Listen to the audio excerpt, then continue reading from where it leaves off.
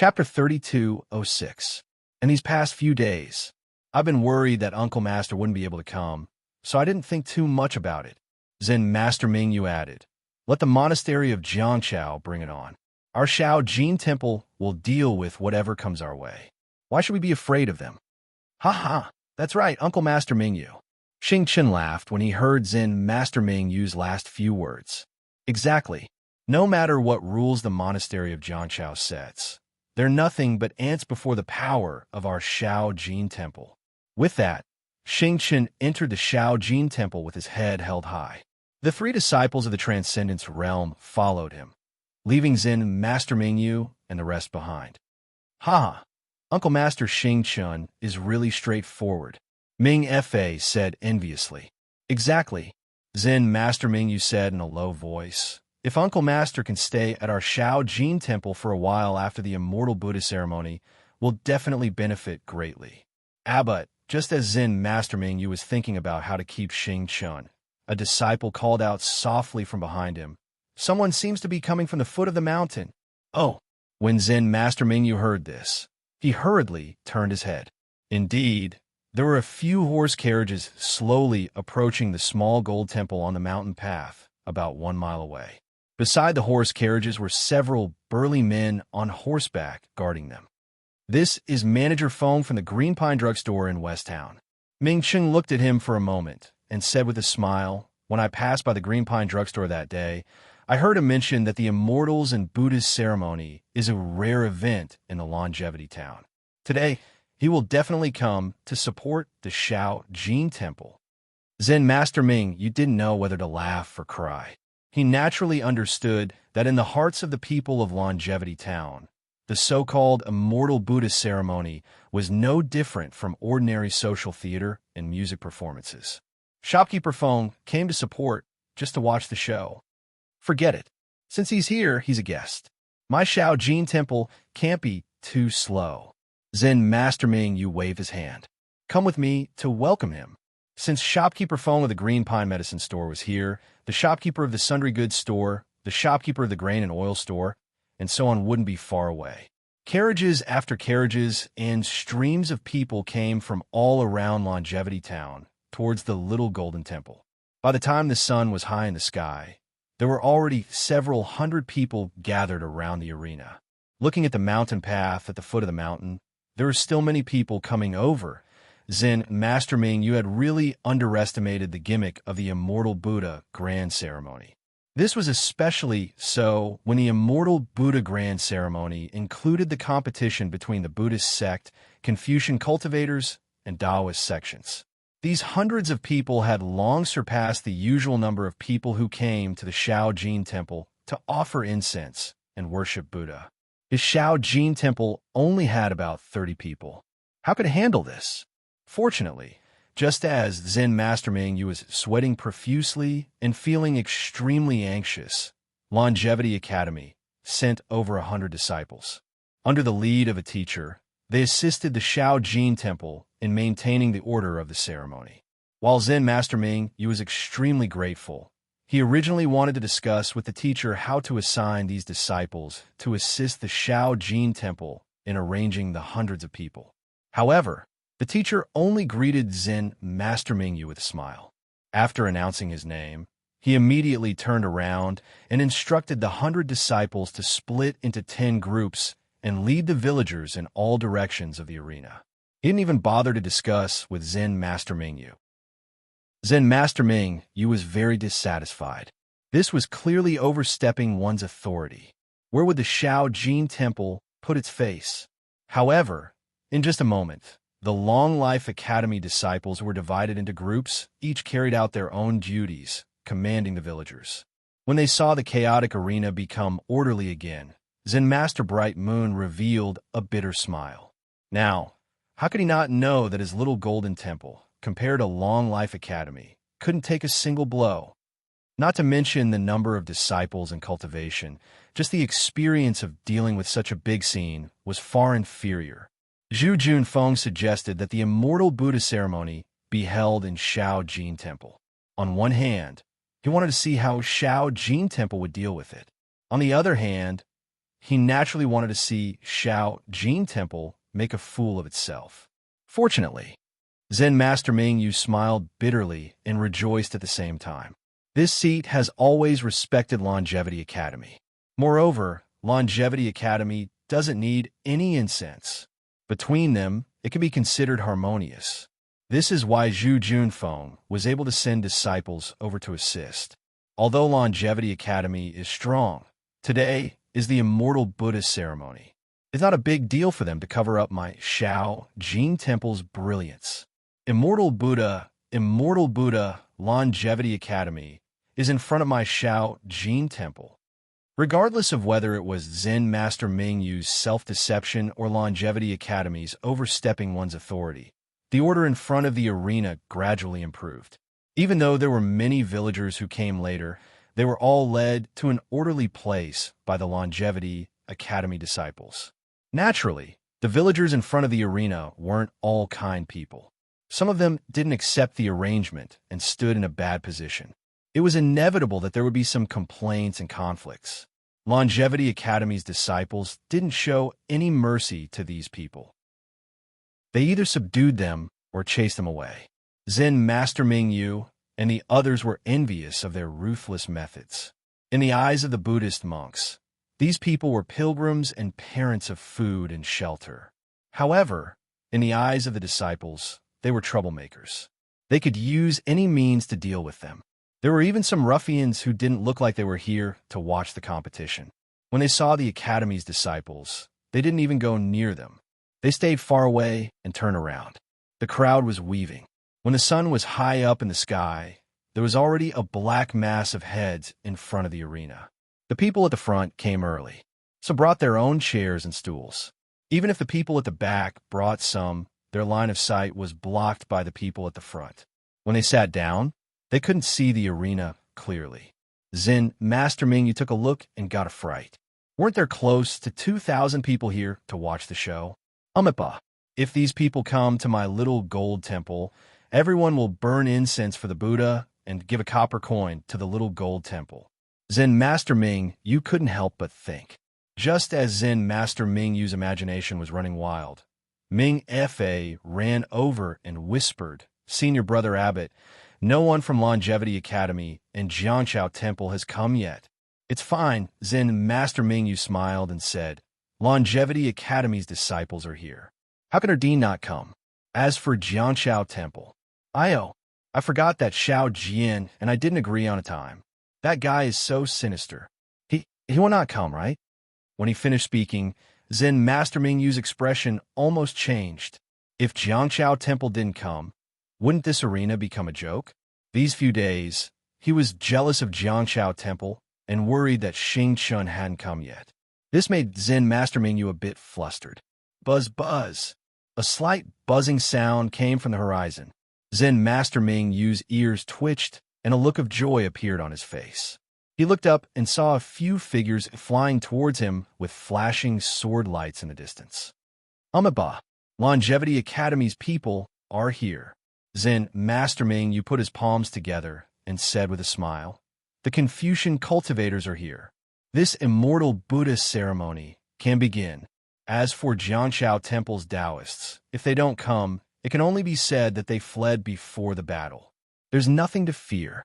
As he spoke, Zen Master Ming Yu tapped the monk's staff in his hand and was about to activate this Buddhist artifact to bring him up into the sky.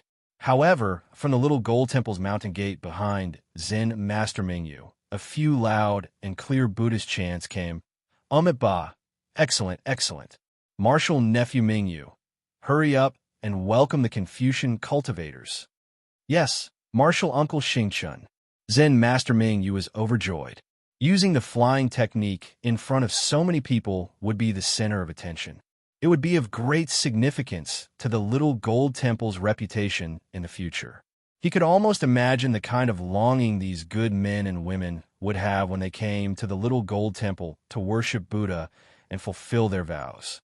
However, before he could activate his telekinesis, a few excited donkey cries came from the mountain path at the bottom of the hill. Soon after, a hoarse voice with the same excitement faintly sounded. Zen Master Ming Yu couldn't hear what the voice was saying, but he had a bad feeling in his heart because the voice was very familiar.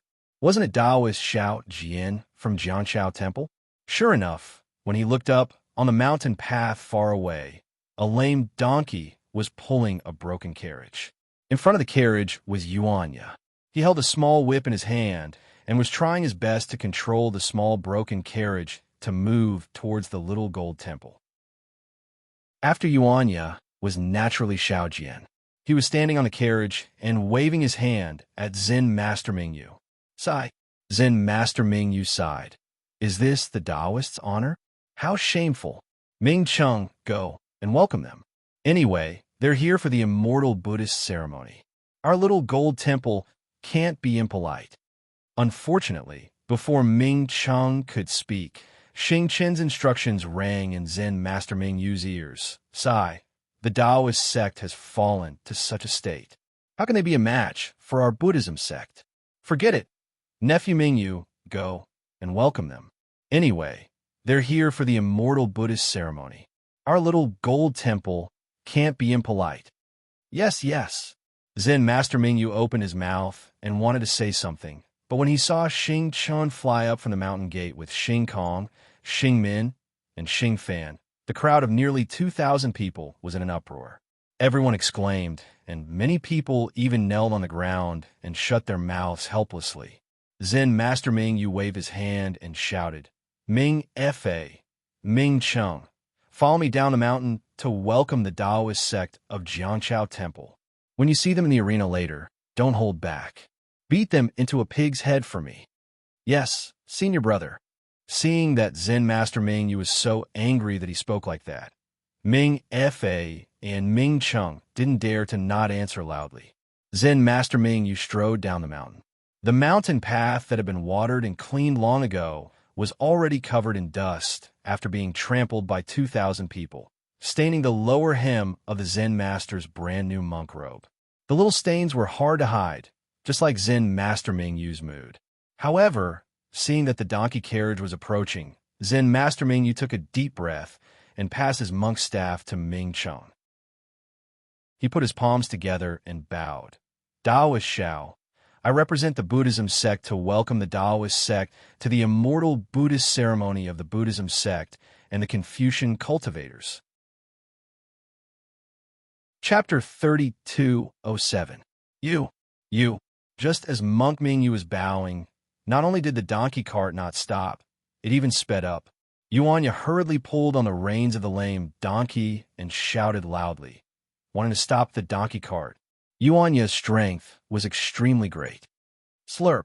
The reins caused great pain to the lame donkey. It couldn't help but raise its front legs and neighed loudly. It sounded as if it was replying to Monk Mingyu's words. The donkey cart's sudden movement caused the people on the cart to lose their balance. Xiao Jian stood on the cart and couldn't help but stagger. He jumped off the donkey cart and landed on the ground. He hurriedly cupped his hands and said, I don't dare. I'm just a small Taoist and can't represent my Taoism. But today, for the survival of my Taoism, I still dare to pay a visit to Xiao Jin Temple. Xiao Jian's voice wasn't soft, but it was hard to hear because of the donkey's neighing. Go to hell. Yuanya, who was holding the reins, saw the lame donkey struggling and couldn't help but get angry.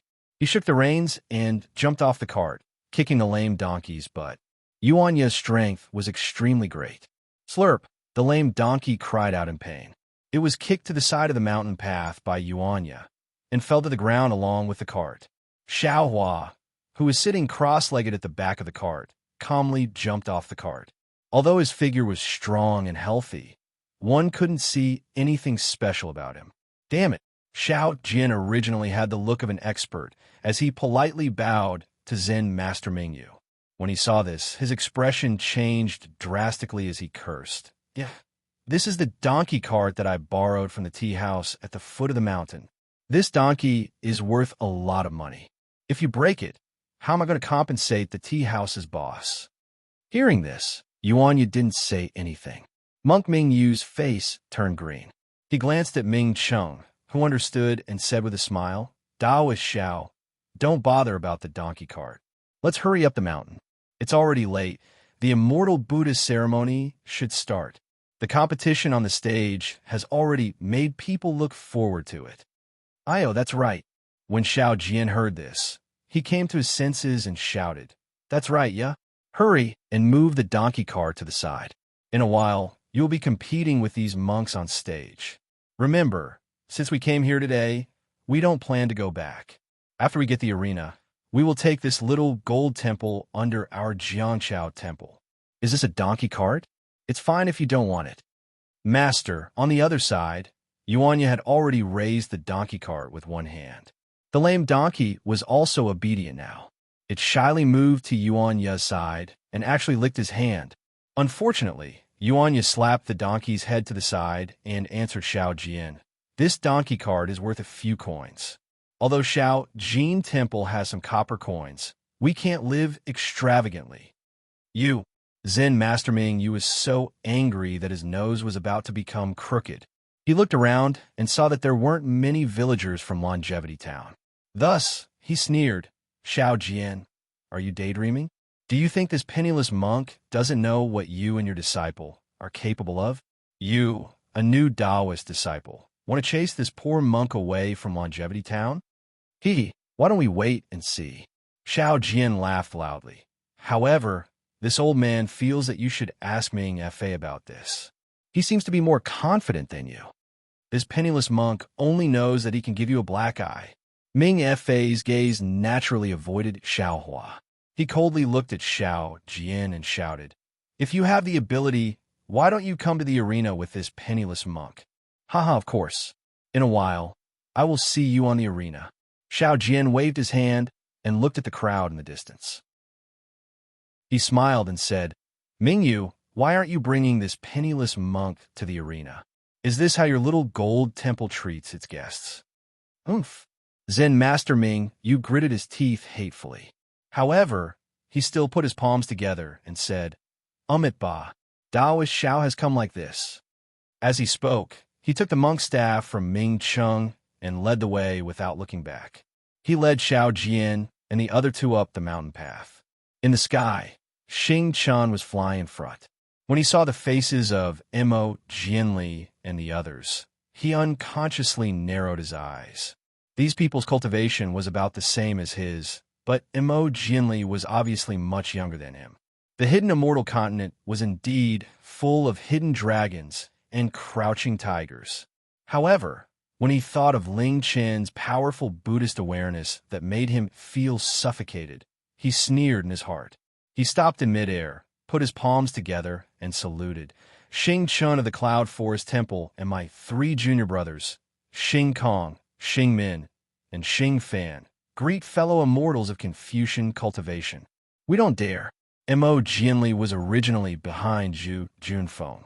When he saw that it was not Ming Yu who flew out of the little gold temple, but an old monk with second stage elemental energy, he immediately flew out from behind Zhu Junfeng and bowed.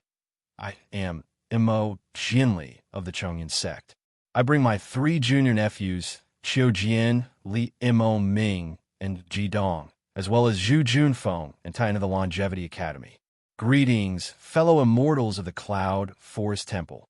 When the Confucian cultivators and the Buddhist cultivators met, they greeted each other and exchanged greetings. Zhu Junfeng looked at Zen Master Ming Yu, who was leading Xiao Jian up the mountain gate of the little gold temple and the villagers below the stage. He took half a step forward and said respectfully, "I am Zhu Junfeng of the Longevity Academy.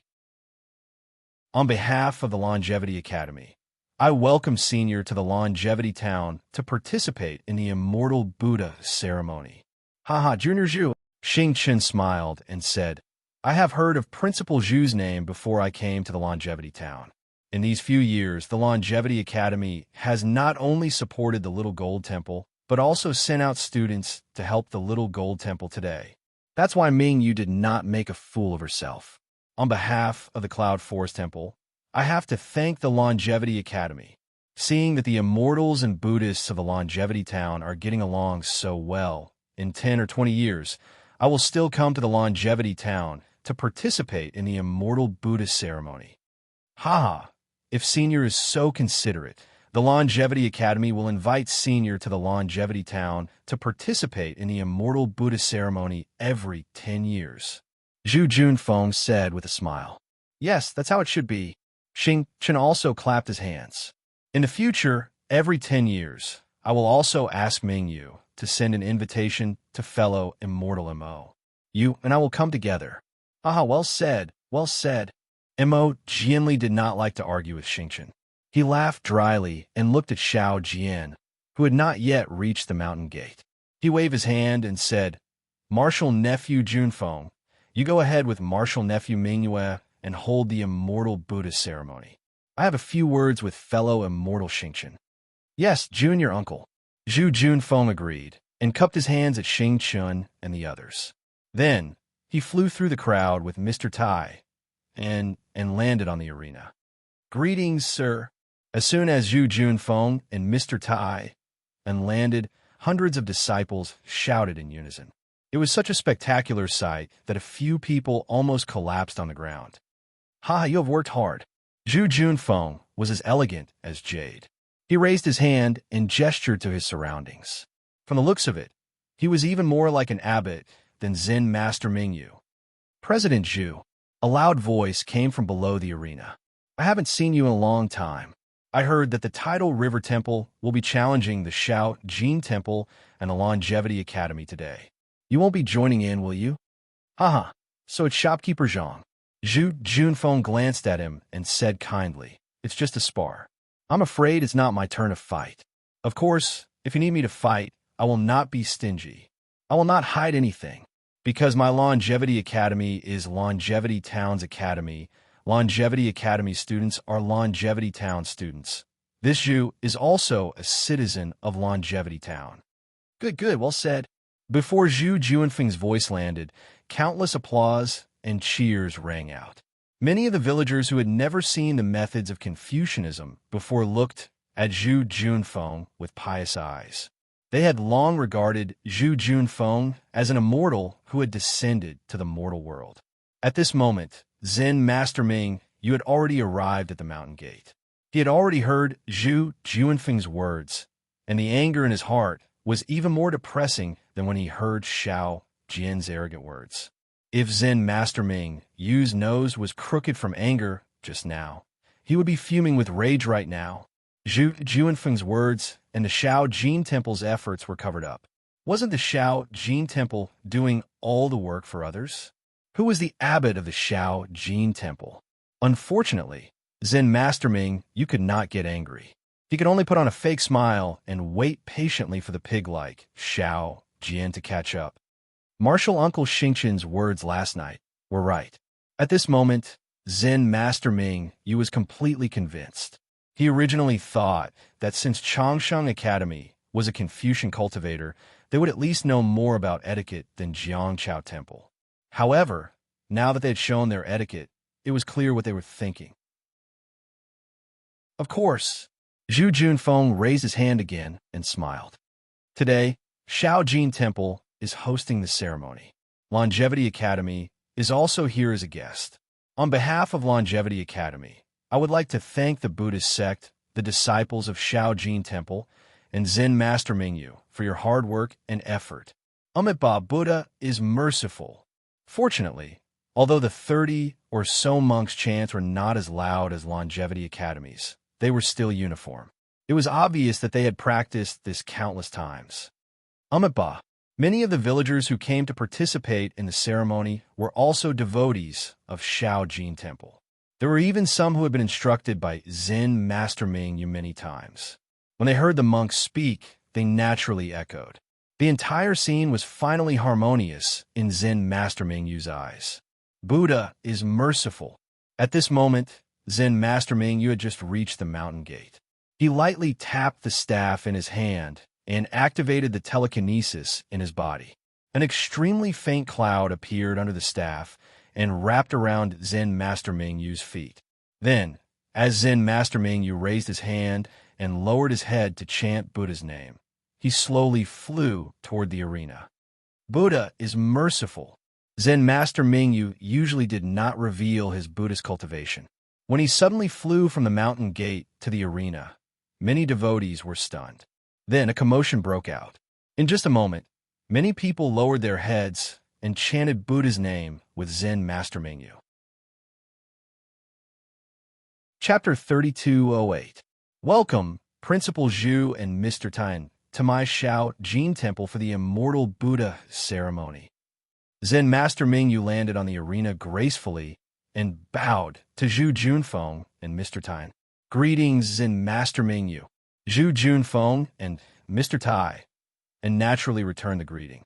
Zen Master Mingyu glanced at Xingchen and Mo Jinli, who were still discussing in midair, then faced the audience and said with a smile, "It's a pity that my Shao Jin Temple is lacking in manpower, and this is the first time we're holding such a grand Immortal Buddha ceremony.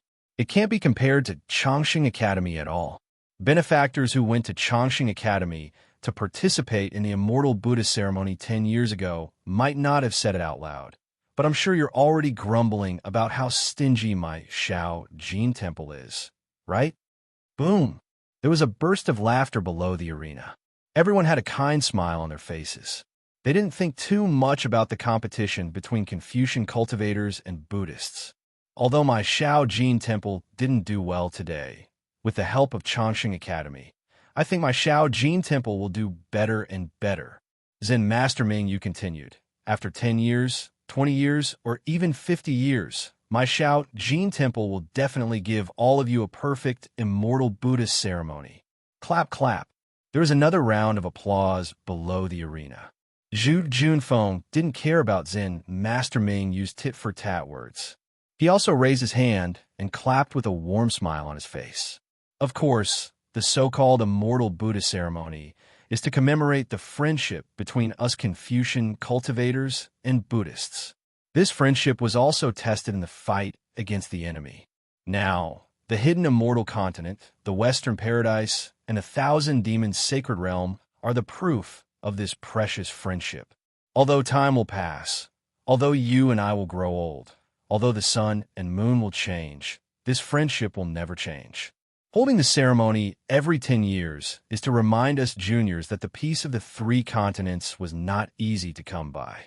Not only must we not forget the blood, sweat, and sacrifice of our seniors, we must also work together, through thick and thin, to build the 3 continents into a more prosperous place. Zen Master Mingyu is not done yet, so he spoke in a loud and impassioned voice. Prosperous, high in the sky, Missouri Jinli whispered something to Xingchen while paying attention to the movements in the arena. When he heard Zen Master Mingyu say this word, the corners of his mouth twitched slightly, as if he wanted to laugh. But after a while, he forced himself to hold back and said, "Fellow immortal Xingchen, your Cloud Forest Temple has been developing rapidly in the country of Shi these years. My Chongyin sect is truly envious. Perhaps one day, your Yunlin Temple will also become a scene of prosperity." Xingchen raised his eyebrows and glanced at Zen Master Mingyu, whose face was flushed red, and said with a fake smile, "This is not because my Yunlin Temple is developing well, but because the people of the country of Shi like my Buddhism sect and need my Buddhism sect. My Buddha is merciful. My Buddhism sect does not develop on its own and does not feel the need of others. Only when my Buddhism sect is needed, my Buddha will be there to solve the needs of the people. If one day the people of Longevity Town say that we do not need Buddhism sect's illumination, that we do not need Buddha salvation, then my Yunlin Temple will immediately evacuate the disciples of Shao Jin Temple and return the Shao Jin Temple to Longevity Town." Ha! Mo Jinli only said one sentence, but Xingchen actually said so many philosophical words, he did not know how to feel. He smiled faintly and said, "Whether your Buddhism sect disciples evacuate or not, perhaps it is up to the Yunlin Temple to decide, or perhaps it is up to the Rivertide Temple to decide. Either way, it is not up to me to decide. Just now, I have already told fellow Immortal about the news my Chongyin sect received. Although fellow Immortal did not say it clearly, I feel that the news Yunlin Temple received should be similar to that of my Chongyin sect, right?" "That's right." Hearing that Mo Jinli was talking about business, Xingchen stopped arguing with Mo Jinli. He nodded and said, I came here for the same reason as you, fellow immortal MO.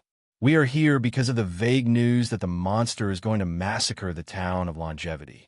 Also, just last night, my Shao Jin Temple's disciples met with a strange thing. Oh, what is it? Mo Jianli's eyes lit up and said hurriedly, "Could it be that you have found out the truth?" "Although not yet, but it is close." Xingqian nodded and then told him about Minister Hao's family. Ah, hearing this, Mo Jianli was stunned and looked up with a strange expression.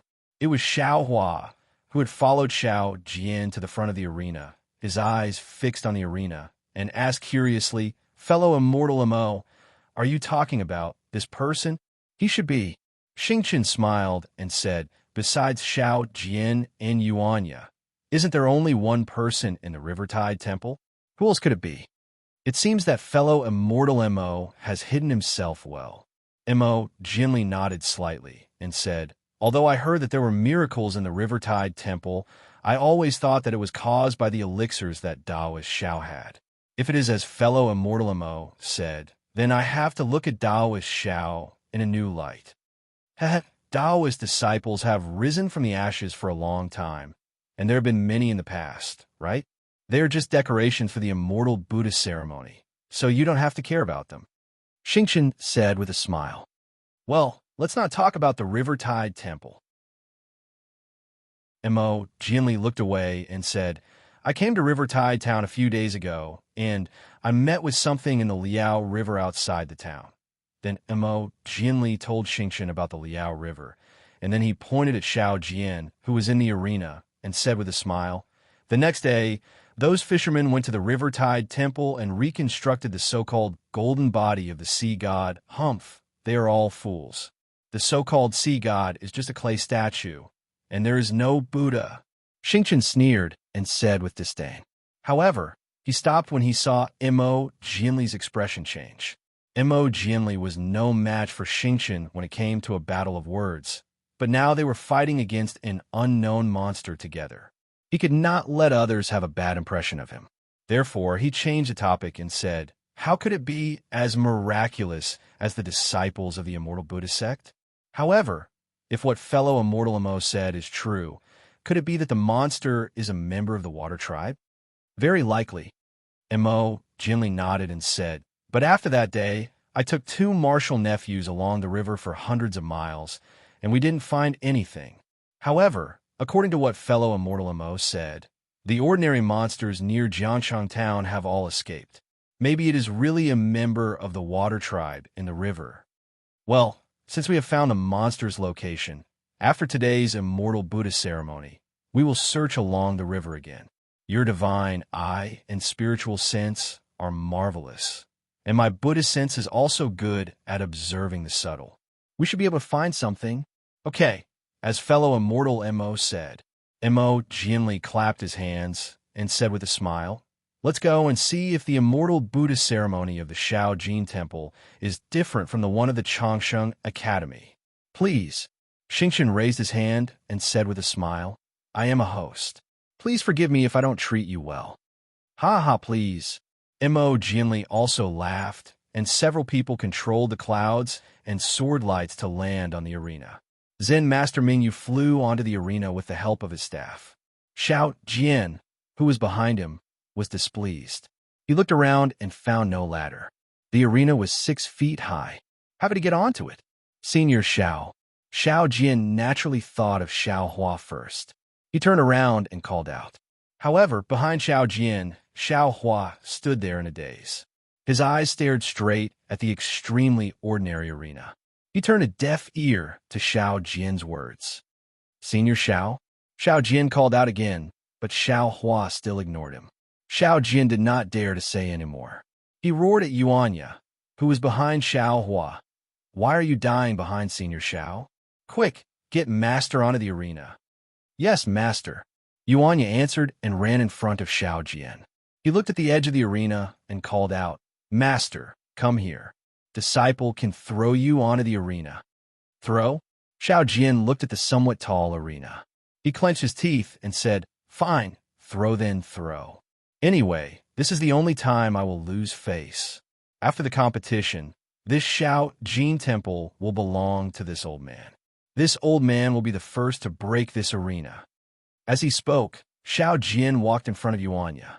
He closed his eyes and waited for Yuanya to throw him onto the arena. The arena of martial arts competition. Stage, the stage of village opera.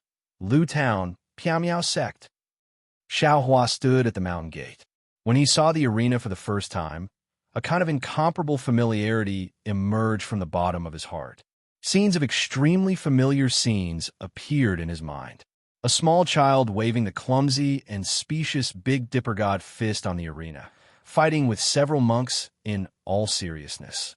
That childish face was filled with seriousness and longing. Immediately after, there was another huge stage.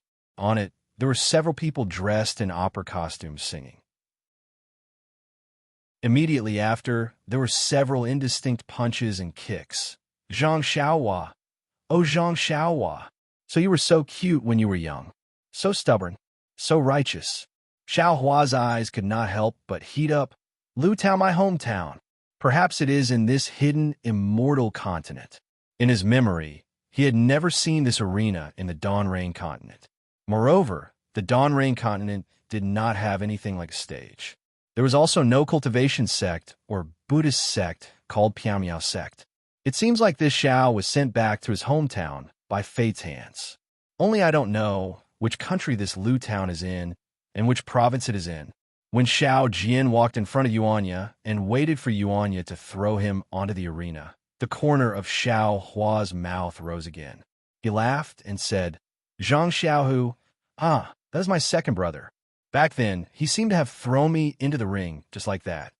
The liveliness of the Shao Jin Temple's arena made Xiao Hua think of many familiar scenes. Naturally, he did not hear Ming Fei's soft reminder when he walked to his side. Daoist Xiao. Seeing that Shao Jin actually wanted Yuanya to throw him onto the arena, Zen Master Ming, you did not know whether to laugh or cry. Isn't this looking for trouble with the Shao Jin Temple? Isn't this silently telling others that the Taoist branch of the River Tide Temple received unfair treatment in the Shao Jin Temple? Thus, Zen Master Ming, you hurriedly shouted, there is a ladder behind the arena that leads to the arena. Chapter 3209. Why didn't you say so earlier? Are you trying to make a joke out of this old man? What kind of attitude is this? Shao Jin snorted in annoyance and hurriedly looked behind the stage that was covered by a cloth. Unfortunately, the cloth was very tight, and he couldn't see it clearly with the naked eye. Taoist Xiao, please come over here. A scholar with delicate features came out from behind the stage and said with a smile, Hee, thank you, young master. Shao Jin cupped his hands and said casually, Longevity Academy students are really sensible. Compared to the monks of Small Gold Temple, you are many times better. In the future, when this old man is in charge of Small Gold Temple, this Small Gold Temple will become Small Gold Temple. I will definitely invite Longevity Academy students to eat and drink at Small Gold Temple for 3 days. That student smiled faintly and didn't reply. He led Shao Jin and Yuanya to the ladder behind the stage that was covered by the cloth and cupped his hands before turning to leave. Benefactors on the stage, Zen Master Mingyu ignored Shao Jin and said with a smile, I believe that some benefactors already know that today's immortal Buddha ceremony is different from 10 years ago. The difference is that there is a Taoist sect in Longevity Town's Jiangshao Ridge who wants to challenge Small Gold Temple's Buddhist sect. Furthermore, if any benefactors were present that day, they would know that this challenge was initiated by Taoist Shao Jin from Jiangshao Monastery. That day, this old monk went to Longevity Town to look for Principal Zhu of Longevity Academy to discuss with him about today's immortal Buddha ceremony. Since this old monk saw that Jiangshao Monastery had such ambitions, this old monk decided to push this competition to today. Principal Zhu also passed by that day and decided on today's event on the spot, as well as the competition between Small Gold Temple and Jiangshao Monastery. Zen Master Mingyu is right. Zhu Junfeng didn't miss the opportunity to say, In this year's Immortal Buddhist ceremony, other than the cultivation of Confucian cultivators and Buddhist sects, there will also be a competition between Buddhist and Taoist sects. The price of this competition was decided 10 days ago. Whichever sect loses the competition will disappear from Longevity Town. All right, below the stage, there were already people who weren't afraid of things getting out of hand. No matter what purpose they had, their faces were filled with fanaticism and excitement. From the looks of it, there was no shortage of people who came to watch the show. Only my small gold temple has the geographical advantage, and Immortal Academy has also come to participate. That is why this poor monk has given the authority to set the rules to River Tide Temple's Taoist priest Xiao. Today, I ask Taoist priest Xiao to explain it in front of all these benefactors. When Zen Master Ming Yu saw Xiao Jian walk up to the arena, he chuckled and said, "Let's see if the rules are fair." Good.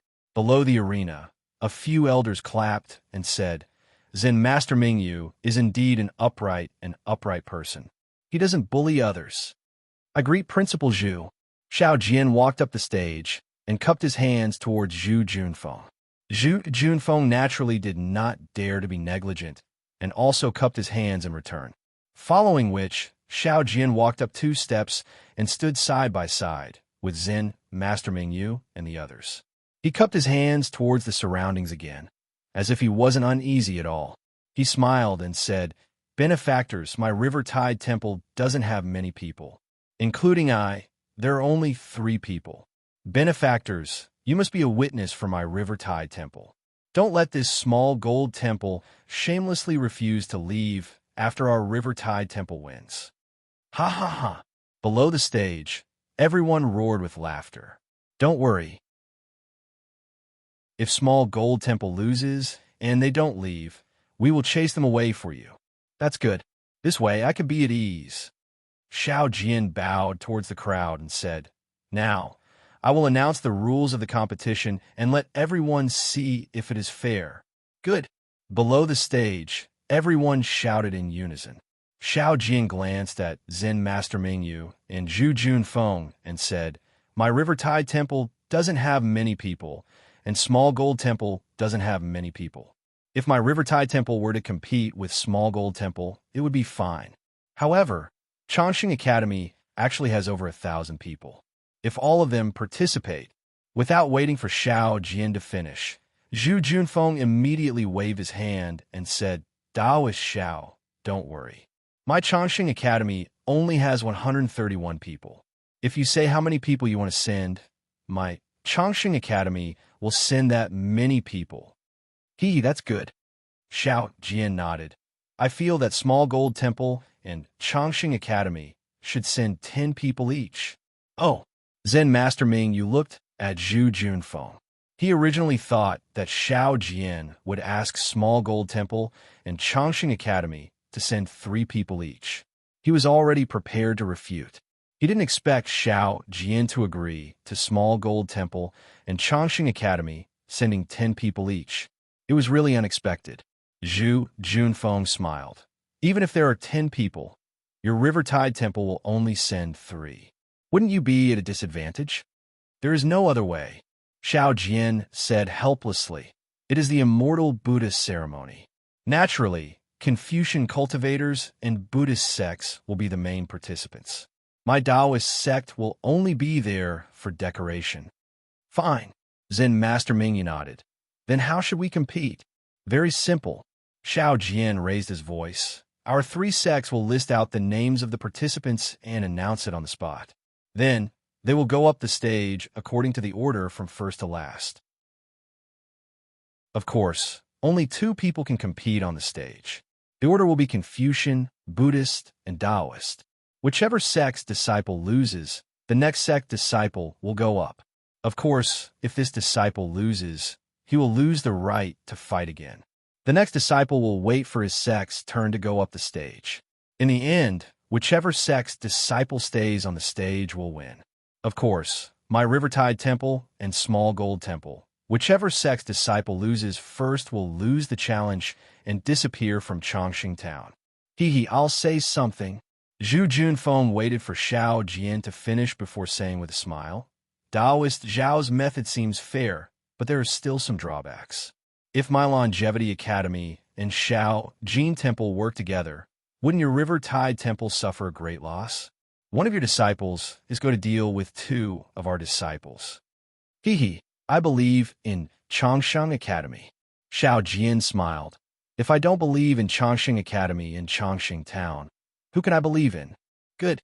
Zhu Junfeng clapped. Since Taoist Xiao believes in my Chongsheng Academy, I will also represent Chongsheng Academy to explain to the people of Chongsheng Town that my Chongsheng Academy will definitely not cheat for personal gain and will definitely not show mercy in the competition.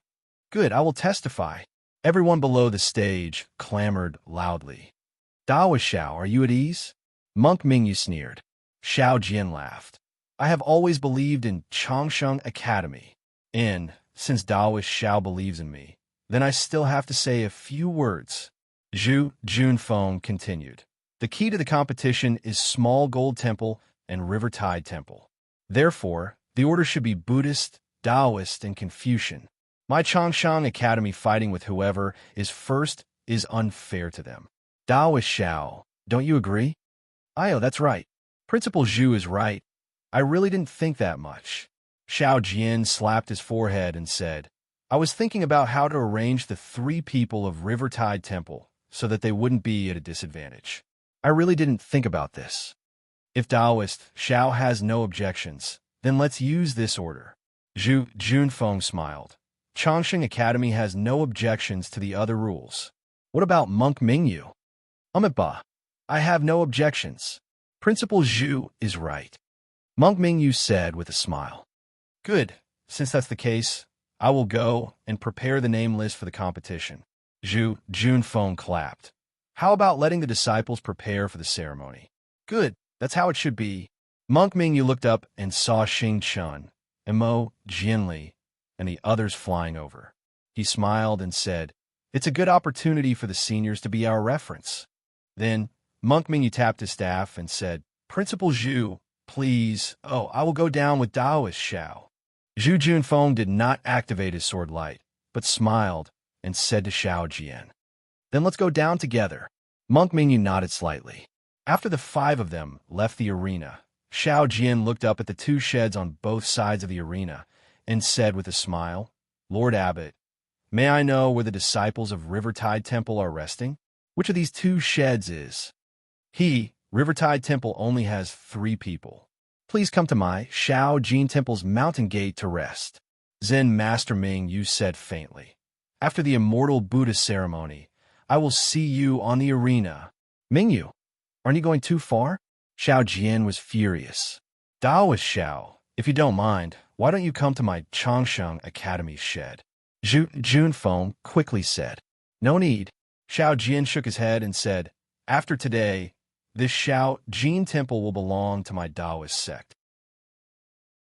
Who would have the patience to mess with the Buddhist sect now? Then he waved his hand and said to Yuanya, Yuanya, bring the donkey cart here. We can't let the rent of 3 copper coins go to waste. This old man will rest on the donkey cart. Zhu Junfeng laughed and brought Mr. Tai into the shed under the guidance of the students.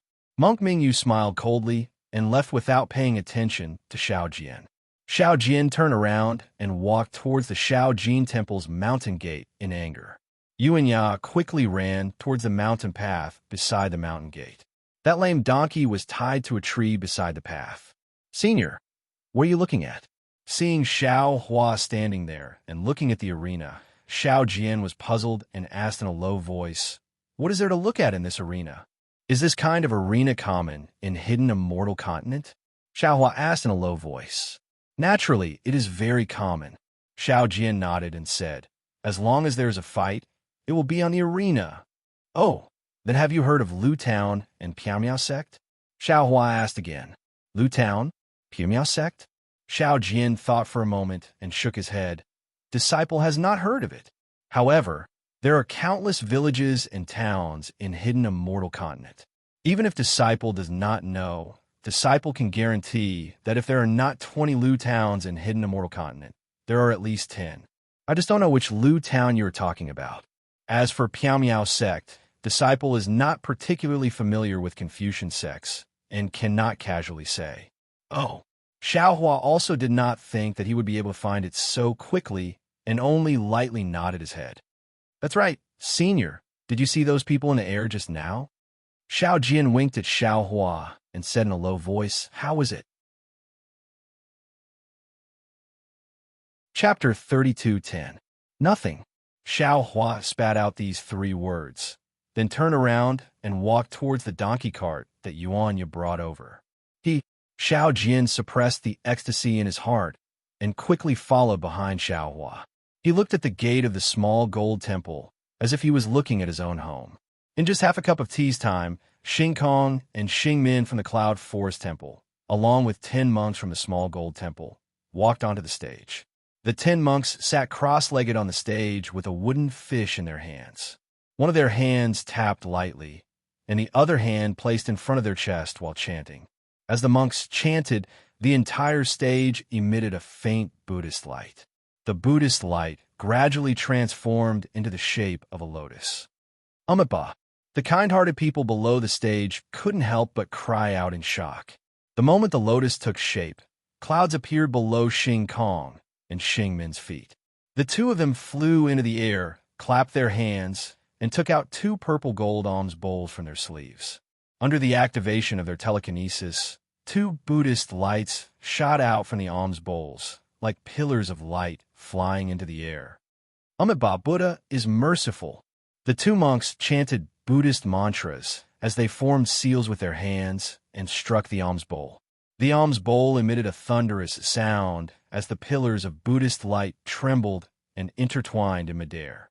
Slowly, the image of a benevolent Buddha that was dozens of feet tall appeared in midair. "Buddha, please protect us." Seeing a huge Buddha standing in front of them, many of the villagers didn't dare to stand anymore. Plop, plop, plop. They all kneeled on the ground, and the entire area below the stage was in chaos. Junfeng, did you see that?" Mo Jianli coldly said. "This is bewitching people's hearts. The Buddhist sect is much better than us Confucian cultivators. If we want to chase the Buddhist sect away from the hidden immortal continent, we must first chase them away from the hearts of the people." "Yes, disciple understands." Zhu Junfeng's face was also filled with worry as he softly replied. The Buddha standing on the lotus stayed in the air for the time it takes to eat a meal, and then it turned into thousands of specks of light that scattered around the stage.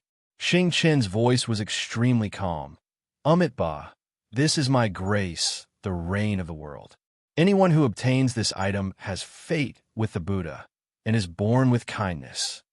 Buddha, please protect us. Buddha is merciful." In an instant, everyone went crazy and almost reached out their hands to grab the Buddhist light that was falling down. The entire area below the stage immediately became extremely dangerous. Clang! Among the thousands of Buddhist lights, the sound of metal clanging suddenly, the sound of metal of the 100 or so Immortal Academy's disciples were scattered all around the stage. At the same time, they all waved their hands and drew long sword from their backs.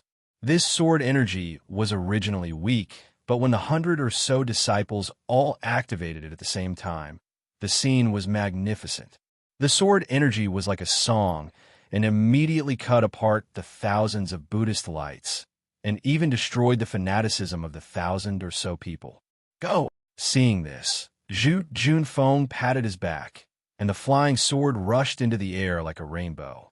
At the same time, Qiu Jian, Li Mo Ming, and Ji Dong didn't hesitate, and 3 flying swords flew out together with Zhu Junfeng's flying sword.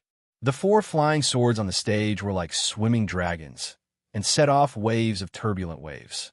When the sword light scattered in the air, the 100 or so flying swords at the same time emitted a strong sword cry and rushed to the sky, as if they were flying together and clustered around the 4 flying swords. Then, the 4 flying swords led 4 separate groups of flying swords to dance in the air, and the 1,000 or so people below the stage couldn't help but be fascinated. "Go!" Mo Jianli lightly shouted, and Zhu Junfeng and the other three rushed into the air and landed on the flying swords. With a wave of his hand, the 100 or so flying swords turned into fish and followed Zhu Junfeng and the other three in the air.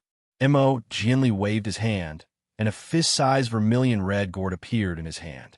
As Mo Jianli activated his Yuan Qi, the entire gourd gave off a red glow, and the red glow entered the air and then turned into thousands of fog. The fog evaporated and gradually covered the area around 1 mile in the air. Wah! There was a soft sound, like rolling up a bead curtain, and a soft chuckle, like pearls falling onto a jade plate.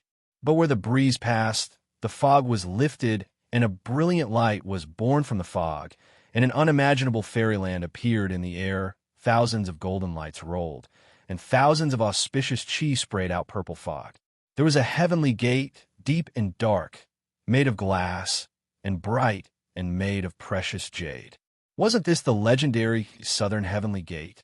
Looking at the Southern Heavenly Gate, there were dozens of heaven-suppressing marshals on both sides, and one of them was leaning against a pillar, holding a mace. Around him were dozens of gods in golden armor, and each of them held halberds, whips, sabers, and swords. The outside was okay, but the inside was shocking. There were a few huge pillars in the inner wall, and on the pillars, there were golden-scaled, brilliant sun-red bearded dragons. There were also a few long bridges, and on the bridges, there were phoenixes with colorful feathers flying in the air. Looking at the inside of the Southern Heavenly Gate, the bright clouds reflected the sky, and the green fog covered the entrance. On the stage of the God of Longevity, there were famous flowers that hadn't been shed for thousands of years, and beside the medicine furnace, there were evergreen herbs. In front of the pilgrimage tower, there were red robes, and the stars were bright. The hibiscus crown was golden and dazzling. Jade hairpins, pearl shoes, and purple ribbons with golden badges. When the golden bell rang, the three divine statues entered. When the heavenly drum rang, the 1,000 saints worshipped the immortal emperor. In the middle of the hall, there were golden nails and jade doors, and colorful phoenixes dancing on the vermilion door. The winding corridor was exquisite everywhere. 3 eaves and 4 clusters, and layers of dragons and phoenixes soared. Above, there was a purple wayway. It was bright, round, and bright, and on top of a big golden gourd.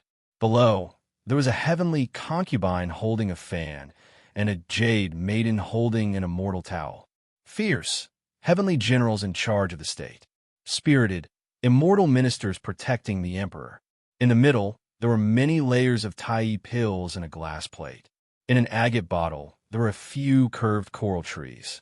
There were all kinds of strange objects in the heavenly palace, and none of them existed in the world. Golden palace and purple palace, and chi flowers and jade grass. Passing by the jade rabbit altar, the golden crow flew at the bottom. The above are all references, not original works. Not only were the 1,000 or so people from Longevity Town on the left flabbergasted, drooling from the corners of their mouths, but even Xiao Hua was flabbergasted. This kind of immortal realm was far from what an ordinary cultivation sect had. He, Senior, Xiao Jian's voice sounded in Xiao Hua's ear. This is where the Confucian Immortal Palace is. Everything inside. Who knows if it's real or fake? This disciple never knew anyone who went to the Immortal Palace. Oh, I see. Xiao Hua suddenly understood. This so-called Immortal Palace had nothing to do with him, and he didn't know if he could go there in this life. Then he looked at the other side of the arena, in the shed of the Buddhist sect. At this time, Xing Qin's face was also not good. The reason why he said those words in a low voice was to set off the atmosphere, to make people fight for the so-called Buddha's light. Those who snatched the Buddha's light. If Monk Ming you could find them later, it meant that they were fated with the Buddha, and in the future, they would also be pilgrims of the small gold temple. He didn't expect such a big mess, but of course, he didn't care about the chaos. What he cared about was that his Buddha's light was completely shattered by the sword light of the Confucian cultivator. This was a naked slap in the face. Originally, Xingqian was still thinking about how to deal with Chongyun's sect's Mo Jianli, but now he made a decision. As if he sensed something, Mo Jianli turned his head slightly and looked at Xingchen. Ba, Xingchen put his palms together, a big smile on his face. The immortal palace stayed in the air for a little less than an hour. The scene inside was like a revolving lantern. Heavenly maidens, immortals, immortal birds, and divine beasts, in short, it was all seen in the dreams of the secular world.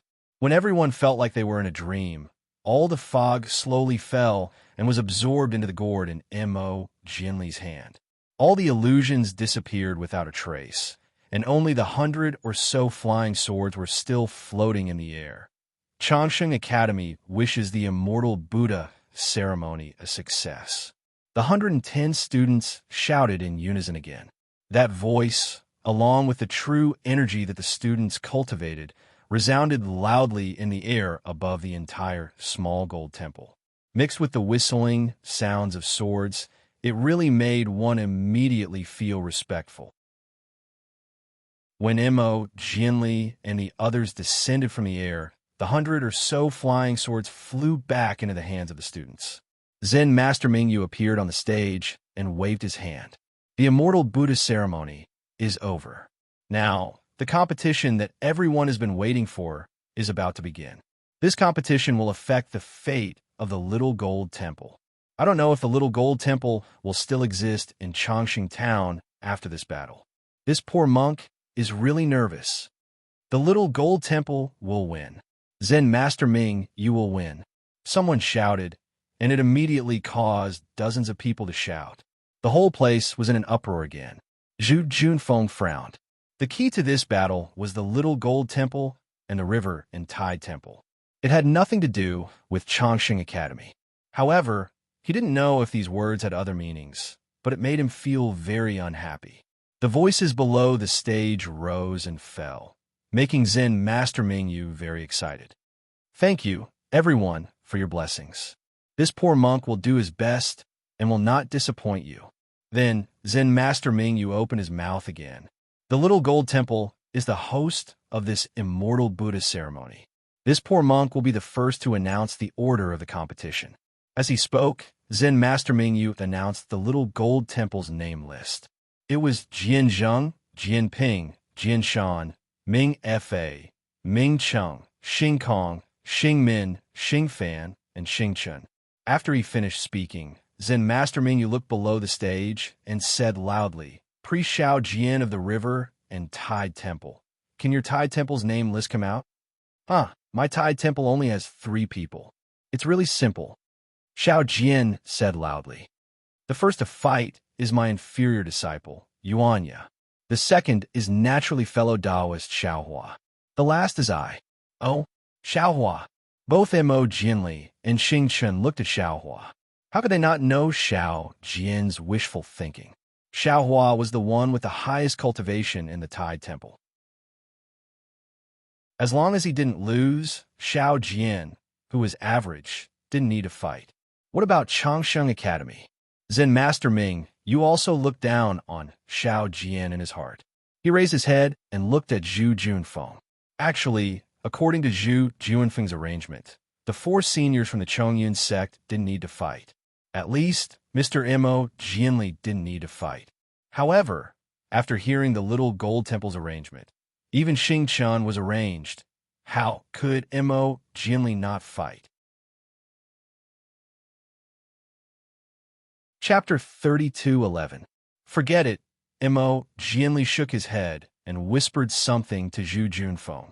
Zhu Junfeng stood up and stepped on his flying sword and rushed into the arena. He smiled and said, My Changxing Academy is here to make up the numbers. We can't be compared to Xiao Jin Temple and Jiangchao Temple.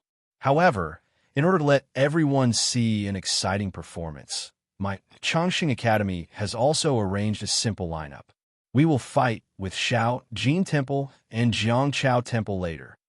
Zhu Junfeng announced the name list of Changxing Academy. It was Zhang Chunyang, Lu Chun, Ji Ming, Fan Xiang, Du Yuechun, Tian Qiujian, Li Mo Ming, Ji Dong, and Mo Jianli. Ba, the names of the 3 sects have been decided. Monk Mingyu smiled and said, Dean Zhu and I will be the judges. The benefactors below the arena are also the judges. Let us wait and see which fellow immortal will have the last laugh. Good. The audience below the arena seemed to have been waiting for a long time. Now, they were clapping crazily, urging the Buddhist, Taoist, and Confucian sects to start the competition. You can go. Xiao Hua clapped his hands and handed the magic wand back to Yuanya. Let this old man see how many tricks you have. Yes. Yuanya jumped down from the donkey cart and caught the magic wand in the air. When he landed, he left a deep footprint on the ground. Yuanya naturally didn't need to use the ladder. With a magic wand in his hand, he jumped up and stepped on the pillar of the arena. His body borrowed the momentum and easily entered the arena. Clang! Yuanya put the magic wand on the arena and said indifferently, "Which bald donkey wants to die out?" The audience below the arena was in an uproar. At this time, a slightly muscular monk also held a Buddhist staff in his hand. He was a little afraid and hesitant as he walked out from behind the arena.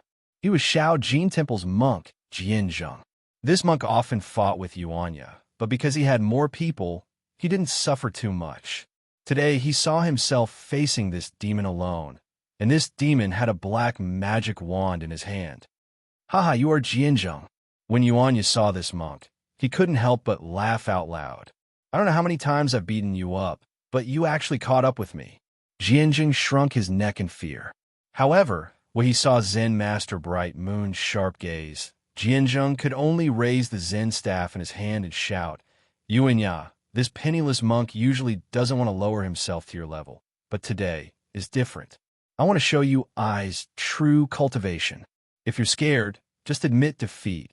And before Jianzheng could finish, Yuanya roared and flew into the air. He raised his magic wand and shouted, "Bald donkey, eat this! How dare you!" At this time, Jianzheng no longer had the time to be afraid. He waved his Buddhist staff with both hands, and with a loud roar, he charged forward. Pung! The monk's staff inevitably collided with the magic wand. Although Jianzheng's skills were not inferior to Yuanya's, Yuanya's strength was greater than Jianzheng's. With just one hit, Jianzheng's body immediately lost his balance and involuntarily flew out of the arena. Zen Master Bright Moon watched without any expression. He knew that even if Ming Cheng and Ming Fa were on the arena, they might not be Yuanya's match. For Jianzheng to be easily sent flying by Yuanya, that was very normal. Umapa. Zen Master Bright Moon looked at Zhu Junfeng and said, "Principal Zhu, my Shao Jin Temple has lost the first round. Students from Chongqing Academy, please come up." Okay. Zhu Junfeng nodded. He looked below the arena and said, "Zhang Chunyang, come and experience the skills of Jiang Chao Temple's Taoist disciples." Yes. A thin scholar answered and ran up the ladder to the arena. That scholar was dressed like a Confucian scholar. He held a clear sword in his hand and looked extremely refined. He won the cheers of the crowd below the arena. "Fellow immortal Yuanya, please?" Zhang Chunyang very politely cupped his fists and bowed. Then, he raised his sword and was about to raise his hand. "Please, please, please." Yuanya would not be polite with him. After bowing, he shouted 3 times and waved his magic wand 3 times in a row. The magic wand blew wind in his face. Zhang Chunyang activated the meager amount of genuine qi in his dantian. His body barely floated in midair. As his sword danced, he began to fight with Yuanya. Zhang Chunyang's strategy was not wrong. His skills were much better than Jianzheng's. However, Yuanya's methods originated from the jungle, and he had fought for his life in the gladiator arena. Every move he made was a battle of life and death. After a few moves, Zhang Chunyang was forced to the edge of the arena again. He had nowhere to run. I am not fellow immortal Yuanya's opponent. Thank you for your guidance. Looking at the empty space behind him, Zhang Chunyang did not hesitate and flew out of the arena. He looked very leisurely. He even waved his sword in midair, making several sword flowers. After somersaulting a few times, he landed on the ground and cupped his fists towards the crowd. Facing Yuanya, not only were Jianping and Jianshan of the small gold temple easily knocked off the arena, Even Lu Chun and Ji Ming of the Longevity Academy were forced off the arena. Even Ming Fa of the Small Gold Temple, who stepped onto the arena later, was not Yuanya's opponent. After fighting for a while, he sent his Buddhist weapon flying. He had no choice but to admit defeat. Today, Jiangchao Temple was really showing his might. He alone defeated 7 people from the Small Gold Temple and the Longevity Academy. Xiao Jian was not the only one who was beaming with joy. Even the crowd below the arena was shocked. These people did not know about the arrangement of the Small Gold Temple and the Longevity Academy. They only saw Yuanya's bravery and were all stupefied. They felt that they had really underestimated Jiangchao Temple. Seeing that Yuanya had defeated Ming Fa and was already exhausted, Zhu Junfeng walked to the center of the arena and said with a smile, "Martial nephew Yuanya's strength is extremely high. It is really beyond this Zhu's imagination. However, fellow immortal Xiao, your rules are really strange. Martial nephew Yuanya fought 1 against 7, not having any chance to rest. Isn't this just my long life academy and Small Gold Temple bullying him with numbers?" "Ha ha!" Xiao Jian stood up from the donkey cart and laughed loudly. "My Jiangchao Temple only has 3 people. You all are bullying him with numbers. How about this, fellow immortal Xiao? Let Yuanya rest for a while." Zhu Junfeng said again, "After my Longevity Academy and the Small Gold Temple fight a few rounds, how about we let martial nephew Yuanya come up? This isn't appropriate, right?" Monk Mingyu was very clear about Ming Fa and Ming Cheng's cultivation. Ming Fa used his strength to fight against Yuanya and exhausted his strength. Afterwards, no matter how bad Longevity Academy was, they would still be able to hold off Yuanya for the time it takes to brew a cup of tea. Then, if Yuanya was not defeated, he would definitely be defeated by Ming Cheng. How could Monk Mingyu let go of such a good opportunity? Moreover, if Yuanya rested, Ming Cheng would definitely fight against Fan Xiang from Longevity Academy. This was very unfavorable for the Small Gold Temple. Thus, he hurriedly shouted, "This rule was personally proposed by Daoist Xiao from Jiangchao Temple and witnessed by over 1,000 benefactors. How could you change it? It's fine." Yuanya took a breath and forced a smile. "This little one can still hold on." "Forget it." Xiaohua laughed coldly. He originally wanted to leave some face for the Small Gold Temple, but after seeing these so-called Buddhist disciples scheme like this, he did not feel like holding back anymore. He floated down from the donkey cart and said loudly, "Yuanya, just admit defeat." Yes, towards Xiao Hua's words, Yuanya did not have any rebuttal. He replied in a low voice and immediately floated down from the stage without any hesitation. Zhu Junfeng was naturally stunned. However, he looked at Xiao Hua with interest as he slowly walked over. He smiled and said, "It seems like a mortal friend Xiao is thinking of making a move after a long period of silence. Your next opponent is my Longevity Academy's Fan Xiang. Please show mercy." "Haha, no problem." Xiao Hua smiled faintly and still slowly walked down from the stage. Longevity Academy's Fan Xiang was already waiting behind the stage. When he heard Zhu Junfeng say his name, he immediately activated his flying sword and forcefully flew up from below the stage. Good. Fan Xiang's appearance immediately won everyone's cheers. Everyone's gaze unconsciously gathered on Xiao Hua's unhurried pace. They wanted to see how Xiao Hua would ascend the stage. Seeing that the stage was getting closer, Xiao Hua quietly placed a yellow talisman on his body. Soon after, he activated what little magic power he had left. His figure slowly floated up. As if he was walking on an invisible flight of stairs, he walked up to the stage step by step in midair. See, below the stage, all of Longevity Town's villagers were stunned. They could not imagine that a person could actually walk in midair. This was even more inconceivable than a sword ray or a cloud. "You are not this old man's opponent." Xiao Hua's figure walked up from below the stage. He looked at Fan Xiang and said indifferently, "Let him come." As he spoke, Xiao Hua pointed at Xing Chun. "Senior Xiao." Seeing Xiao Hua's cultivation level, Fan Xiang knew that he was not his opponent. However, he still said respectfully, right now, it is this junior who is going up the stage. You want this junior to admit defeat without even making a move? This junior will not accept defeat. The rules of this challenge were set by the Tidal River Temple. How about senior defeat this junior first? Haha, that's right. Xiaohua laughed loudly. He waved his hand and took out the heaven-leveling staff. He said, Confucian cultivators would rather break than bend. If you admit defeat like this, how can you become a scholar? Since that is the case, then this old man will let you know what is called powerful. As he spoke, Xiaohua calmly stepped on the stage. Fan Xiang's eyebrows twitched. Just as he was about to bow and salute, the entire stage shook. Fan Xiang was unable to stand still. He saw the faint Buddhist light on the stage violently flickering. Zen Master Bright Moon cried out in alarm. "Io, not good." The staff in his hand stopped, and he immediately activated his telekinesis to fly into the air. Zhu Junfeng was naturally faster than Zen Master Bright Moon. He was already standing in midair on his flying sword. He was looking at Xiaohua with a shocked expression on his face. Fan Xiang was a bit slower. Seeing that the entire ring was about to collapse, he activated his true qi and flew out of the ring. Xiaohua's heaven-leveling staff was extremely heavy. Even if this simple stage was supported by a Buddhist formation, how could it withstand it? Xiaohua stepped on the stage. He did not even make a move, and the entire stage collapsed. Chapter 32:12. Haha! Xiaohua's arrogant voice came from the dust of the collapsed arena.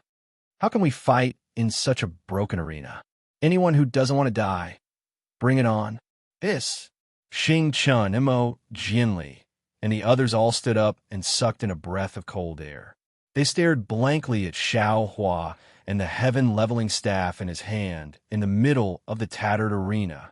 The weight of Yuanya's magic staff had already exceeded their expectations. They had never imagined that an ordinary person like Yuanya, who had never cultivated before, would be able to resist and even defeat Confucian cultivators who could almost enter the ranks just by relying on his vigorous movements and heavy weapon. And Xiaohua didn't even make a move. The Buddhist formation supported by the three Transcendence Realm Arhats was crushed just like that. If the staff hit them, how tragic would that be? Disciple. Fan Xiang obviously couldn't stay in the air for long. After a while, he landed on the broken pillar of the arena. He answered in a low voice, somewhat absent-minded. He would rather break than bend, but it was obvious that the cultivation of the person in front of him was far beyond his reach. How could he not bend? Xiaohua looked around. The arena was gone, and the surroundings were silent. He looked at Fan Xiang's muttering and thought of what Xiao Jian said before. Yes, what was his cultivation? What was the cultivation of these people in front of him? They were just his juniors. Although his current strength was less than 1/10 of the Earth Crystal Yao milk, he couldn't bully them because of this. After crossing the bottleneck of late gold core, he would become a nascent soul grandmaster. Since he was a grandmaster, he had to have the bearing and breadth of mind of a grandmaster. During the trip to Meng Mountains, whether it was Fairy Hong Xia, Li Zongbao, or even Xiao Mao, they all told him what a grandmaster should do. But at that time, and for a long time after, Xiaohua didn't feel anything. When he was in thunder-controlling Sect's Myriad Thunder Valley, Xiaohua used soul stings to attack thousands of qi-refining disciples with his nascent soul strength. He also fought against Foundation Establishment disciples at the Thunder Arena. This was because Xiaohua didn't see himself as a grandmaster. Perhaps it was because the time was ripe, or perhaps it was because his 100 years of bitter cultivation had allowed him to improve a lot, or perhaps it was because he was facing something familiar from his memories. In short, Xiaohua felt that he had lost face by attacking a student who didn't make the grade. Forget it. Xiaohua sighed in his heart. There was even a hint of joy in his sigh. Why should I hide anything in hidden immortal continent now? Therefore, Xiaohua's body moved. He channeled his remaining arcane energy and rushed into the sky. He pointed his finger at Xing Chun and Mo Jianli and smiled. Don't make things difficult for the juniors. Why don't you wait for the two of you, or the three monks come together? To be honest, if it wasn't because of the Tide Temple incident, I wouldn't even bother to attack. That's right. Xiaohua really didn't feel any pressure when facing a cultivator who was only around the second level of essence energy. Even though his Dao, he still had Buddhist cultivation. Soul cultivator. Soul's thunder technique. Even if the lightning flashing thunder rolling thunder technique was too powerful, Xiaohua still had the heaven leveling staff. Xiaohua believed that as long as he had the heaven pacifying rod in his hand, even if the hidden immortal continent was destroyed, he would not be afraid. Seeing Xing Chun flying out of the shed and Imo Jianli flying out of the shed, Xiaohua narrowed his eyes. He had discovered something interesting. His Buddha Saraira was the same as the others. It was in his Naiwan palace.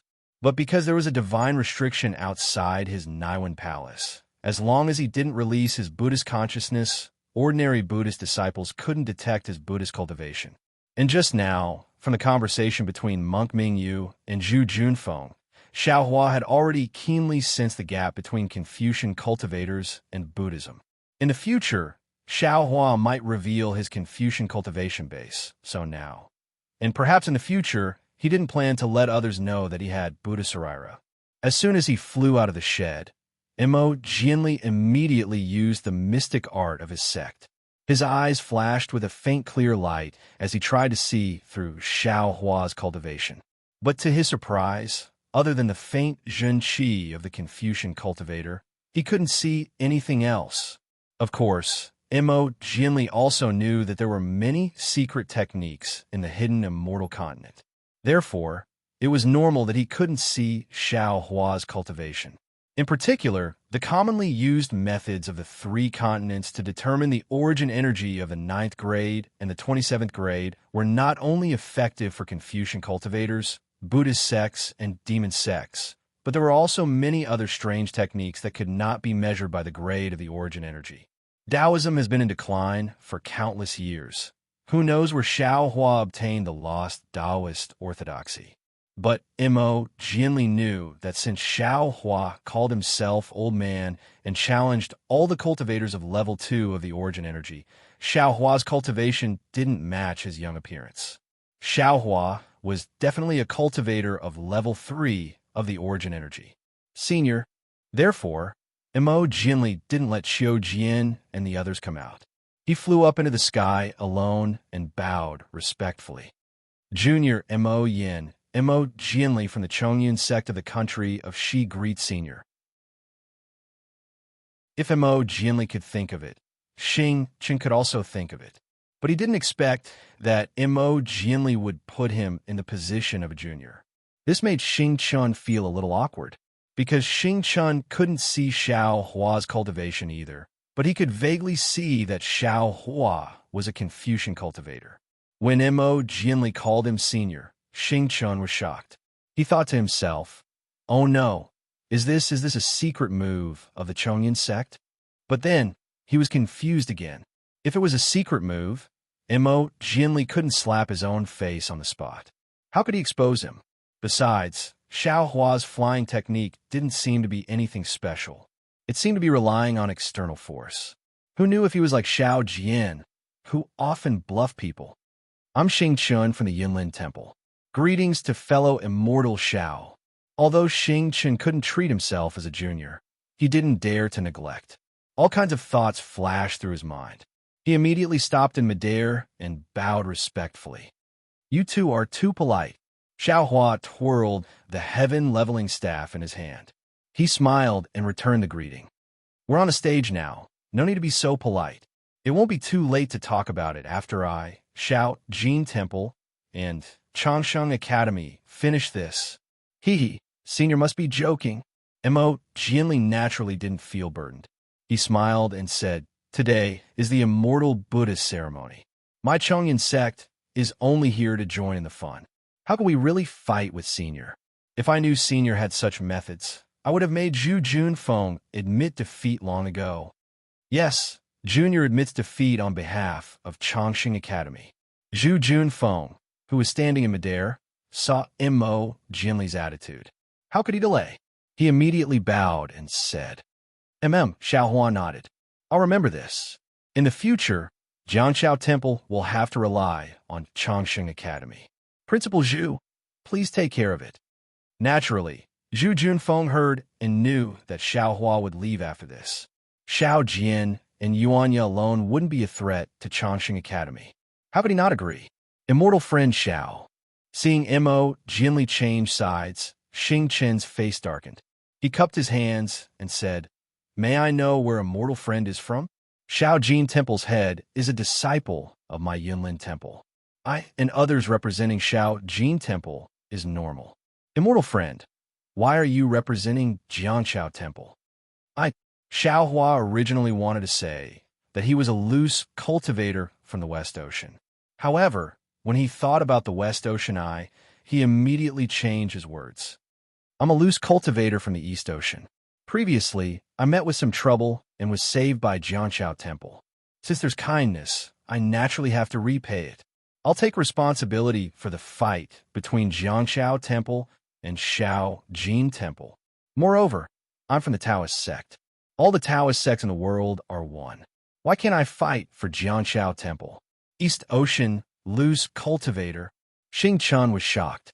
That East Ocean was vast and boundless. Xiaohua's one sentence made it impossible for Xing Chun to find the specific location. Senior Xiao, Mo Jinli asked curiously, you seem to have traces of my Confucian cultivation. I used to be a Confucian cultivator. Xiaohua didn't hide it. However, I didn't have any breakthroughs. Later, when I was studying in the East Ocean, I encountered a storm and accidentally obtained a Taoist inheritance on a deserted island. Since then, I no longer focused on true qi cultivation. Congratulations, Senior, Mo Jinli said with a smile. Senior's luck is profound. You obtain the inheritance of 2 sections. This is truly worthy of celebration. Huh? Xiaohua laughed and shook his head. I haven't practiced Confucian cultivation for many years. This Taoist cultivation is also a copy of a cat drawing a tiger. It can't be considered as obtaining the inheritance of 2 sects. Mo Jinli and Zhu Junfeng's smile became even wider. Zhu Junfeng still felt that Chongsheng Academy would lose face if he directly admitted defeat. However, Xiaohua directly admitted that he was a Confucian cultivator. Chongsheng Academy's face was instantly returned. Losing to a senior with Confucian cultivation was something that would never be ridiculed by others. I want to see how Xing Chen will deal with it. The two looked at Xing Chen at the same time. So, immortal friend Xiao, is this poor monk senior? Xing Chen's mouth was bitter, but he still insisted. If it was an ordinary fight, this poor monk would definitely admit defeat. However, today's fight involves the survival of Xiao Jin Temple in Chongqing Town. This poor monk can't act on his own accord. Even if I have to pay with my life today, I still have to fight with Senior. Of course, this poor monk admits that he is not Senior's opponent. Just now, Senior said that this poor monk's junior brothers and others can also fight together. Well said. Before Xing Chen could finish speaking, Xiaohua interrupted him. You all can fight together. This Xiao won't take your lives. Thank you, Senior. Xing Chen was overjoyed to get the guarantee and bowed again. You're welcome, as long as you don't think that this old man is bullying the weak. Xiaohua waved his hand casually. This junior doesn't dare. Senior, as long as you don't care about this junior's offense. The more Xing Chen listened to Xiaohua, the more he felt that Xiaohua was not bluffing. However, I still want to ask you to confirm it.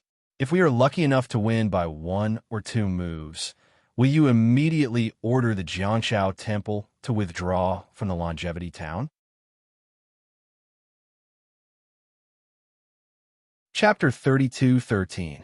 Yes, of course. Xiaohua said without hesitation. I'm leaving. Xiao Jian and Xiao Chun are no match for all of you. Good. Xing Chen waved his hand and said, Junior brothers, come here. We 3 juniors would like to ask Senior Xiao to give us some pointers. Yes, Senior brother, Xing Kong, Xing Min, and Xing Fan flew out from the shed and surrounded Xiaohua. They bowed and saluted. Xiaohua nodded and returned the salute. "Senior, be careful." Xing Chun waved his hand, and a purple gold alms bowl appeared in his hand. He continued to shout, "The four of us are forming a Buddhist formation. Senior, please give us some pointers on the power of this formation." Hearing this, Xiaohua knew what Xingchen was thinking and said with a smile, "You and the others, quickly set up the formation. I'll be waiting." "Yes." Xing Chun was overjoyed. It takes time to set up the formation, but if they don't use it, the four of them might not be Xiaohua's match. In order to prevent Xiaohua from making a move and stopping him from setting up the formation, Xing Chun had to think. The result was as he expected. Xiaohua didn't hesitate at all. Xing Chun made a hand seal and activated his telekinesis. The Buddhist consciousness in his Naiwan palace also surged out. Wong. The alms bowl in Xing Chen's hand emitted a Buddhist light and turned into a lotus petal in the air. Xing Kong, Xing Min, and Xing Fan also released their alms bowls and turned them into lotus petals of different colors. Amipa. The four of them chanted the name of Buddha at the same time. The Buddhist consciousness gathered in the air and gradually formed a large Buddhist seal. Fight! Suddenly, Xing Chun let out a furious roar. Like a thunderclap in a clear sky, his rather large Buddhist seal slammed towards a nearby Shao Jin temple. The Buddhist seal rushed out, and countless air currents surged out. Thousands of villagers who were staring at the sky, without blinking their eyes, began to howl violently above their heads. Boom! A huge explosion came from the Shao Jin temple. Then, like thousands of Buddhas chanting, a powerful telekinesis rushed out of the Shao Jin temple and landed on the four lotus petals. His psychokinesis again. Xiaohua frowned slightly. Xiaohua had seen this psychokinesis in the ruins of the Buddhist sect on the Danrain continent. Although this psychokinesis was incomparable to the psychokinesis of the tens of thousands of bodhisattvas in the ruins of the Buddhist sect, it still couldn't be underestimated. Sure enough, under the power of telekinesis, the four lotus petals spun crazily. Buddhist light rushed out and surrounded Xiaohua. This Buddhist light gradually closed up and turned into an even bigger lotus. Moreover, countless heavenly flowers fell from the lotus, and the phantoms of countless heavenly maidens appeared. Even the sound of chanting could be heard. "Senior, please." A smile appeared on Xing Chen's face when the light from the lotus stabilized. "As long as Senior breaks this formation and defeats the four of us, my little gold temple will immediately withdraw from the Longevity Town." "Good," Xiaohua shouted and raised his heaven-leveling staff. "Eat this Zhao's staff." Seeing that Xiaohua didn't use any Taoist spells and instead used the heaven-leveling staff, Xing Chen couldn't help but laugh. This Buddhist formation was formed by telekinesis, and it wasn't a real thing. If Xiaohua had looked carefully for a moment, found the location of the four alms bowls, and then used the Ping Tian staff to hit the alms bowls in the formation, Xing Chen would have been scared. But Xiaohua didn't even look at them. He just hit the lotus inside the Buddha's light out of nowhere. How could he break the formation? Besides, even if Xiaohua broke through the formation, Xing Chen wouldn't be afraid. The Buddhist sect's Buddhist sense was the most observant. The alms bowls were visible to the naked eye when the formation was first set up. But once the formation was set up, the four alms bowls were controlled by the Buddhist sense and could move freely within the formation. Although Xiaohua's spells were fast, they couldn't be faster than the Buddhist sense, right? "Junior brothers," Xing Chen ordered. The heavenly flowers in the Buddhist formation flourished. Each of them flashed with murderous intent and spun toward Xiaohua. Isn't Senior Xiao too careless? Seeing how powerful the Buddhist formation was, Zhu Junfeng frowned and said to Imo Jianli in a low voice, "The Buddhist formation of the Buddhist sect is the most powerful, especially the primary formation of the Confucian sect.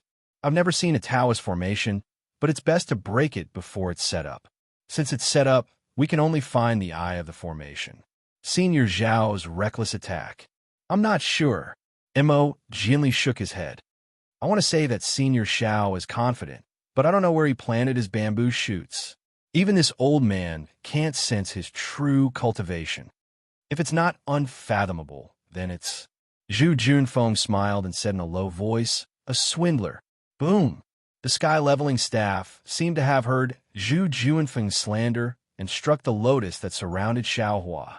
Xing Chun thought that the sky-leveling staff couldn't touch the Buddhist light and psychokinesis, but tore a huge hole in the Buddhist light and psychokinesis. The hole flashed rapidly, and the trembling spread in all directions. Xiaohua's attack was powerful. How was this possible? Xing Chen's face was ashen.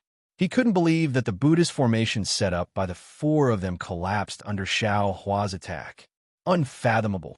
Mo gently murmured with his mouth agape. Similarly, he had never heard of a Buddhist formation that had already been set up being destroyed by a single strike from staff.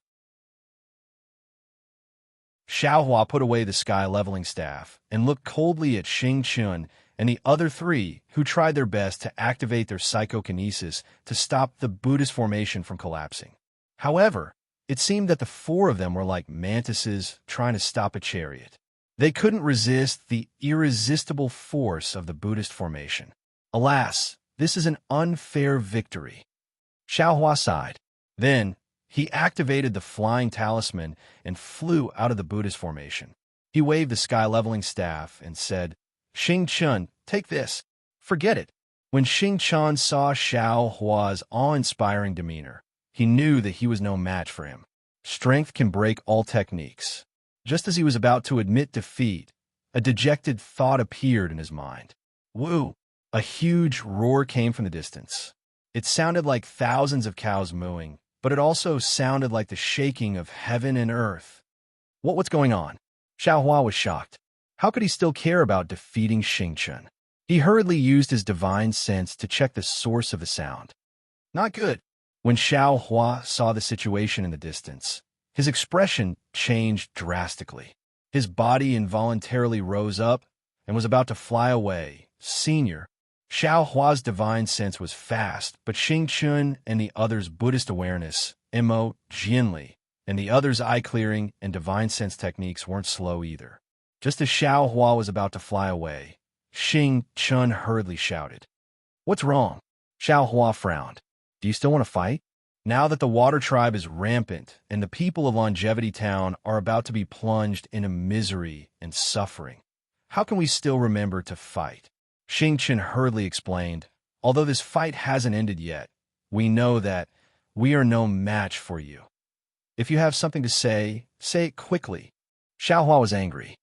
Don't delay me from saving people. Yes, Xing Chun hurriedly said, we want to make a bet with you. Let's see if your Taoist method can save more people, or my Buddhist method can save more people. Or perhaps, whoever had the means to eliminate the Longevity Town's calamity would be the winner. What do you think, Senior? Okay. Xiaohua already felt that he had defeated Xing Chun and the other aquatic creatures because he had an unfair advantage. Therefore, after hearing Xing Chen's words, Xiaohua agreed without hesitation. He didn't believe that these aquatic creatures could survive under his lightning strikes. Xing Chun was overjoyed when he saw Xiaohua agree. He might not be able to save many people, but there were people in Shaojin Temple. They were much stronger than the three from Jiangchao Temple. Besides, didn't Ling Chen's Buddhist sense mean that there was a senior from the Buddhist sect near Longevity Town? Now that Longevity Town was in trouble, this senior would definitely help. This was why Xing Chun emphasized the Buddhist sect and not Shaojin Temple or Yunlin Temple. Martial Nephew Mingyu. Xing Chun waved his hand and said hurriedly, Longevity Town's Liao River is overflowing. The water tribe is wreaking havoc in the river. I'm afraid that Longevity Town will be flooded in a short time. Now, there are almost 2,000 people gathered in Shaojin Temple. Quickly organize the disciples and send them to Shaojin Temple. If Shaojin Temple can't hold them, just stay on the hillside. Seeing that the river is coming, we can't go anywhere else. Yes, disciple understands. Zen Master Mingyu's Buddhist sense was weak and couldn't see that far. However, after hearing Xing Qin's order and hearing the faint sounds in the distance, his expression changed. He hurriedly agreed and began to send the disciples. Mo Jianli didn't think much. He just waved his hand and flew away with Qiu Jian, Li Mo Ming, and Ji Dong. He didn't give any orders to Zhu Junfeng. Zhu Junfeng glanced at Mr. Tai and with a bitter taste in his mouth. He didn't expect this unforeseen event to happen so fiercely and so unexpectedly. He was in a bit of a difficult situation. Long Life Academy was relatively close to Liaojiang, so right now, they were definitely panicking. Meanwhile, there were so many people here, Small Golden Temple's monks definitely couldn't deal with them alone. Long Life Academy could only leave the experienced students here. Principal Zhu. Mr. Taiyan saw the complicated look in Zhu Junfeng's eyes and understood what Zhu Junfeng was thinking. Almost without thinking, he said, "I'll go back to the academy now. You go to the riverside with Mr. Mo." "Yes, that's the only way." Zhu Junfeng nodded and said, "These 100 disciples will stay here. After all, there are so many people here." Then, Zhu Junfeng named a few people to be in charge of this matter. He activated his sword light and chased after Xiao Hua and the others. The spectators naturally didn't know what had happened. Seeing that the exciting battle had suddenly ended, everyone flew to Liao River and didn't know what to do. Fortunately, under the arrangement of the students of the academy and the guidance of the monks of Shaojin Temple, they were about to move to Shaojin Temple. The thoughts of the students and monks were good, but the crowd was unwilling. They asked what had happened and why the contestants had left. They wanted to go to Little Golden Temple. After all, Little Golden Temple could not accommodate so many people. Chapter 32:14. Longevity Academy students were quite experienced, all of them smiling. They only said that there were some strange changes in the town and the teachers were going to deal with it. They didn't know the specifics, only telling everyone to wait at Small Golden Temple. After a while, the teachers would return and they could leave. After hearing these words, those people were naturally doubtful, whispering noisily to each other. However, they were still obedient, slowly moving towards Small Golden Temple. However, compared to Longevity Academy students, Small Golden Temple's monks were clearly lacking in propriety. After Monk Ming Yu explained the cause of the matter to Ming Cheng and Ming Fa, they also hurriedly assigned the 30 or so disciples. Those disciples couldn't compare to Ming Cheng and Ming Fa. Their own expressions changed greatly, hurriedly urging the people around them to enter the temple. When everyone asked about it, they told them everything and revealed the urgency of the matter. When everyone learned the truth, they immediately exploded. Who didn't have family or property in Longevity Town? How could they quietly hide in Small Golden Temple? Even though Small Golden Temple's monks shouted until their throats were hoarse, saying that Buddha was protecting them, that the teachers were already going to deal with it. Unfortunately, no matter how much they said, no one would listen. Most of the people simply ignored the monks' attempts to stop them and explain.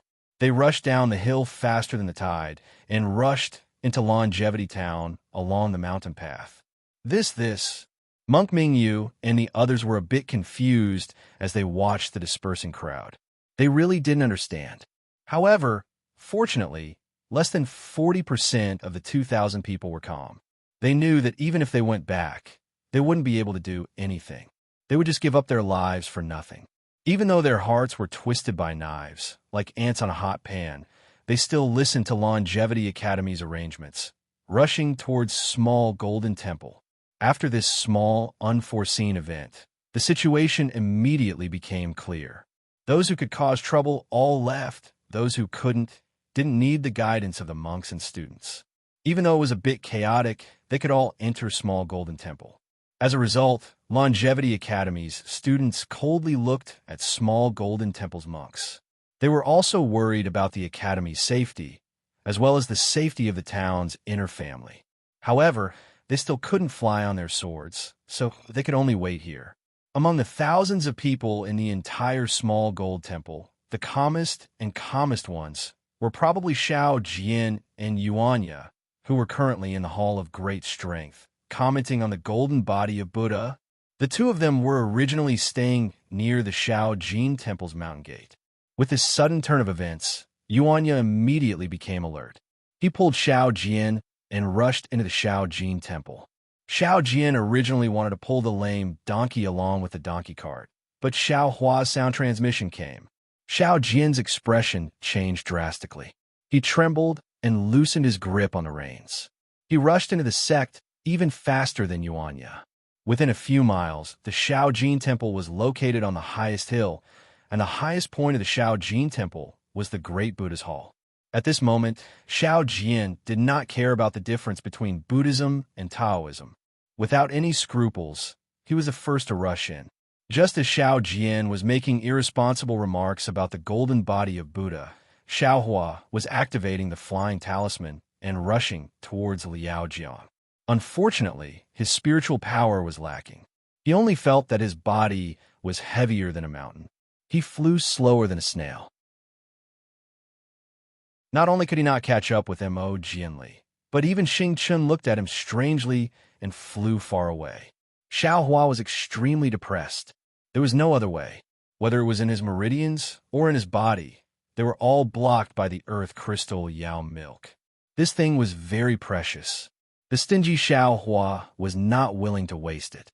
He could only refine it bit by bit, either to refine his body, or to refine it into vital energy, or to refine the so-called great vital energy.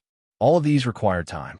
What was particularly strange was that although the days in Longevity Town were not long, Shao Hua had already discovered that although he did not deliberately refine the earth crystal Yao milk into vital energy, the generated vital energy still flowed into the invisible golden core. The invisible golden core was like an insatiable Pishio. It could contain as much vital energy as it wanted. It was not an ordinary bottleneck of the later stage of golden core as Shao Hua thought. Could it be that there's an 18th level golden core? This was Shao Hua's occasional thought. Of course, from the cultivation method jade slip in Shao Hua's hand and his experience in cultivating the 18th level of Qi refining and foundation establishment cultivation methods, the possibility of an 18th level golden core should not be big. But where was the problem? All the cultivation methods and experiences in the past were useless. What blocked Shao Hua's path was an unknown problem. For Shao Hua, who never believed that there could be a cultivation method in this world that could reach the heavens, this was not only a challenge, but also a kind of opportunity.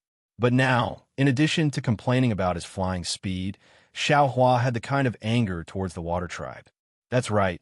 When the strange movement sounded, Shao Hua's divine sense had already seen a scene that made his eyes almost pop out of their sockets. Although the Liao River was turbulent before, it had raised many fishermen in Longevity Town. Suddenly, a wave of more than 10 zhang high suddenly rushed up. That wave was much worse than the huge waves of the West Sea or the Guihe Sea, but when it fell down, it immediately destroyed the simple dam near the Liao River and then rushed towards the town with a speed of 1,000 li. This was an inland town that was completely defenseless. The river water only needed to wreak havoc, and everything within 3 li of the Liao River in Longevity Town turned into a swamp. Fortunately, except for the first wave, the water of the Liao River was controlled by the water tribe. It seemed to be waiting for something, and no more water came out. Only this one wave of the huge wave washed over the 3 li of the swamp, but it was already too horrible to look at. Not to mention the broken roofs floating in the water. Not to mention the extremely large number of poultry corpses floating in the water. Not to mention the bedding, window frames, and tables soaked in the water. Just the crying and screaming villagers running away in the water already made Shao Hua's eyes burn with anger. At this time, the amount of river water that rushed into Longevity Town could not be considered much. It probably only submerged the waist of an ordinary person. Many villagers living by the river, old and young, desperately ran away. And in the midst of the chaos, there were many casualties. The speed of the water had already slowed down, and the water level was also slowly falling. But even so, since there were poultry corpses, How could the villagers' corpses not be enough? A baby with his face down swayed along with the waves, his white buttocks facing the sky. A corner of the baby's belly was still hanging on the baby's back, and that bright red color was very dazzling. When Xiao Hua saw it, that baby's corpse was precisely hit by a thick and long wooden pillar. The corpse softly sank for a moment and then floated up again. Xiao Hua's heart ached for no reason, and he used his teeth to tightly bite his lips. Around 3 li away, there was water everywhere, and the tragic scene was truly heartbreaking. But this was only a fuse. In Longevity Town, 3 li away, those places that had higher terrains were now in a state of panic. First, the tremors and the sound of the water attracted the attention of hundreds of thousands of people, and then the man-devouring wave shattered the calmness and confidence of those who saw all this. They shouted as if their lives depended on it, and ran towards Longevity Town as if their lives depended on it. The news of the aquatic creatures massacring the town was like a gust of wind that blew towards Longevity Town. Everyone was in a state of panic, and it was as if a nest had exploded. People stepped on people, people squeezed people, and no one cared about anyone else. Everyone wanted to escape to a safe place before the second wave of the river water came. But it was precisely this kind of panic that before the river water came, many people's lives were already squeezed out. At this moment, Xiao Hua didn't have the time to care about these things. He raised his eyes and looked into the distance. Right at the edge of Longevity Town, there was a several zhang tall water wall. Inside the water wall, there seemed to be turbulent waves, and more than 10 enormous aquatic creatures covered in pitch-black scales were also crazily baring their fangs and brandishing their claws inside the water wall. Seeing this, Xiao Hua's eyes narrowed, and he hurriedly looked towards the 2 sides of the water wall. He couldn't help but suck in a breath of cold air. Not only did this water wall become taller, it also stretched for an extremely long time.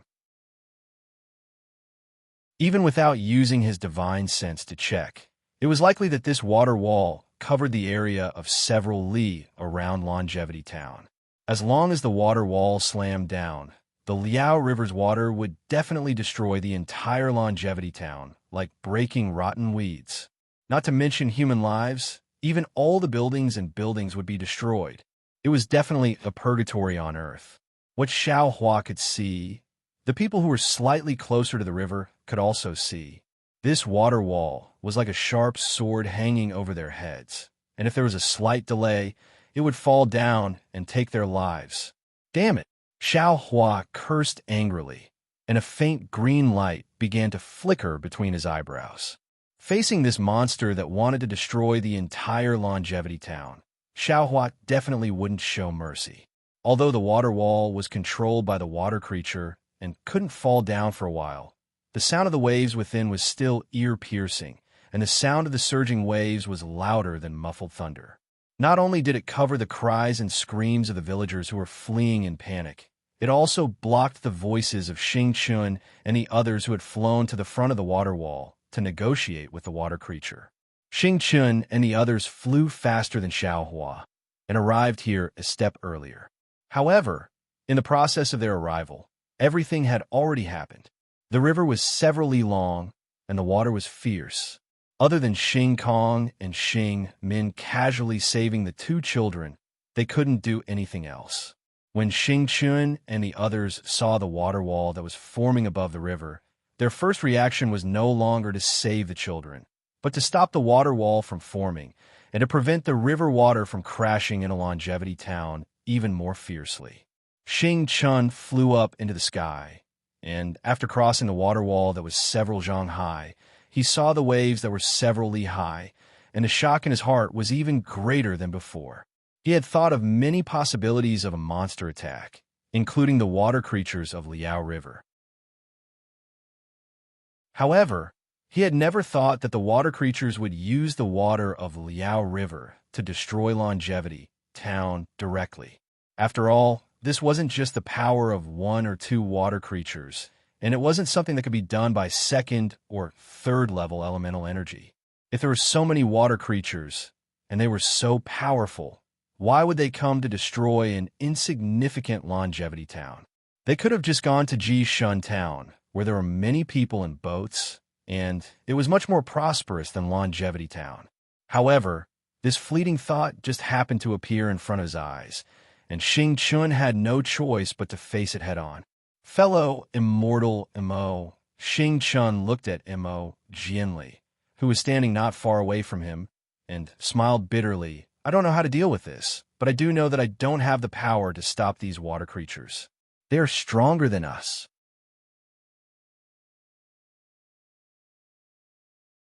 Chapter 32:15. That's right. Mo Jianli's eyes also flashed with a fierce light. He nodded and said, the development of the situation is beyond the expectations of the sect. I think the Yunlin Temple is the same. The water kind are here to wipe out the entire longevity town. There must be something fishy going on here. But Xing Chen hesitated. Looking at the dozens of water kind behind the water wall, he said in a low voice, well, will they listen to us? They have to listen.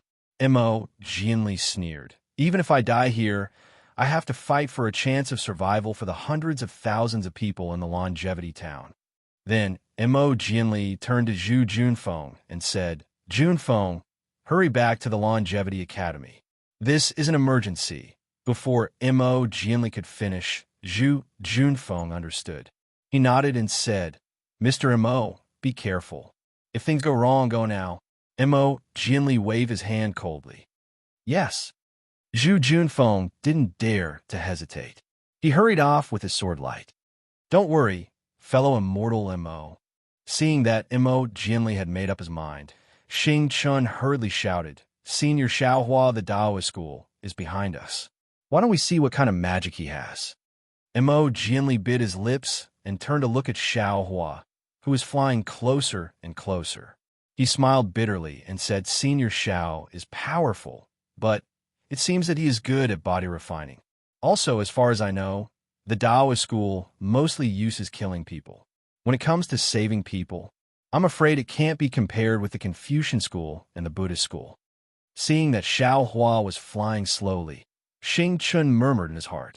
Xiaohua could defeat him easily, but if he could defeat the water kind and save people, it would be impossible. Without waiting for Xing Chun to reply, Mo Jianli rushed to the water wall with his sword light flashing under his feet. Boom! Mo Jianli's sword light was blocked by the water wall. Obviously, there was a powerful restriction formation in front of the water wall. Mo Jianli opened his mouth. Whoosh! A 3-inch long flying sword rushed out and flashed across the sky like lightning. The space above the water wall was twisted, and a 10-foot-long crack appeared on the water wall from top to bottom. Whoosh! It was like a flood bursting out of a dam. The waterfall like water rushed out of the crack and flowed into the longevity town. This, Mo Jianli saw that he had made a fool of himself and was a little embarrassed. He wanted to rush through the crack, but he hesitated. He did not know what to do next. Fortunately, the invisible restriction on the left side of the crack shone brightly with blue light and gradually mended the crack from bottom to top, causing the water flow to gradually decrease. Why is that? Mo Jianli's eyes flashed. He seemed to understand something. He shouted, Li Mo Ming, come here. Hearing his martial uncle's call, Li Mo Ming hurriedly flew over. However, before he could get close, a clear roar was heard. At the crack that had not mended yet, a 3-foot-tall, pitch-black water creature with 1-foot-long black scales appeared. This water creature had a huge fish head. Its 2 eyes, which were bigger than fists, stared at Mo Jianli without blinking. Mo Jianli looked at the huge black fish. Although he had not used the clear eye technique to check his strength, he felt a sense of oppression from the bottom of his heart. Mo Jianli immediately knew that the water creature's strength was definitely not much weaker than his. Therefore, he did not dare to be slow. He hurriedly cupped his hands and said, My fellow immortal, whoosh. The black fish did not allow Mo Jianli to speak. It opened its mouth, and a water-blue light, which was even more powerful than the huge sword, pierced towards Mo Jianli. Clang! Mo Jianli was prepared. He reached out his hand and the flying sword landed in his hand. He gathered his essence force and hacked with all his might. Boom! With a huge sound, the blue light was dissipated by Mo Jinli's attack, but he himself was also sent flying several feet away before he finally stopped with a pale face. Mo Ming, hurry up and ask him. Mo Jinli did not stop and immediately shouted, "Yes, Martial Uncle." Li Mo Ming's face was a bit pale. He hurriedly opened his mouth and made a strange sound. It seemed that he was talking to the black fish. At this time, Xiaohua had already flown over. He looked at the black fish who was talking to Li Mo Ming with an unfriendly face. Seeing Xiaohua's face, Mo Jinli hurriedly said, "Senior Xiao, don't worry. Mo Ming is good at using the Yao language. He can understand the language of the water creatures. Look at this water wall. It is condensed and not moving. This water creature of Liaojiang River seems to be waiting for something. I think we should ask him first." Who would have thought that before Mo Jinli could finish speaking? With a wing sound, the black fish demon spat out another ray of light, piercing towards Li Mo Ming with incomparable speed. Looking at the withered yellow eyes of the black fish demon, there was actually a kind of impatience and disdain. Clang! Li Mo Ming was already on guard. He hurriedly swung his flying sword. However, he was far weaker than Mo Jinli. As soon as he touched the light, the flying sword was immediately shattered. The blackfish's light did not stop at all. It quickly pierced towards Li Mo Ming's chest. Seeing that Li Mo Ming was about to die under this light, Xiaohua did not have enough spiritual power at this time. His eyes were burning with anger, but there was nothing he could do. Woo!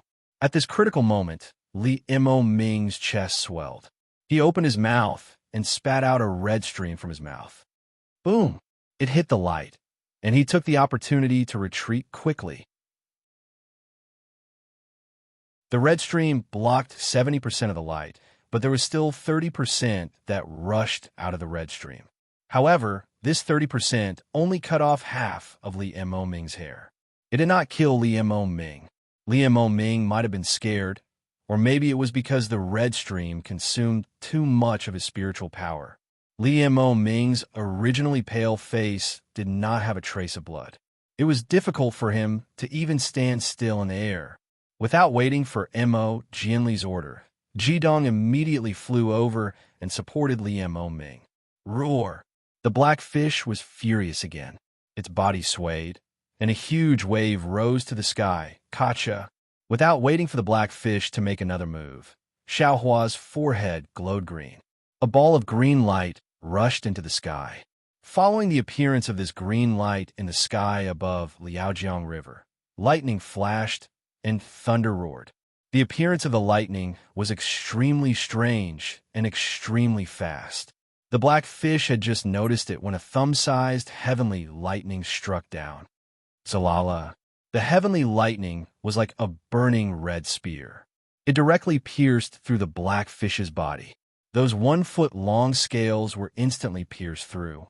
A wave of roasted fish fragrance came from the black fish's body. Roar! The black fish felt the pain and his body shook. With a roar, he spat out a fist-sized pearl. The pearl flew out, bringing with it a wave of water, and rushed straight into the sky.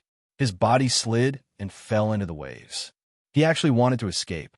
The pearl brought with it a wave of water, like a water dragon coming out of the sea, and welcomed the rain-like lightning. Kacha! Another few loud sounds. Not only was the pearl smashed into pieces, even the black fish was hit by the heavenly lightning again. The strangeness of this heavenly lightning was definitely out of the black fish's expectations. It could actually pass through the river water and directly hit his body. This time, the black fish was not as lucky as the last time. The heavenly lightning struck his chest.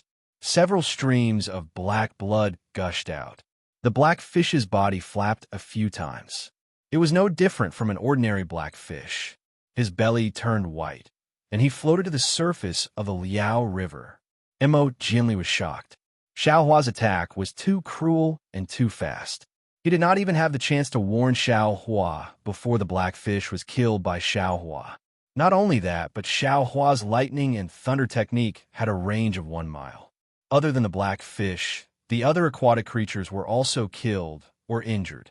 Therefore, Mo Jianli said anxiously, Senior Xiao, don't kill like this first. What? Things have come to this. Do you still want to get information from these aquatic creatures? Xiao Hua looked at the blood on the river and said coldly. Mo Jianli bit his lips and nodded. I know that Senior Xiao is powerful, but, Senior Xiao, unless you can kill all these aquatic creatures, otherwise, the danger of Longevity Town's destruction will never pass. The lives of hundreds of thousands of people in Longevity Town will not be saved. If Senior Xiao only wants to defeat Little Gold Temple, then I will ask Xingqian to admit defeat. Haha, Mo Jianli. Xiao Hua laughed and pointed his finger. Are you afraid that I will anger the aquatic creatures and they will pour the river water into Longevity Town? Are you trying to find out the purpose of flooding Longevity Town from the water tribe? That's right. Mo Jianli nodded. Senior Xiao, even if you can kill all the aquatic creatures, they only need to release the water wall. The lives of hundreds of thousands of people will disappear in an instant. Senior Xiao, you are happy. You can leave, but what about the students of Longevity College and the monks of Little Gold Temple? You are too careful. Xiao Hua shook his head. Besides, I didn't kill the aquatic creatures in front of Monk Xingqian just to defeat Little Gold Temple, as you think. Didn't you see? You asked Li Mo Ming to talk to the aquatic creatures, but they ignored him. If you don't beat them until they feel pain, they won't talk. Besides, looking at the situation, even if I don't do anything, they won't let the lives of the hundreds of thousands of people in Longevity Town go. Since that's the case, why can't I take their lives with me? Don't worry. If the hundreds of thousands of people in Longevity Town die, I will kill all the aquatic creatures in Liao River. Mo Jianli naturally knew that Xiao Hua's words were reasonable. Without strength, one had no right to speak. However, he was still afraid of angering the aquatic creatures. Just as he was about to defend himself, several powerful elemental thoughts swept out from Liao River. The entire Liao River became even more turbulent. When the elemental thoughts swept past Mo Jianli, he was so scared that he couldn't close his mouth. In a voice of disbelief, he moaned, "Aquatic creatures with elemental power beyond second level. How could they appear here?" Of course, the elemental thoughts of the aquatic creatures were much more powerful than Mo Jianli. He couldn't judge the strength of the aquatic creatures at all. Besides, there was more than one of them. How could he not be scared? Not to mention Mo Jianli. Even Xiao Hua's face turned pale when he saw the spirit power of the spirit creature, which was similar to his spirit power, sweep across the area. Then hundreds of enormous water-kind creatures came out of the water in a radius of tens of miles.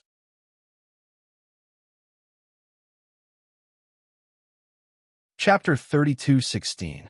These weren't ordinary water creatures. The black fish spirit from before had already shocked Xiao Hua, but in front of these water creatures, the black fish spirit was like a child. These aquatic creatures were several hundred feet tall, and the scales on their bodies were comparable to millstones.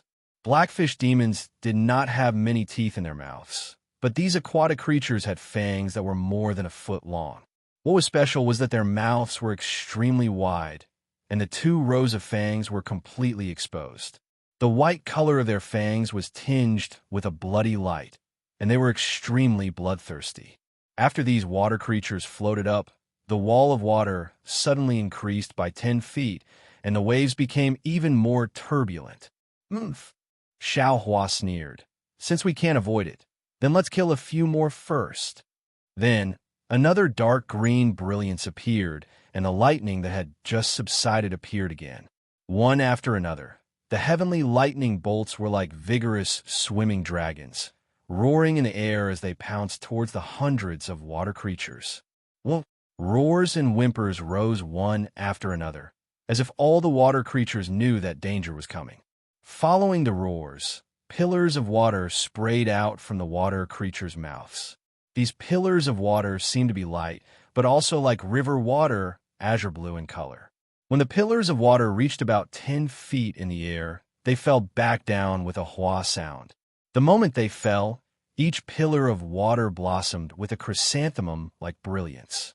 This brilliance quickly extended like a huge tentacle, fusing together upon contact. In the blink of an eye, a layer of azure blue water appeared under the heavenly lightning. Rumble, hundreds of lightning bolts fell at the right time, smashing onto this brilliance. The layer of water was smashed down by more than half a foot, and the lightning bolts violently swam above the brilliance, melting countless brilliance in the lightning. However, in just a moment, the lightning bolts actually disappeared in the water. These water creatures probably have the strength of a third-level origin energy. Xiao Hua's eyes narrowed, his heart trembling. He understood that today's situation was not good. Although the Soul Cultivator's lightning and thunder technique is mysterious and can create something out of nothing, but its power is still too weak. It can't compare to the Dao Sect's lightning drawing technique. Although Xiao Hua's heart was filled with regret, his movements were still not slow. A green light flashed between his eyebrows again, and a dozen bolts of heavenly lightning were born from the water. Boom! This time, Xiao Hua had learned his lesson. He did not launch a large-scale attack, but instead, a dozen lightning bolts poured down on a huge aquatic creature's body. After a series of thunderous rumbles, the huge body of the aquatic creature trembled violently and sank to the bottom of the water. Even if he wasn't killed by Xiao Hua's sneak attack, it seemed like he had lost more than half of his life. Say, Elder, Mo Jinli was not only shocked by the power of the water kind, he was also shocked by Xiao Hua's mysterious lightning-controlling spell. His impression of Xiao Hua changed again, but he still begged, "You have already hurt them. Why don't we let Mo Ming go and ask?" If what? Xiao Hua frowned and turned around to look at the 100,000 innocent villagers of the immortal town who were running for their lives even though they had already sensed the danger. He shook his head and said, "Is there any room for negotiation in such a situation?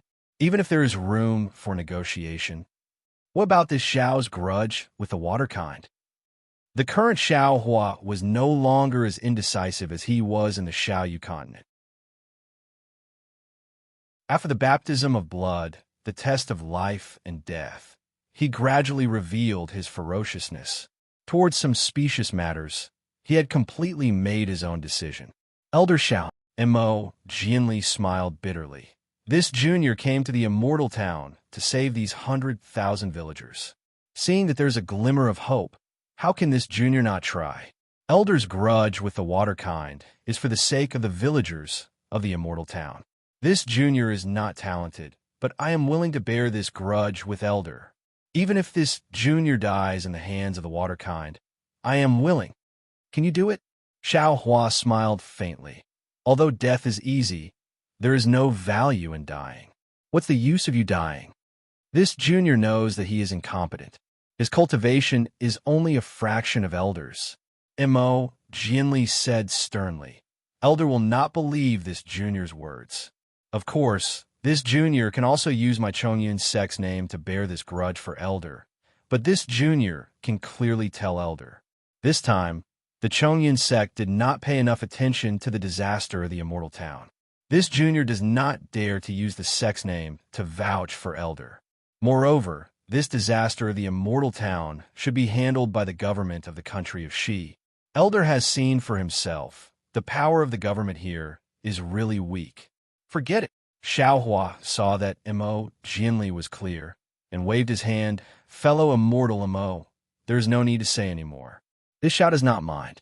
I just want to kill as many people as I can before the disaster of the immortal town arrives. Use their lives as a sacrifice to the dead. Fellow immortal Xing Chun, come quickly. Hearing this, Mo Jinli hurriedly waved his hand. Not far away, Xing Chun and the others were also stunned. However, their cultivation was also low, so they could not help. Now that they heard Mo Jinli's call, they immediately flew over. Elder Xiao, fellow immortal Mo. Xing Chen hurriedly asked, "Do you have a plan?"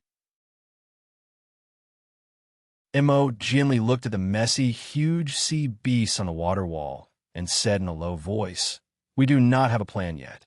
Right now, we want to find out why these sea beasts are attacking the immortal town. Elder Xiao will take charge of the situation here and intimidate the sea beasts. We will escort Li Mo Ming over and work together with the sea beasts." Okay. At this point, Xing Chun did not remember the bet he made with Xiao Hua. He hurriedly said, "We will do as you say." Seeing Xiao Hua nodding silently and frowning at the hundreds of sea beasts, Mo Jinli did not know what he was thinking or whether he was choosing the next target to attack. Mo Jinli hurriedly led the group to the water wall. Kacha! Another clap of thunder sounded, and it hit the water wall in front of Mo Jinli and the others. A hole about 3 meters wide appeared on top of the water wall, and this hole was surrounded by lightning. On one hand, it prevented the seal from healing, and on the other hand, it prevented the hole from growing bigger. Mo Jinli and the others did not dare to rush through the seal. They only protected Li Mo Ming at the hole and shouted some strange syllables into the water wall. The 3 continents are really messy. Xiao Hua was speechless. There are Confucian cultivators, Buddhist sects, and even the demon race. There is even the Dragon Palace. Their languages are all different. It is so troublesome to speak. If I have time later, I will ask Li Mo Ming to learn the language of the sea beasts. Oh, why are the sea beasts not moving? And there are no sea beasts coming to deal with them? Could it be that the host has not come out yet? While Xiao Hua was puzzled, the turbulent water surface of the Liao River suddenly calmed down. The hundreds of huge sea beasts flew out of the water. Under the scorching sun, there were only shadows and specks of golden light on the surface of the river. Xiao Hua almost rubbed his eyes to see if he was dreaming. Of course, it was only for a moment. Gurgle, gurgle. With a loud sound, tens of thousands of bubbles rushed out of the river like boiling water. In an instant, they covered a dozen miles of the river's surface. Then, a group of soldiers dressed in armor, holding bright weapons, and even carrying banners surged out of the river. This time, Xiao Hua really wanted to raise his hand to rub his eyes. He muttered, "Damn it, I am seeing ghosts." Of course, when had Xiao Hua ever seen such a scene on the Xiaoyu continent? Xiao Hua was extremely curious. With a sweep of his divine sense, he saw clearly that this group was made up of hundreds or even thousands of sea beasts. There were fish and prawns, birds and crabs. There were also a few strange sea beasts that Xiao Hua had never seen before. However, these sea beasts were not in human form. They were 2 to 3 times bigger than a normal person. They were not holding weapons with their hands, but claws or pincers. These sea beasts were also wearing strange armor.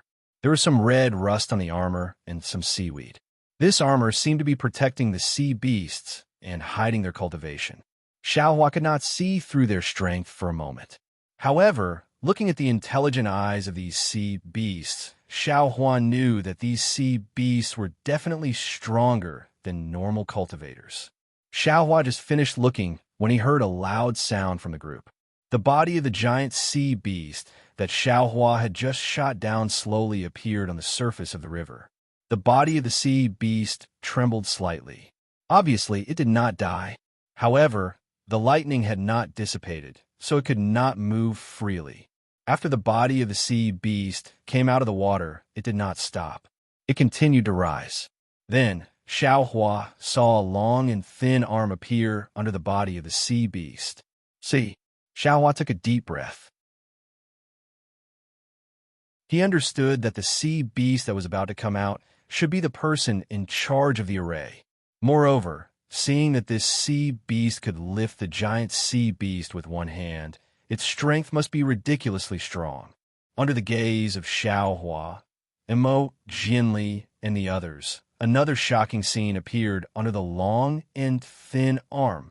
Xiao Hua originally thought that this arm belonged to a strange sea beast. He would not be surprised if it was a fish.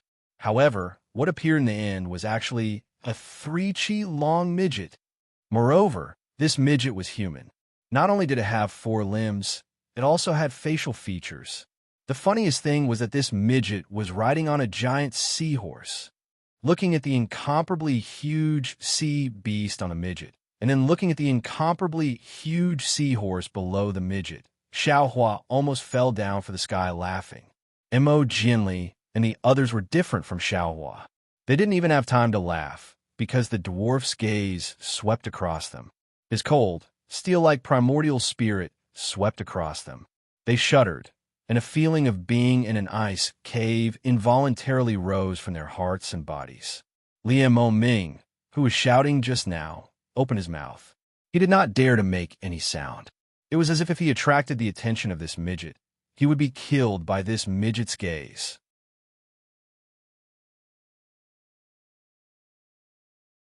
Chapter 32:17. Of course, when a midget's gaze landed on Xiaohua, Xiaohua's smile also froze on his face. Moreover, this smile appeared extremely awkward. A kind of seriousness emerged from Xiaohua's smile like a seed bursting out of the ground, instantly blooming on Xiaohua's face. Damn it, this guy is probably at the 4th grade of origin energy, right? Xiaohua had no way of knowing the exact cultivation of this midget, but from this aura, he was absolutely shocked. Looking at this formation, Xiaohua couldn't help but be puzzled. 103rd grade origin energy subordinates, and this 4th grade origin energy person in charge of the formation, they don't even need some bullshit Liao River's water to destroy the entire longevity town. Why'd they take off their pants to fart? Could it be this longevity town is hiding some secret? Did I block a disaster for them? Woo! That midget waved his hand, easily throwing the giant sea beast to the side. A few sea beasts immediately caught it. Immediately after, the midget loudly shouted a few times. Whoa! The entire Liao River was surging with wind and clouds as hundreds of hurricanes were born. The spiritual chi of heaven and earth rushed toward the surface of the river. Then, a blue light flashed repeatedly on the surface of the river.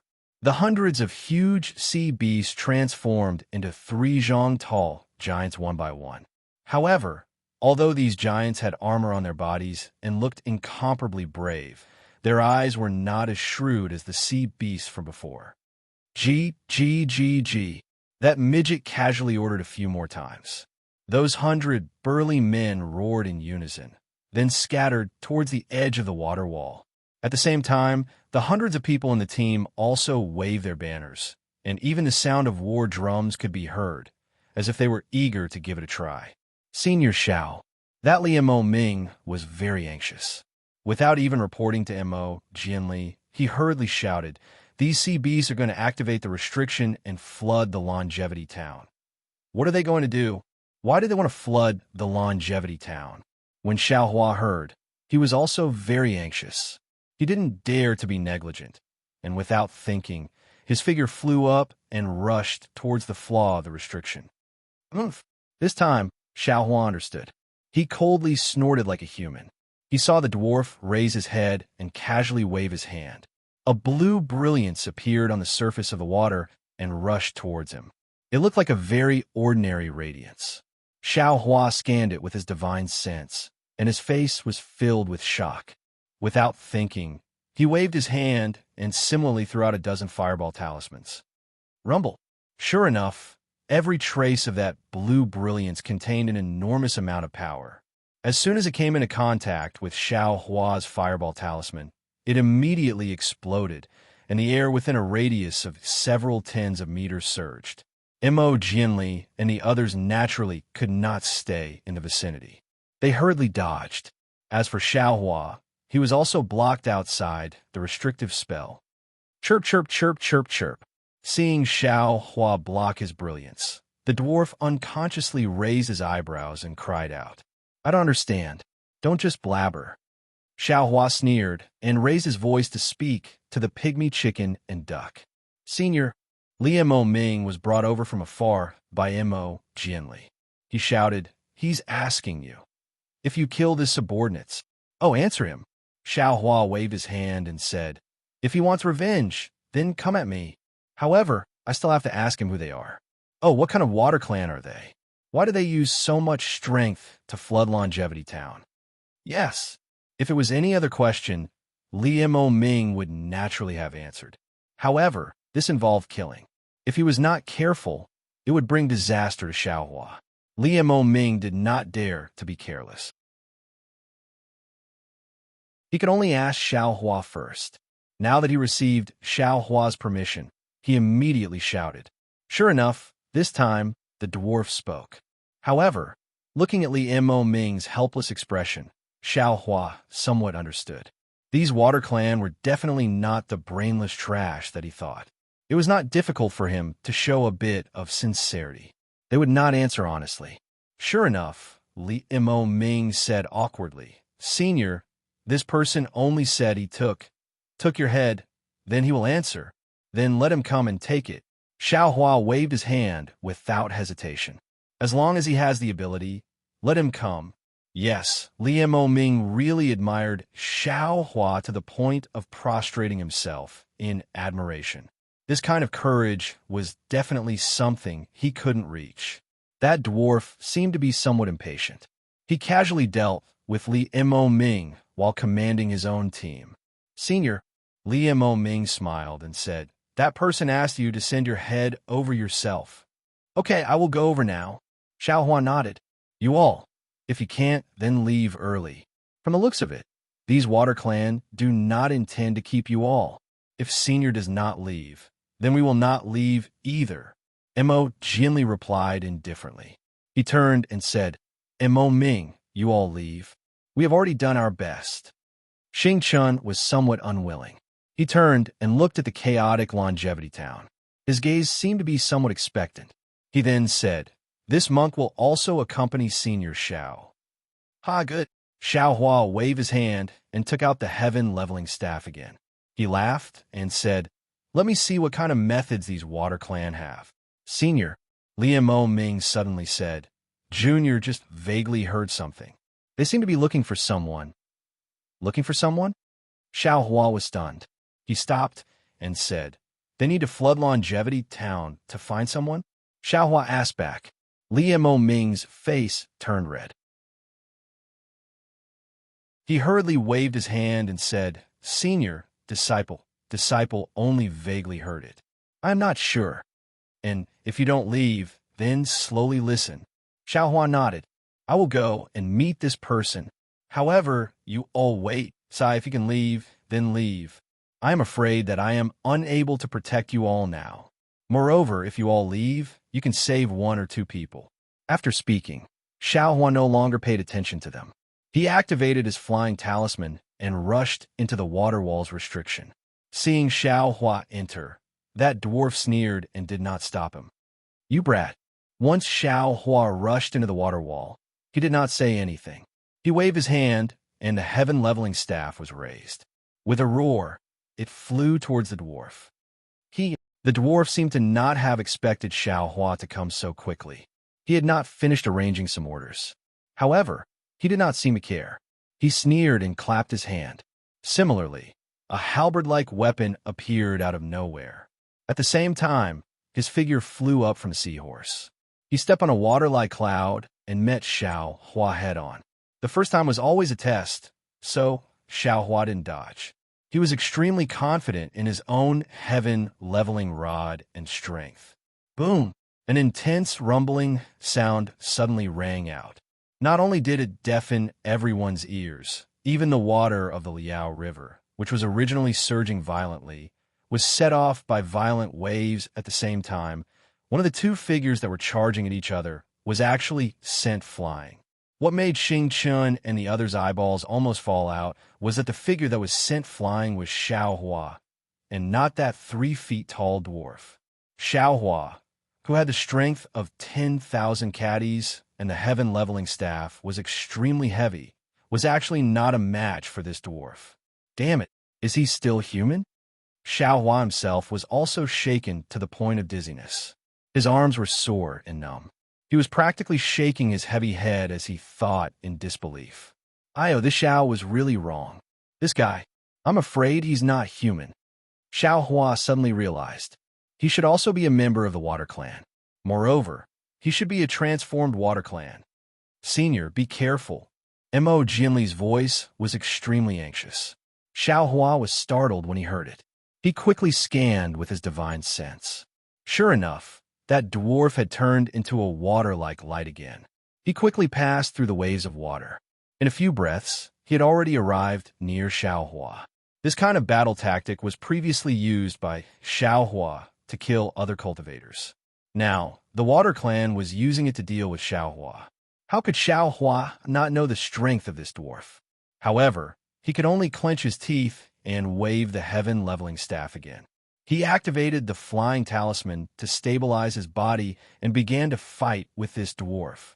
Fortunately, Xiao Hua's ethereal steps did not require too much transcendence energy. That heaven-leveling staff technique was also very mysterious. Even if his strength was not as strong as that dwarf, he could still hold on for a few rounds. As the dwarf and Xiao Hua fought to a draw, the Water Clan above Liao River had already begun to move. First, hundreds of giant Water Clan transformed into burly men and lined up behind the water wall, covering a range of several dozen li. Then, these Water Clans spat out demonic chi from their mouths, which gradually melted into the restriction. The water wall began to leak out. The water wall within several dozen li was even more turbulent than a flood that broke through a dam. It surged towards Longevity Town. Xiao Hua looked at this water wall. He was really furious in his heart. He wished he could beat this dwarf into meat paste with his staff. Since his heart was sluggish, Xiao Hua could not avoid being found a flaw by the dwarf. The sky piercer swept over, forcing Xiao Hua to raise his staff to meet it. Boom! Another loud sound rang out. Xiao Hua's figure was smashed into the water. Ha ha! That dwarf seemed to be extremely happy. He did not chase after Xiao Hua and only loudly ordered his subordinates. Those fish, prawns, and other creatures that were waving banners actually crossed the water wall and flew towards Longevity Town. Stop! Mo Jinli, who had been enduring all this time, could no longer bear it. He waved his hand and took out a book from his chest. He angrily said, I am Chongyin's sex Mo Jinli. This Longevity Town is where my Longevity Academy is located. If you all take even half a step, this Mo will not be polite anymore. Unfortunately, even though Li Mo Ming was at the side speaking, those prawn soldiers and crab generals did not care at all. Forget it, Mo Jinli angrily roared. The book in his hand rushed into the air. Then, he pointed his finger. A ray of sword light hit the book. Whoa! A gust of wind rolled up. That book slowly opened in the air. Inscriptions on armor flew out from the book and hit the prawn soldiers and crab generals like hailstones. Accompanying these inscriptions was an indescribable spiritual energy of heaven and earth. Boom, boom, boom. A series of sounds rang out. Dozens of prawn soldiers and crab generals flashed with blue water light. Cracks appeared on their bodies. Ka! A crisp sound rang out. Several water pillars that were thicker than buckets rushed from Liao Zhang's side and hit the book. The book closed with a schwa sound and fell from the air. Mo Jinli spat out a mouthful of blood. His expression was dispirited. He hurriedly caught the book.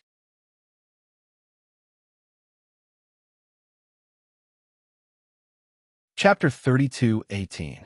Woo! With a loud sound, a water column soared into the sky. At the top of the water column, Xiao Hua rushed out of the river with an angry expression.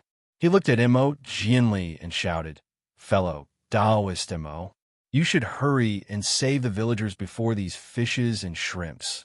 Without waiting for Mo Jinli to speak, he roared again, Fight with me for another 300 rounds. As he spoke, he waved the heaven-leveling staff again. Unexpectedly, he didn't dodge at all and directly smashed towards the dwarf. Roar! That dwarf also roared. He waved his hand, indicating for his subordinates to disperse. He himself also waved the sky piercer and flew toward Xiao Hua. Boom, boom, boom. After several consecutive head-on clashes, Xiao Hua was sent flying every time. However, every time, Xiao Hua would fly back bravely. This made the dwarf a little dumbfounded. He couldn't help but feel a trace of respect in his heart. In his impression, this kind of brave general who didn't care about his life seemed to be really rare. Unfortunately, this dwarf still overestimated the stingy Xiao Hua. At this moment, Xiao Hua was laughing loudly in his heart. Damn it, I spent a lot of effort to refine the earth crystal Yao milk in my body, but the results weren't good. I didn't expect that every time I hit it, the earth crystal Yao milk in my body would be shaken loose. Refining it would be much easier. Looks like I have to let this guy hit me a few more times. If this sky piercer hits my body, wouldn't the results be better? However, looking at the glittering sky piercer, Xiao Hua didn't dare to test it with his life. Boom! Like a dam bursting, the water wall finally collapsed completely. The entire Liao River's water suddenly poured into Longevity Town. The scene was comparable to the heavenly river falling into the mortal world. "I'll beat you to death, you monster!" When Xiao Hua heard this, he thought of the pitiful little floating corpse in the water. His eyes turned red. This was hundreds of thousands of lives. They were going to die in the water just like that. Xiao Hua roared and attacked the dwarf. He was powerless to save these mortals. He could only use his own strength to kill this dwarf. With this attack, all the distracting thoughts from before disappeared. Boom! Although Xiao Hua's anger soared to the sky, his strength was still much weaker than the dwarf. In the end, ideals and hatred couldn't replace cultivation. He was still sent flying. When Xiao Hua was sent flying, a green light flashed between his eyebrows. G. Seeing Xiao Hua being sent flying again, the dwarf shouted loudly. Then he pointed at the water wall, and then at Li Mo Ming. Mo Jianli and the others had already left to save the mortals in the village. Li Mo Ming was still guarding the place. Beside Li Mo Ming, Xing Chun and the other 3 monks did not leave. They took out their alms bowls, which emitted Buddhist light, and covered the river water. The river water was attracted by the Buddhist light and was sucked into the alms bowls. "Senior," Limo's voice was heard. "The water tribe said that they saw you risking your life. They said that their purpose was to come to the Longevity Town to find their princess. Their princess ended up in Longevity Town. She used to have some aura, but now she's gone." "Princess?" Xiao Hua sneered. "Why are they looking for the princess? Could it be that their princess needs to rely on water to distinguish?" "Oh, I understand now." Xiao Hua suddenly slapped his forehead and shouted in his heart. "Is she the little sister that Lu Yi took in? The one called Xiao Yun? I seem to have put a yellow talisman on her." Thinking of this, Xiao Hua hurriedly wanted to use the flying talisman to return to the River Tide Temple. However, right now, the wall of water was even more majestic than the peak of the flood. Even if Xiao Hua went back and found Xiao Yun, he was afraid that the entire Longevity Town would have been completely submerged by the river, right? When Xiao Hua saw the alms bowls of Xing Chun and the others, his eyes lit up and he shouted, "Li Mo Ming, quickly go to the River Tide Temple. The princess they're looking for is there, the girl in the wooden barrel." Li Mo Ming was shocked. Then he became ecstatic and shouted at the dwarf. Unfortunately, the dwarf did not pay attention to him and only stared at Xiao Hua like a tiger watching its prey. Li Mo Ming looked at the flood that had already passed 3 li. How could he dare to be negligent? He hurriedly urged his sword to fly towards the River Tide Temple. Although the River Tide Temple was beside the Liao River, it was still several li away from this location. "Fight!" Xiao Hua's eyes turned. He raised the heaven-leveling staff and charged at the dwarf again. The dwarf was naturally not afraid. The heaven-leveling staff and the sky piercer collided again, but this time it seemed to be different. When Xiao Hua touched the sky piercer, his figure immediately flew back and rushed into the river water, disappearing in an instant. Oh, the dwarf was stunned, but he did not care. He swept with his origin will and looked in the direction of the Longevity Town. A loud and clear Buddhist chant came from another direction, and then a simple Buddhist sense swept out, "Martial ancestor." When Xing Chun sensed this Buddhist sense, his tears were about to fall. He persevered for so long, looking forward to the stars and the moon. Wasn't it? Because he was still hoping for a fluke in his heart, waiting for this Buddhist sect expert to appear for a fleeting moment in the morning. However, when Xing Chun looked in the direction of the voice, he was stunned again. He saw a cultivator wearing strange clothes, holding a small bottle in his hand, flying over from the waves. It was not the monk wearing a kasaya he expected. This person's face is so familiar. Xing Chun was bewildered. He looked at Xiao Hua's changed face and thought very strangely. But where has disciple seen this martial ancestor before? Ever since Xiao Hua sent the Buddha Saraira into his Naiwan palace, his telekinesis could freely form Buddhist seals in his hands. He no longer had to use his hands to disguise himself and activate the Buddha Saraira outside his Naiwan palace. At this time, after changing his face, he immediately took out the water bottle from the Buddha Saraira in his Naiwan palace and held it in his right palm. That water bottle still had the willow branch inserted into it. My Buddha is merciful. Excellent, excellent. Xiao Hua raised his left hand and chanted the name of Buddha. Then, with a wave of his hand, the water bottle emitted a faint Buddhist light and rushed into the air. At the same time, Xiao Hua's hands formed seals. One after another, Buddhist seals rushed out of his palm and landed on the water bottle. G. That dwarf was extremely puzzled. He looked at the direction Xiao Hua disappeared in and then looked at the familiar Xiao Hua. He scratched his head in bewilderment and opened his mouth to shout. Unfortunately, Liamo was not here at this time. No one knew what he was saying. Woo! A gust of wind came out of the water bottle. This gust of wind, under the control of Xiao Hua's Buddhist sense, immediately covered a radius of several dozen li. Withdraw. Xiao Hua's tongue was like spring thunder. His hands slowly formed Buddhist seals and slowly hit the water bottle. A huge suction force came out along with the gust of wind. Like a huge tentacle, it covered the river water within several dozen li. Then, with a strong grab, all of the river water rushed toward the water bottle with this force. Thump, thump, thump, thump. A burst of drum-like sounds came out from Xiao Hua's Naiwan palace. The Buddha Saraira in the Linglong Pagoda started to vibrate rapidly, as if it was a heartbeat.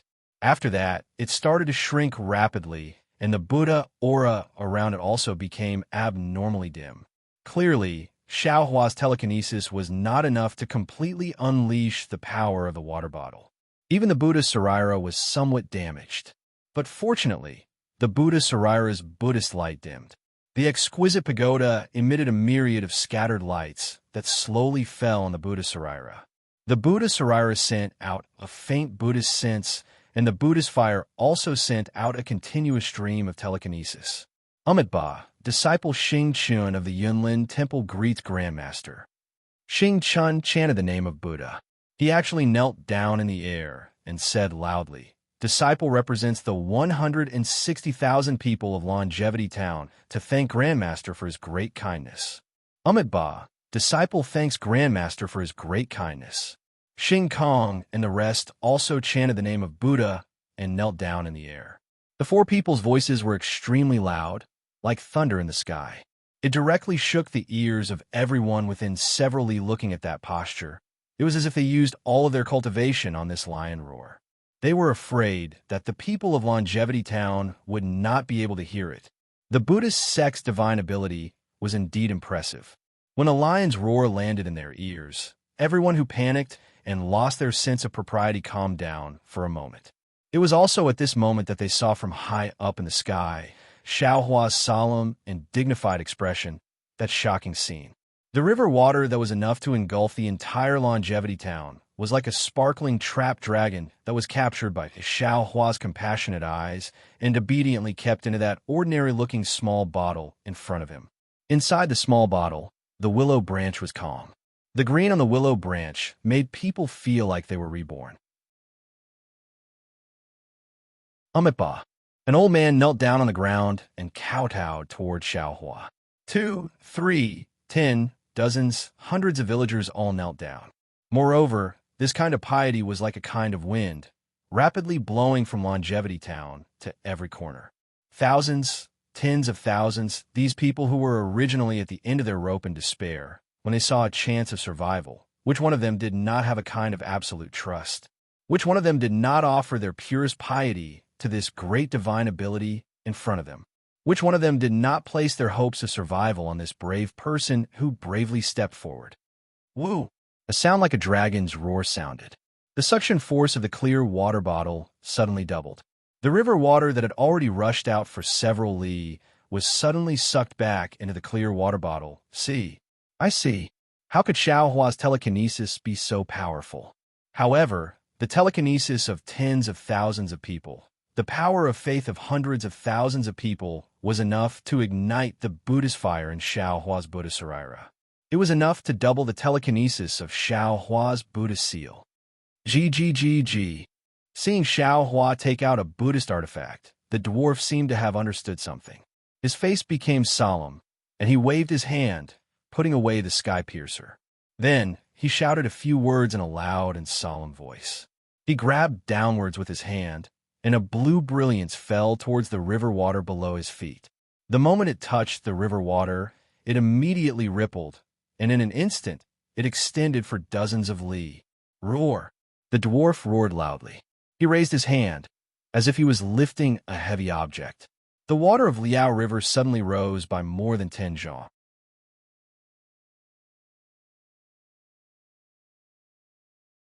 Chapter 32:19. The dwarf let out a strange cry again. The brilliance around his body flashed rapidly, and a water dragon that was even larger than the water dragon on Xiao Hua's clear water bottle pounced out from the dwarf's hands, charging towards the clear water bottle. Motherfucker, I won't make a fool of myself, right? How could Xiao Hua not know that his disguise had been seen through by this midget? He was afraid that this midget would think that he wanted to compete with him in terms of divine abilities. That was why he put away his sky piercer and wanted to use the water from Liao River to break his water bottle to compete with him. However, Xiao Hua had previously used the clear water bottle to collect innate true water, but he didn't collect so much river water. At that time, collecting innate true water was as easy as lifting one's hand. This river water had already reached Xiao Hua's limit, and with the addition of the dwarf's river water, how could Xiao Hua withstand it? However, if Xiao Hua didn't accept the dwarf's challenge, this river water would probably be even more powerful than the previous river water, right? Looking at the people of Longevity Town kneeling on the ground and the faint power of faith, Xiao Hua sighed. Ba, if there's a netherworld, I will go first. If there's bliss, I will go last. If I don't save the people, I will waste my time. If there's a disaster today, I will bear it. If I don't enter the sea of bitterness, who will? Just as Xiao Hua's voice fell, the huge river water rushed down majestically, smashing onto Xiao Hua's Buddhist consciousness. That Buddhist consciousness was originally invisible, but now that he was controlling the clear water bottle, it was one with the Buddhist light. Under the impact of the river water, Xiao Hua's Buddhist consciousness was severely injured. Pfff. He spat out a mouthful of blood essence, which landed on the clear water bottle.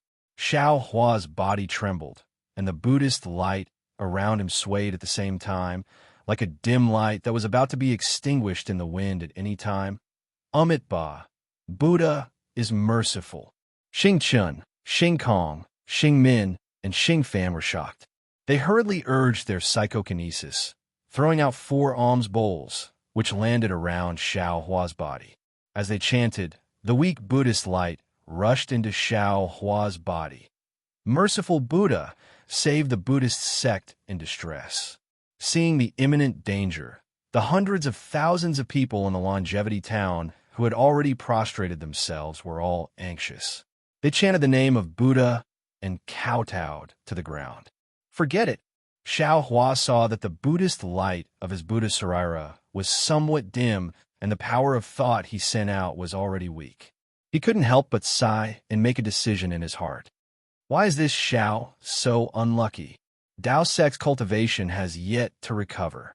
Now, only the 4th grade Buddha relic is intact. Just now, I revealed my Buddhist cultivation and the clear water bottle could not control it.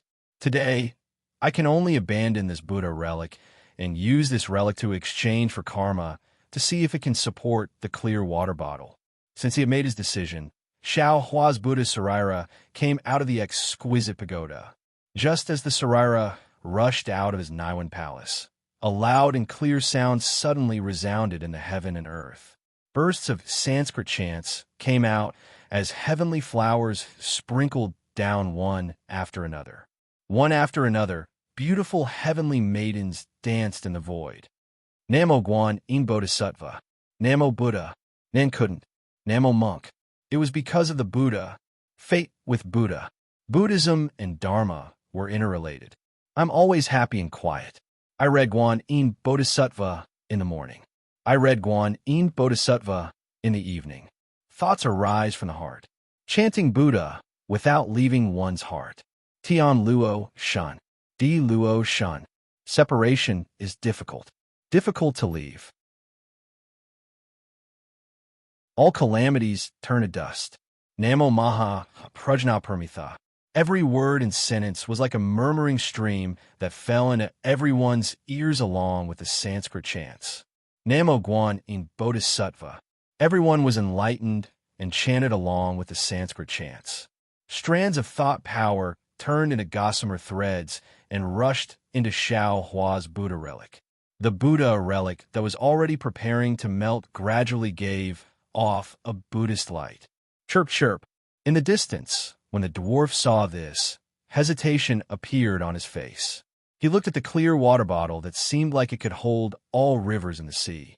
Although the item's Buddhist light was still trembling under the clear water bottle, Xiao Hua's hands that were forming seals had already stabilized. The faint Buddhist light seemed to flicker eternally. Although Xiao Hua's compassionate eyes didn't look at him, when his gaze swept past, it seemed like those eyes could see through him. Roar. In the instant the dwarf hesitated, a strange roar that seemed to come from some inexplicable source came from the Sanskrit chants. The heavenly maiden who had just said that she was barehanded and barefooted suddenly turned into a myriad of demons.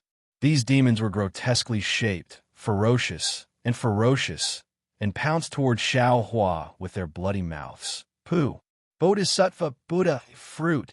Xing Chun, who was prostrating at the side, almost shouted with an incredulous voice, as if he was afraid that others couldn't hear him. Grandmaster wants to attain Bodhisattva Buddha fruit. Attain fruit? When Xiao Hua heard this, he wasn't surprised. He had heard Hanju talk about attaining fruit in the ruins of the Buddhist sect. Of course, he had also heard this during the battle with the demons. However, he had never thought that he would be able to attain fruit when he had just cultivated to the 4-chi golden body. In particular, he didn't know anything about attaining fruit. What did he have to pay attention to in attaining fruit? He didn't know anything about the benefits of attaining fruit. Unfortunately, Xiao Hua was now a senior of the Buddhist sect, so he naturally couldn't ask about this kind of thing. The most important thing was that he was doing his best to support the clear water bottle and collect the river water that was rushing into the longevity town. He simply didn't have the spare energy to ask anything. He could only blindly persist. However, looking at Xing Chen's extremely envious gaze, Xiao Hua also knew that he had encountered a good thing. Since it was a good thing, then what was the point of asking? Unfortunately, at this moment, clang, the sound of a sword rang out. In the distance, Mo gently activated the sword light and flew over with a little girl in his hand. He was still shouting, "The princess is here! The princess is here!" Whoosh! Without waiting for Mo gently to fly closer, the dwarf waved his hand. A long aqua-blue arm grew out from under his body and fell into Mo gently's hand like a waterfall. In an instant, it took the girl away. The action was so fast that Mo gently couldn't react at all. When the girl fell into the dwarf's hand, the dwarf opened his mouth and roared into the sky. It was really a sound that shook the 9 heavens. Then, with another wave of his hand, thousands of light threads flew out from his body and fell on the Liao River. Whoosh! Like the falling tide, the river water that was rushing towards Xiao Hua's clear water bottle immediately fell into the Liao River. Strangely, as soon as the river water retreated, the demon that was rushing towards Xiaohua immediately changed its face and turned into a heavenly girl. However, the heavenly girl and the heavenly flower only lasted for a few breaths, then gradually disappeared. The chanting and the chanting also disappeared at the same time. What a pity! Xingqian couldn't help but moan. He called out with great regret. Grandmaster only needs the Tianma test to achieve the fruit. Then, he turned around and looked at Mo Jianli. His gaze almost pierced Mo Jianli into 1,000 holes. Ba. Good. Xiaohua also felt sorry in his heart, but he didn't take it to heart. He murmured and activated the clear water bottle again, not daring to neglect it. The dwarf took the girl and slowly fell into the river. The shrimp and crab soldiers that rushed into the immortal town waved their flags and flew back. At the same time, the hundreds of giant sea beasts that turned into burly men slowly turned into members of the water tribe. The water of the Liao River also slowly fell back. Grandmaster, seeing that the matter was over, Xingqian still knelt on the ground. He looked up at Xiaohua and said in a low voice, "Disciple dares to ask for Grandmaster's name. May I know?" When Xingqian said this, Mo Jianli beside him looked as if he had seen a ghost.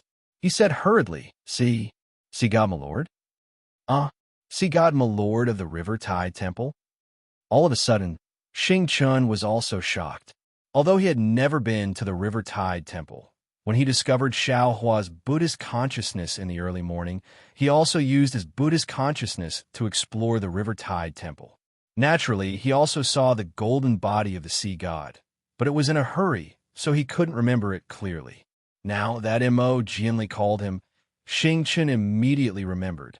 As for Mo Jianli, naturally, because Mo knew that his flying speed was not as fast as Mo Jianli's, Mo Jianli told Xiaohua's words to Mo Jianli.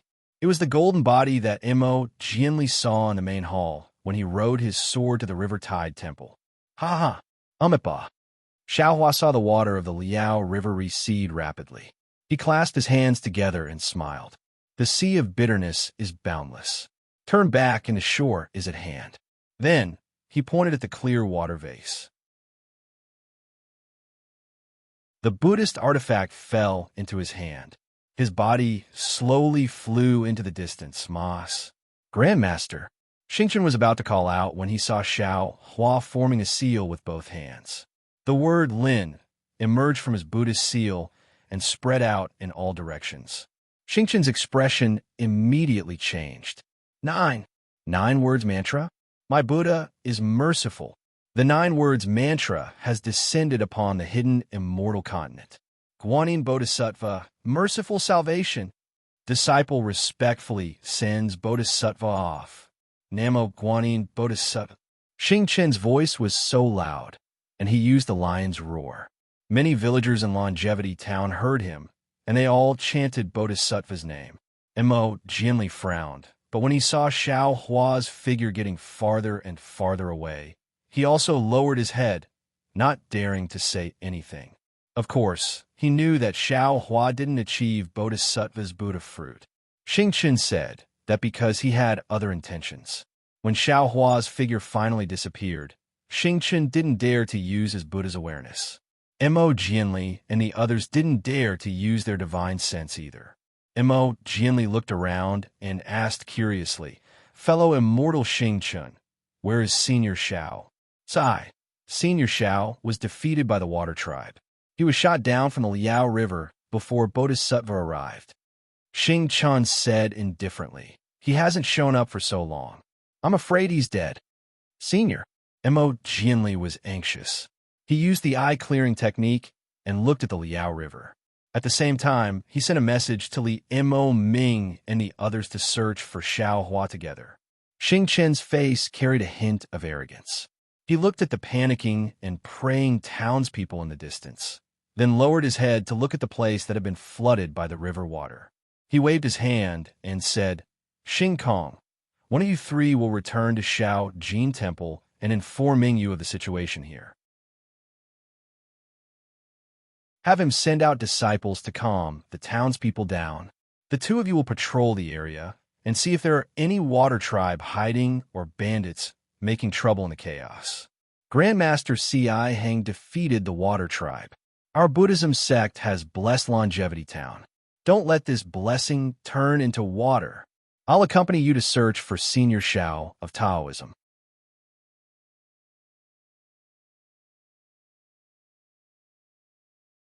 Chapter 32:20. Yes, disciple understands. Xing Kong, Xing Min, and Xing Fan bowed in the air, their faces full of pride. Yes, raising a hand to save 100,000 lives, only half a step away from attaining the Bodhisattva Buddha fruit. This was definitely rare even in the Western paradise, let alone in the hidden immortal continent where Confucianism flourished. Moreover, Xing Kong and the others were able to witness this grand occasion of attaining the Bodhisattva Buddha fruit. It was also greatly beneficial to their own cultivation. How could they not be excited? Taking a step back, the merit of saving 100,000 lives, whether it was Xing Chun or Xing Kong and the others, they could all get a little bit of it. When they returned to the Cloud Forest Temple, they might even be sent to the Western paradise to be recorded in the Buddhist scriptures. Seeing the three of them leave, Xing Chun smiled and urged his body to fly towards Liao Jiang. He already understood in his heart that regardless of Xiao Hua's life or death, Taoism had already been defeated. Jiangshao Temple would definitely not exist in Longevity Town in the future. Not only that, Longevity Academy, which was previously so powerful that Shao Jin Temple could not shake before, would definitely not be Shao Jin Temple's opponent in the future. Just now, at the critical moment, Xing Chun easily sensed the power of the 100,000 lives. This kind of the purest worship and piety from the heart had been deeply engraved in the hearts of the 100,000 villagers of Longevity Town. In the future, they would definitely abandon Confucianism and enter Buddhism. Whenever there was any danger, they would think of the scene of Xiao Hua holding a bottle to save the lives of the people. The image of Xiao Hua, that Buddhist cultivator C.I. Hang, would also appear in their hearts. It is also because of the instantaneous convergence of the power of the 100,000 lives that Grandmaster C.I. Hang attained the Bodhisattva Buddha fruit. Thinking of the grand occasion just now, Xing Chun could not help but feel regretful. This kind of opportunity, how many times can one encounter it in one's life? What a pity. If Mo Jianli did not come to make trouble, my Western paradise would have another Bodhisattva. Hateful. Could it be that Mo Jianli did it on purpose? Even if he came a moment later, Liao Jiang would still be taken into the Buddhist artifact by Grandmaster and would not cause any damage to Longevity Town. If Grandmaster C.I. Hang missed this opportunity, I don't know when he would encounter such an opportunity again. Thinking of this, Xing Chun was suddenly stunned again. He sucked in a cold breath and frowned. That's not right. The lives of the 100,000 lives are indeed heavy, but it's impossible to attain the Bodhisattva Buddha fruit in one go. For an ordinary disciple of Buddhism, a Bodhisattva Buddha fruit is already very good. Why did Grandmaster C.I. Hang suddenly? Could it be? Where is Senior Shao? Where is Senior Shao? Just as Xing Chun was feeling a little shocked, a hoarse voice came from not too far away. Xing Chun looked up and saw that it was Chongyun's sex, Li Mo Ming. Senior Shao is the one who saved the calamity today. If it wasn't for him taking in the princess of the Water Clan, if it wasn't for him blocking the attack of the Water Clan, Li Mo Ming really admired Xiao Hua to the point of prostrating himself in admiration. The anxious look on his face was definitely not fake. Ahem. Xing Chun coughed lightly and said, "It's too early to talk about this now. Let's find Senior Shao as soon as possible." Li Mo Ming bit his lips and glanced at Xing Chun with some resentment. However, he flew toward Liao Jiang without another word. Martial nephews. Xing Chun looked at Ji Dong and Xiu Jian, who had just arrived, and said, "Mr. Mo and I are enough. You should hurry up and help the villagers in Longevity Town. They still don't know that the crisis is over." I'm afraid they'll stir up trouble again. Ji Dong and Xiu Jian gave each other a look and then said with a smile, there are government officers and soldiers in the town, as well as martial nephews and junior brothers from Little Gold Temple, and even more so my Long Life Academy's 100 disciples. There's no need for us to go, right? Right now, we should focus on finding Senior Xiao of Jiangchao Temple. He's the one who saved the calamity after all. Then, without waiting for Xing Chun to say anything, the two of them cupped their fists and hurriedly flew to Liaojiang. Under Mo Jianli's command, they split up and searched in the depths of Liaojiang. Amiba, fellow immortal Mo. Xing Chun flew over and said in a low voice, where should I go to find him? Fellow immortal Xing Chun. Mo Jianli's face had a trace of sadness. He pointed to the left and said, I've already looked around here. There's no trace of Senior Xiao. When they were fighting, I wasn't near here. Fellow immortal, did you see where Senior Zhao's body flew after he was defeated?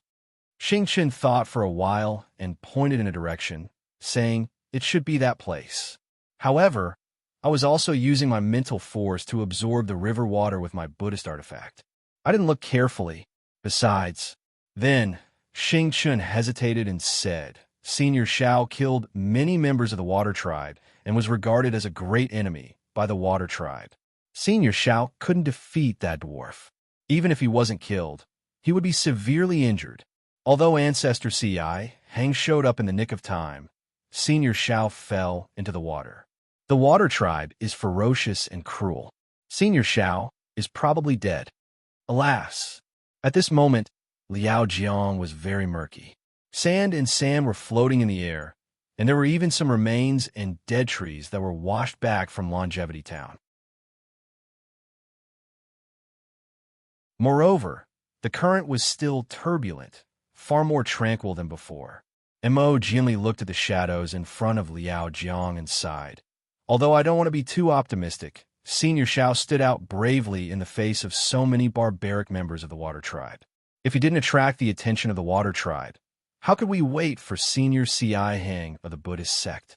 Therefore, if we can't find Spiritual Master Zhao's trace, even if we can't find his remains, we can't give an explanation to Jiangchao Temple and the villagers of Longevity Town.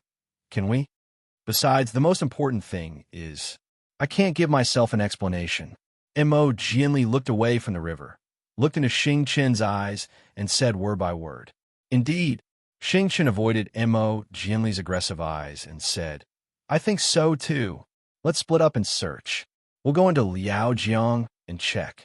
I hope those Water Tribe members won't spoil Senior Zhao's remains. Okay.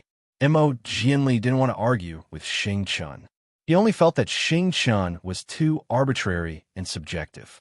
After nodding, he pointed again and said, Fellow immortal, go over there. I'll go in the opposite direction. Okay. Xing Chun didn't say much. He followed Mo Jianli's finger and flew into Liaojiang. He released his Buddhist awareness to check carefully. The winner takes all. The loser takes all. Mo Jianli sighed as he flew. Senior Xiao was brave, but he was defeated by the Water Tribe. Even if he did make some contributions, they're all gone now. Today, the Buddhist sect won a great victory and took in 100,000 disciples. Longevity Academy will be in a difficult situation in the future. In the depths of Liaojiang, the waves were more rapid and there were more and more debris. Most of them were big and small planks. It seemed that many boats on Liaojiang were destroyed by the Water Tribe. Mo Jianli bit his lips. He didn't know if Longevity Town was the only one attacked by the Water Tribe or if other places were also attacked by the Water Tribe. A sharp sword sound came from afar. Oh, Mo Jianli was overjoyed. He hurriedly raised his head to look. Indeed, he saw a familiar sword light soaring into the sky a few miles downstream of Liao River. Okay. Mo Jianli didn't dare to be careless. He stepped on his flying sword and flew towards the sword light. At the same time, he used the eye-clearing technique. He was eager to know whether Xiao Hua was alive or not. Seeing Mo Jianli fly away, Xing Chun was also shocked. A cloud appeared under his feet, and he followed Mo Jianli. He also released his Buddhist awareness. When the two of them saw Li Mo Ming and Ji Dong supporting the drenched Xiao Hua and flying over at almost the same time, the feeling in their hearts changed again. Xiao Hua, who was being supported by Li Moming, looked extremely tired and powerless. However, there was a trace of a smile on his pale face, as if he already knew that the tens of thousands of people in Longevity Town had managed to escape with their lives. Mo Jianli smiled from the bottom of his heart. He shouted from afar, "Senior Xiao, Mo Ming said that you fainted in the river. If you weren't caught by a rock, who knows how far you would have fallen. How are your injuries? Longevity Town is safe now. The 100,000 people of Longevity Town thank you for your protection." Xiao Hua smiled faintly. He looked at the two people beside him and said, "If I wasn't injured, why would I need the help of two juniors?" However, this old man has already heard from Mo Ming that a mortal friend Mo brought that princess out of the Tidal River Temple and returned her to the Water Tribe. This is all thanks to a mortal friend Mo. Mo Jianli didn't answer. He carefully took out a jade box and handed it to Xiao Hua. He said, "Senior Xiao, this is the healing medicine of Chongyan sect. I'm afraid it can't be compared to your Taoist golden core. However, this is a token of my appreciation. Please accept it." "Oh, medicine? Very good." When Xiao Hua saw this, he received it with a smile. After opening it, he saw a few black and fragrant pills inside. With a slight sniff, he naturally knew that the main ingredients inside were ordinary healing spiritual herbs. Without any hesitation, he took one out and ate it. He even said, "This poor Taoist is embarrassingly short on money. How could I have any golden pills?" This poor Taoist appreciates fellow Taoist Mo's kind intentions. Seeing that Xiao Hua didn't stand on ceremony, Mo Jianli was very happy. He said in a low voice, "This is just an ordinary pill. If Senior's injuries are too serious, please go to Longevity Academy to rest. Junior will send people back to Chongyan sect. No need." Xiao Hua waved his hand and kept the jade box. He said, "I'm just a little tired. When I was fighting with the dwarf, I was injured by his huge strength and fainted. I only have some internal injuries. Mo Ming's pill is useless. Soon, I will be able to move freely." "Very good, very good." Mo Jianli was even happier. At this time, Xingchen also rushed over and bowed respectfully to Xiao Hua. "Ha ha ha!"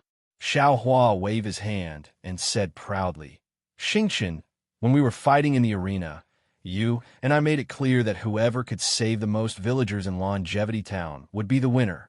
Now, I fought the Water Tribe and found the princess they were looking for.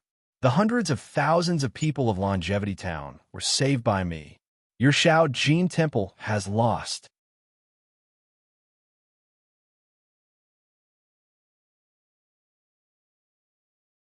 Chapter 32:21. Xing Chun glanced at Mo Jianli, who was standing to the side with an unpleasant expression, and said with a faint smile, "Senior Xiao fought the Water Tribe with all his might, and in the end, he even found the princess that the Water Tribe was looking for. Let alone the hundreds of thousands of villagers in Longevity Town, even the little Golden Temple and Longevity Academy would like to thank you." "No need." Xiao Hua waved his hand and said, "I was just passing by the Longevity Town.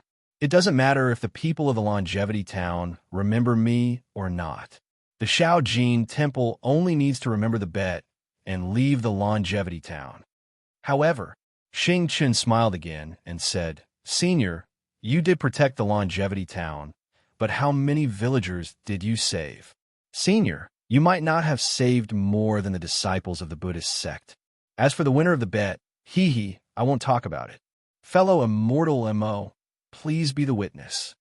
Xiao Hua is stunned.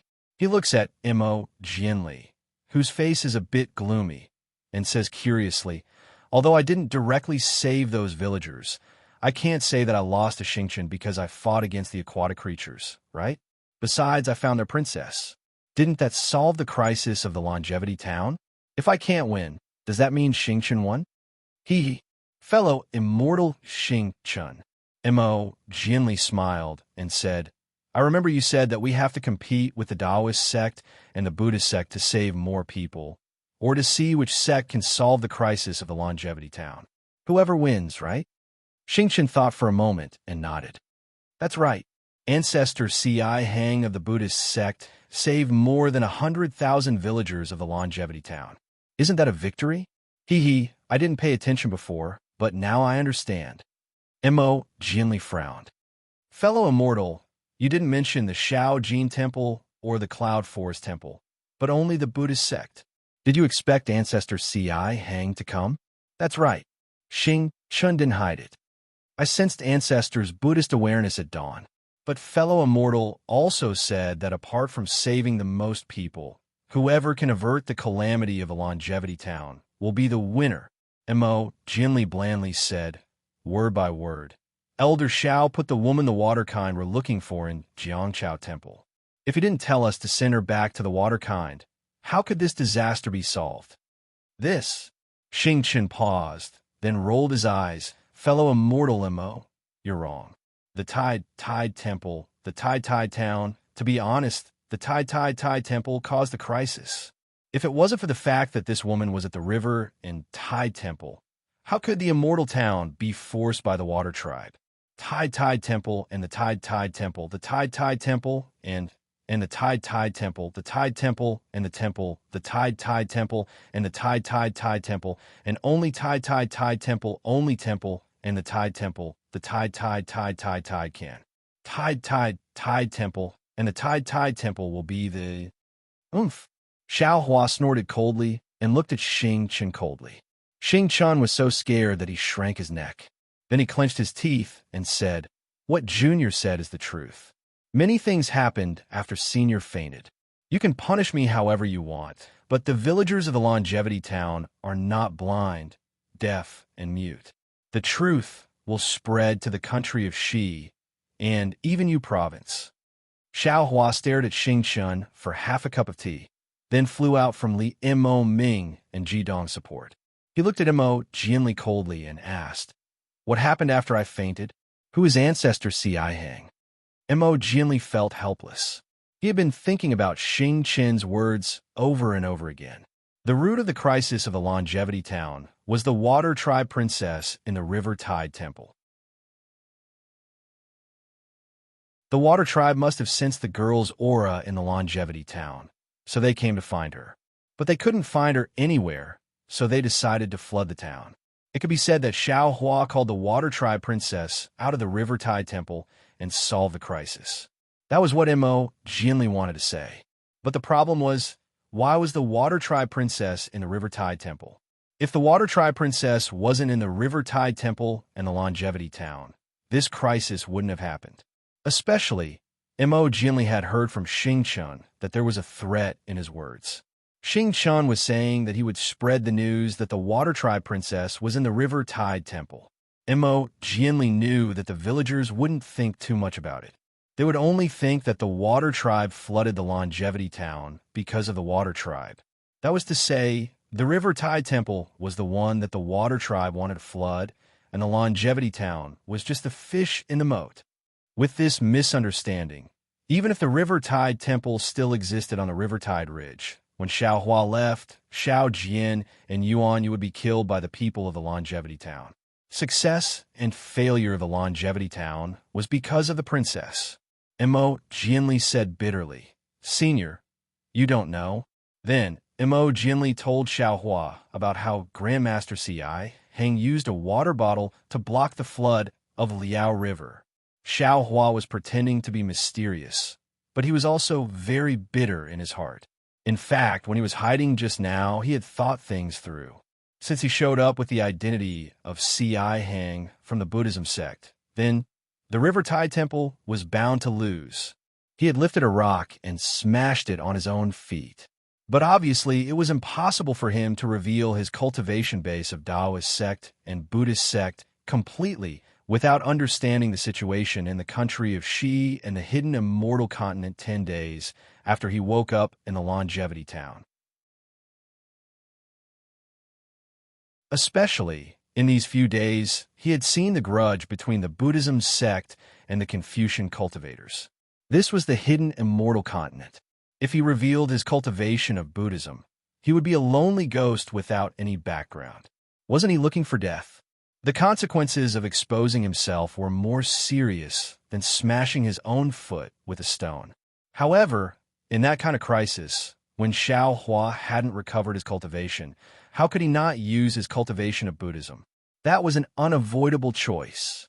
Alas, Xiao Hua sighed, boundless Taoist master.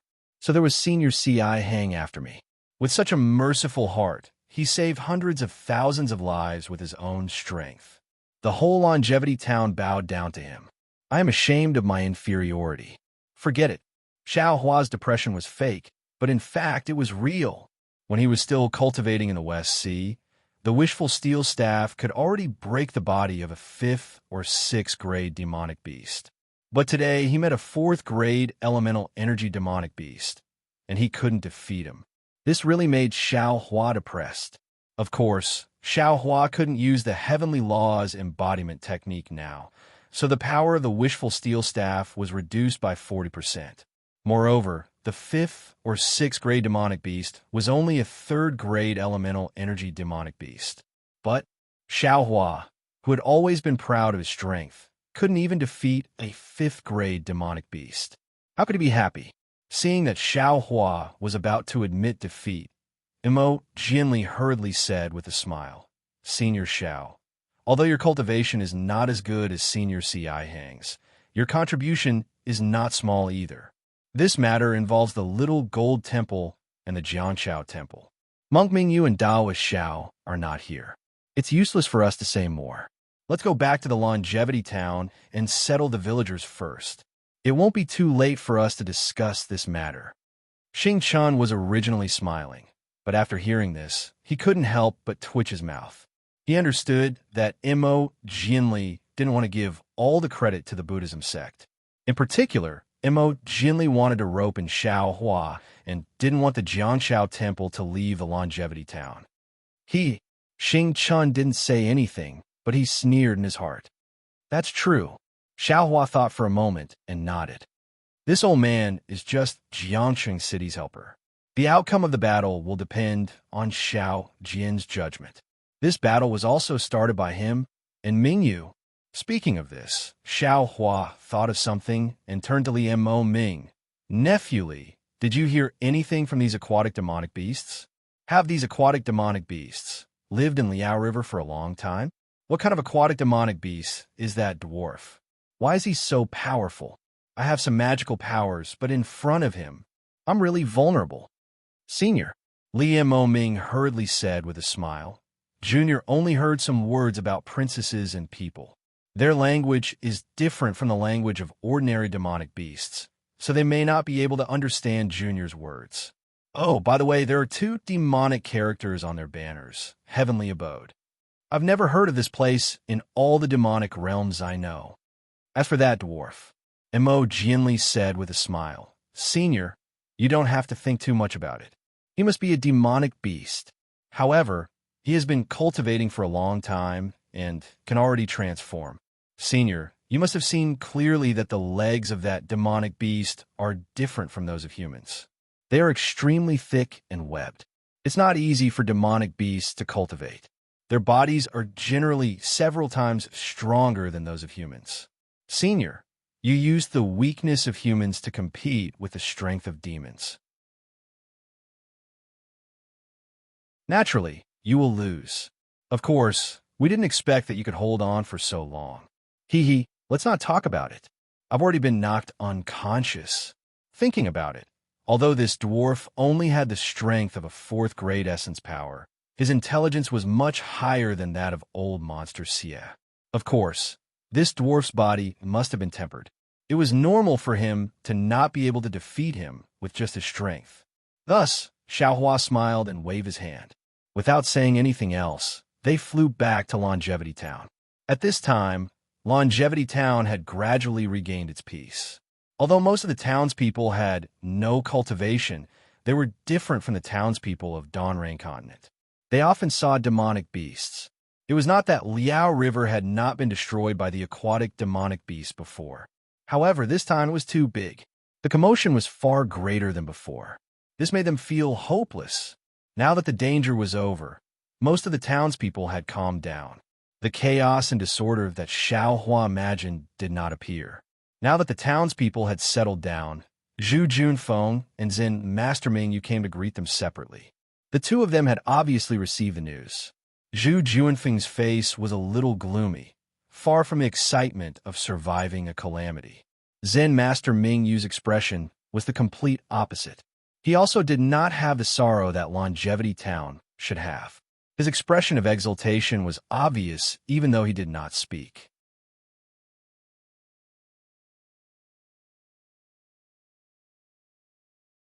Chapter 32:22. Has Ancestor C.I. Hang left? Monk Mingyu called out as soon as he saw Xingchen. I wanted to invite him to stay at Shao Jin Temple for 2 days. He is the great benefactor of the town of Longevity. Countless benefactors want to see his face. Amitabha. Ancestor C.I. Hang is an expert who wants to attain the Bodhisattva Buddha fruit. Why would he stay at Longevity Town? He must have heard some news, so he hurried over from afar to eliminate the calamity of the Longevity Town. Now that the calamity is over, he must have gone to another place.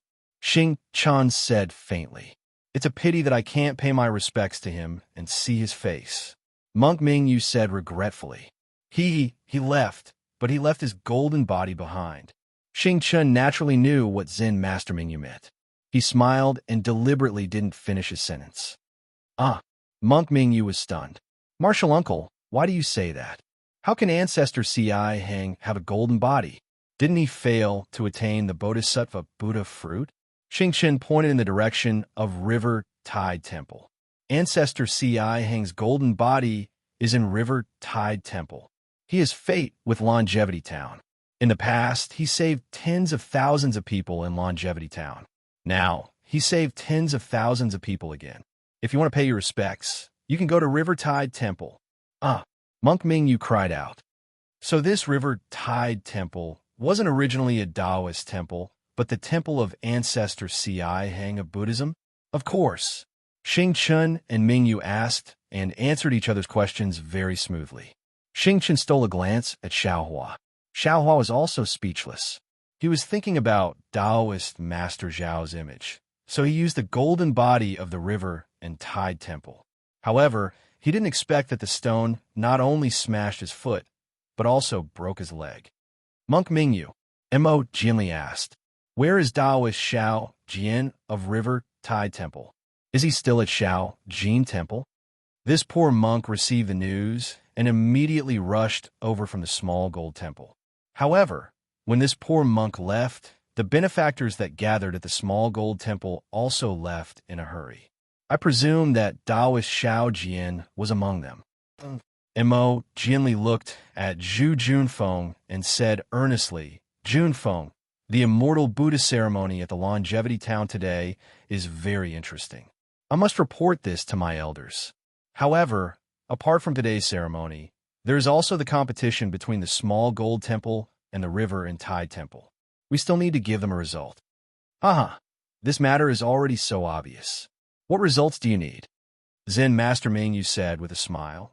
Even if Taoist priest Shao doesn't leave the Jiang Chao Temple from today onwards, the one who visits the Jiang Chao Temple will be the golden body of our Buddhist sect's benevolent bodhisattva. Does a Taoist disciple like him have the face to stay in the Jiang Chao Temple? I still need this little monk to explain this matter to Shao Jian. Xiao Hua sneered, directly calling Zen Master Bright Moon little monk. Yes, I understand. Zen Master Bright Moon did not care about this. Being able to chase away the river and tide temple, and with Ancestor C.I. Hang's saving grace, the small gold temple's reputation in the Longevity Town had spread. Its future development would definitely not be inferior to Longevity Academy. Taoist Shao seems to be over there. Mo Jinli pointed in the direction of the small gold temple and reminded Zen Master Bright Moon. Thank you, Senior. Let's go. Zen Master Bright Moon said with a smile. The earlier we settle this matter, the more time Taoist Xiao can return to the river and tide temple to pack up. Otherwise, when the benefactors come to Jiangshang City to burn incense and express their gratitude, Taoist Xiao, it won't be convenient for you to return to the river and tide temple, right? Oomph. Xiao Hua snorted coldly and flew down first. Xing Chun frowned slightly and glared at Zen Master Bright Moon before flying down as well. Xiao Jian, who was sitting on the worn-out donkey cart, no longer looked as confident as before. His brows were tightly knitted, as if he was thinking about something. Seeing Xiao Hua and the others fly down, he hurriedly jumped down from the donkey cart and bowed. "Greetings, seniors. You already know the cause of the matter," Xiao Hua said indifferently. "Although this old man has made some contributions, after all, I am still far from senior CI Hang of the Buddhist sect. Of course, my river and tide temple also found the princess of the water tribe, so the contribution is not small. It's hard to say who will win and who will lose. You are the abbot of the river and tide temple, so you should discuss this matter with Dean Zhu and Abbot Brightmoon. This junior has only heard some rumors. I don't know the specific situation." Xiao Jian heard that Xiao Hua seemed to admit defeat and had the same reaction as Mo Jianli. He hurriedly said, "Let's ask the small gold temple to explain this matter clearly. Even if I die, I want to die as a ghost. It's very simple." Xing Chen glanced at Zen Master Bright Moon and decided to personally go up and explain the matter in detail. "This junior thanks senior for helping us out." Xiao Jian didn't know about the Water Tribe Princess, but he was quick-witted and had already heard the hidden meaning in Xiao Hua's words.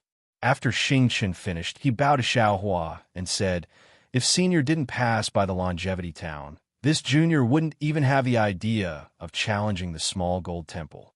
Not to mention today's narrow victory. Everything senior did was for the sake of the small gold temple. This junior won't have any complaints. Senior, please don't think too much about it." Then, Xiao Jian looked at Zen Master Bright Moon and said with a smile, "Great Zen Master Bright Moon, listen to this.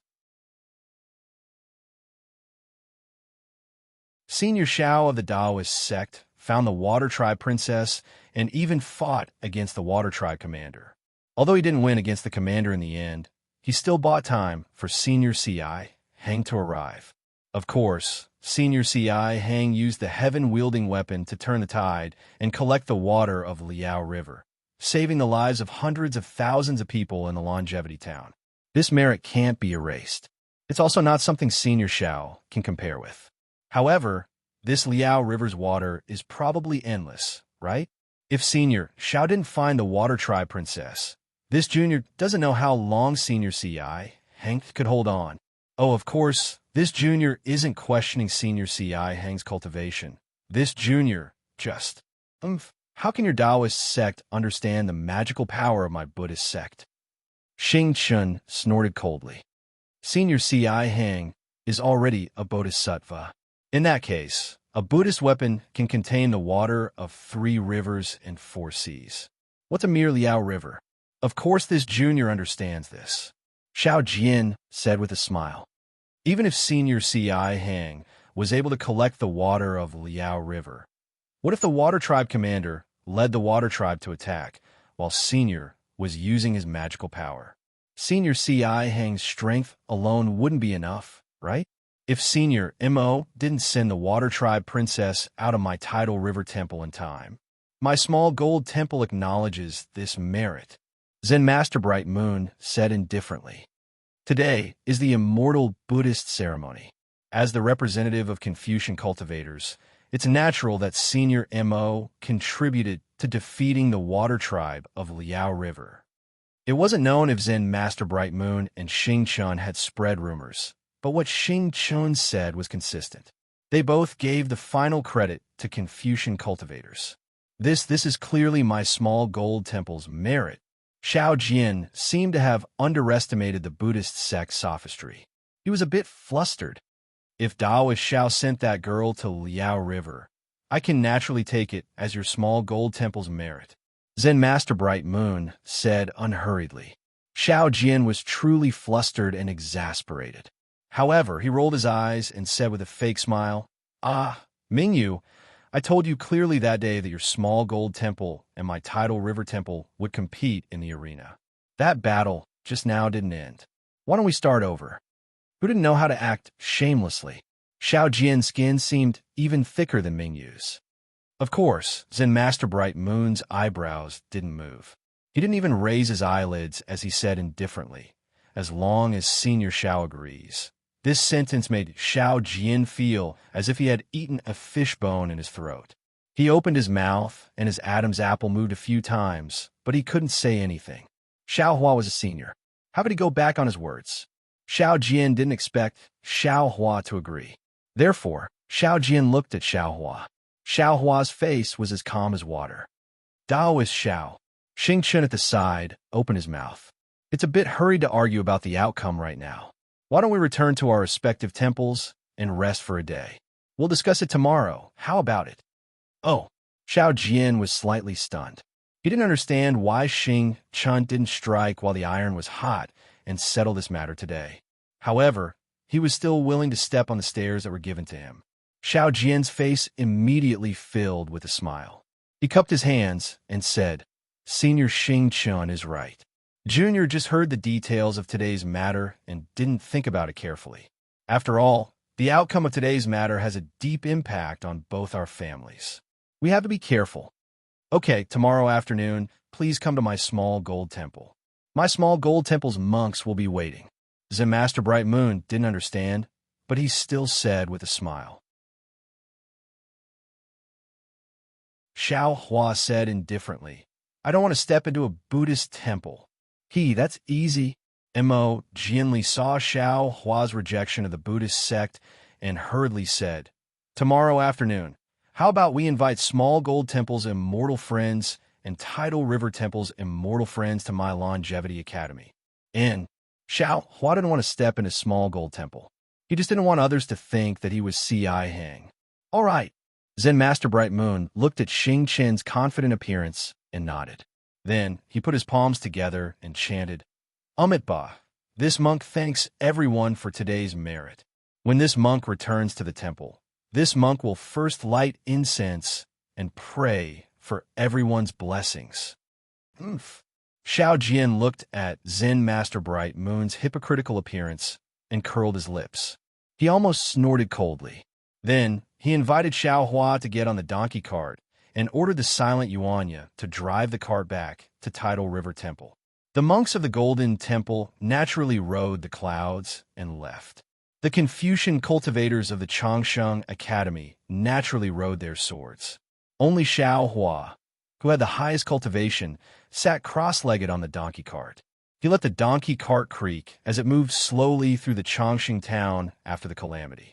Xiao Jian looked at Xiao Hua and wanted to say something. But seeing that Xiao Hua closed his eyes and didn't say anything, he thought that Xiao Hua was healing his injuries and didn't dare to say anything.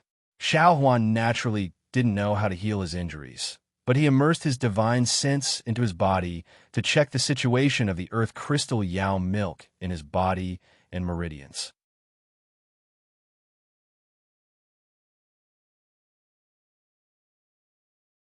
Chapter 32:23. The outer layer of the earth crystal Yao milk in my body is a bit loose after the fight just now. I can speed up the tempering. Xiao Hua is a bit happy in his heart. Previously, when he was fighting with the dwarf, he already noticed the changes in his body. Now that he has time, he naturally has to check it out. However, the earth crystal Yao milk in my meridians is less loose. The tempering is not much faster than before. This hidden immortal continent is really full of hidden dragons and crouching tigers. This Xiao has only been awake for 10 days, and the first thing I encountered is the powerful water clan. Whether his strength or body toughness, this water clan's monster is more powerful than this Xiao. It seems that this Xiao's previous cultivation is far inferior to these monsters. Moreover, this Xiao's cultivation has not recovered, so I can't use any of my powerful techniques. Just relying on the Buddha seal of the Buddha relic and soul cultivation techniques, I may not be their opponent. I still have to think of a way to quickly recover my cultivation. And if I can have some Water Clan's cultivation techniques, that would be great. Thinking of this, Xiao Huan naturally thinks of Xian Cheng's water avoidance technique. He has already learned Heaven's Eye connection and also has the clear eyes technique of Confucian cultivators. He can already see the things in the jade eyes. Unfortunately, he still can't read the words in the jade eyes. He can only put the jade eyes aside. Oh, right, just now I forgot to ask Li Mo about the language of the demon clan. Xiao Hua realizes again and sighs. AI, the 3 continents are really troublesome. To cultivate a cultivation technique, I have to learn a few languages. How can it be more convenient than the Dawn Rain continent? However, the Water Clan's cultivation technique is naturally suitable for the Water Clan. I'm afraid that only the Demon Clan's language can record it completely. If it is written in the language of Confucian cultivators, the content would have already changed. Just like the 9 heavens spirit of Confucian cultivators, how can it be recorded in the language of the Xiozhen 3 kingdoms? It is even more disgusting than trying to draw a tiger, but failing to turn it into a dog. Right? There is also the primordial spirit in the space. Previously, as long as I touch the jade slip, I can see the things inside. This jade eyes can't.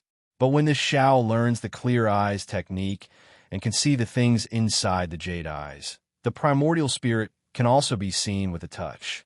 It is really strange. Xiao Hua thought of something. It seems that the space isn't omnipotent, and the primordial spirit doesn't know everything.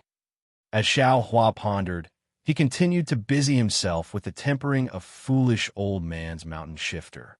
The donkey cart arrived near Jiangchao Ridge. Before it even arrived at the foot of Jiangchao Ridge, Xiao Jian cried out involuntarily, What is going on? When did my Jiangchao temple become so prosperous? His voice was trembling, filled with anticipation and extreme excitement.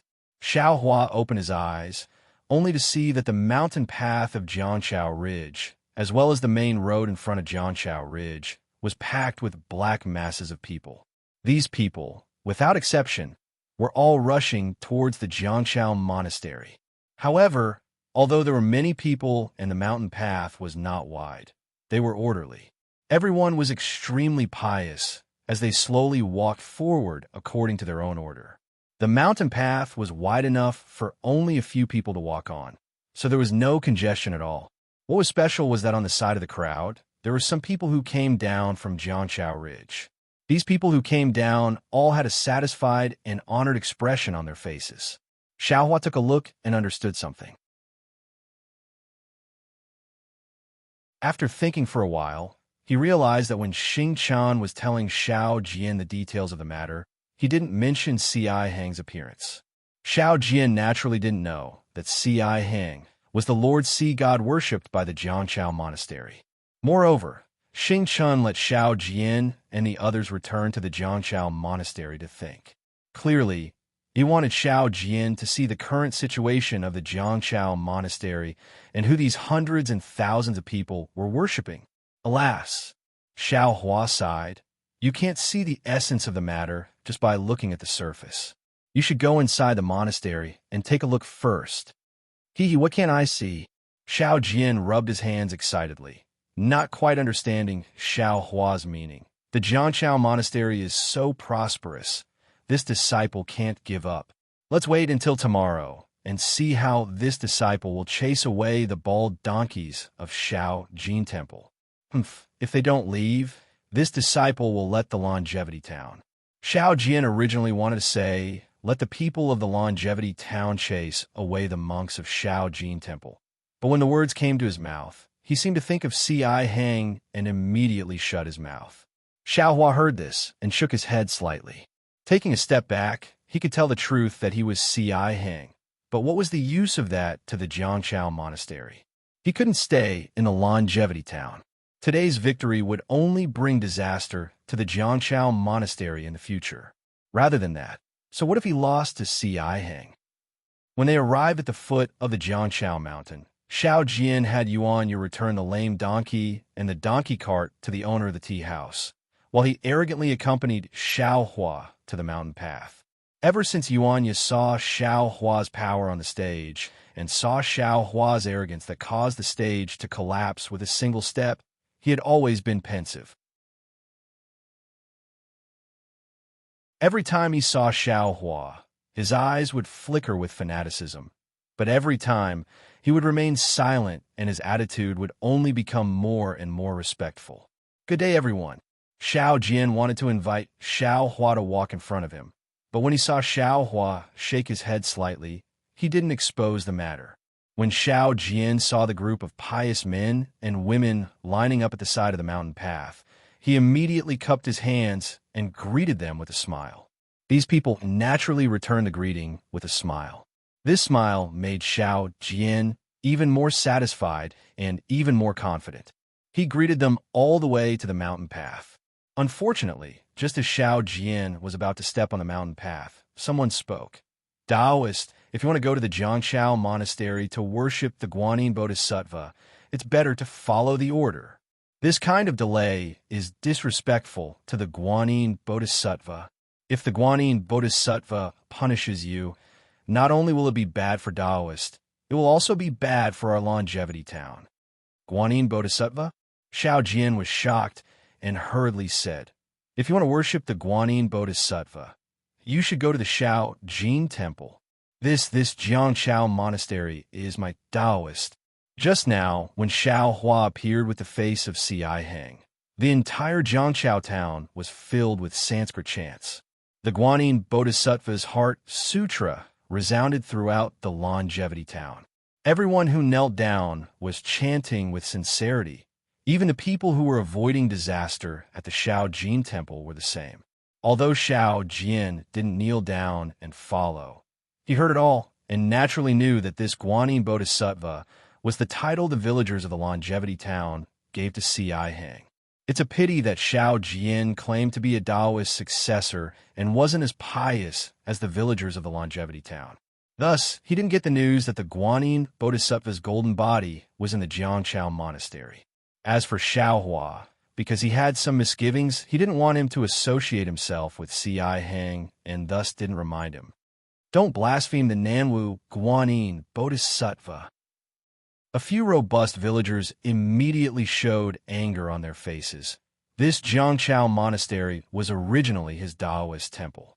His golden body is in the Jiangshao Monastery. When did it become your Taoist temple? Xiao Jian's eyes widened as he hurriedly says, "The one enshrined in the Jiangshao Monastery is Taoist Xiao, which is also the golden body of Lord Sea God." "You bastard," a robust man says angrily. "If you say half a word more, I will take care of you, this blasphemous thing, even if I have to risk being punished by the Bodhisattva." You dare." Xiao Jian's first reaction is to retreat, but then he thinks of Xiao Hua who is behind him. He sticks out his chest and shouts. Xiao Hua says with a smile, "Taoist Xiao, why lower yourself to the same level as the people of the secular world? Although this is some Guanyin Bodhisattva's Taoist temple, it is still my Taoist sect's territory. What's there to stop me from returning to my own home?" Saying that, Xiao Hua reaches out his hand and grabs Xiao Jian's shoulder. He activates the flying talisman and rushes towards the Jiangshao Monastery. "I owe this." Seeing Xiao Hua and Xiao Jian soar into the sky, that robust man is stupefied. His legs go soft, and he almost kneels on the ground.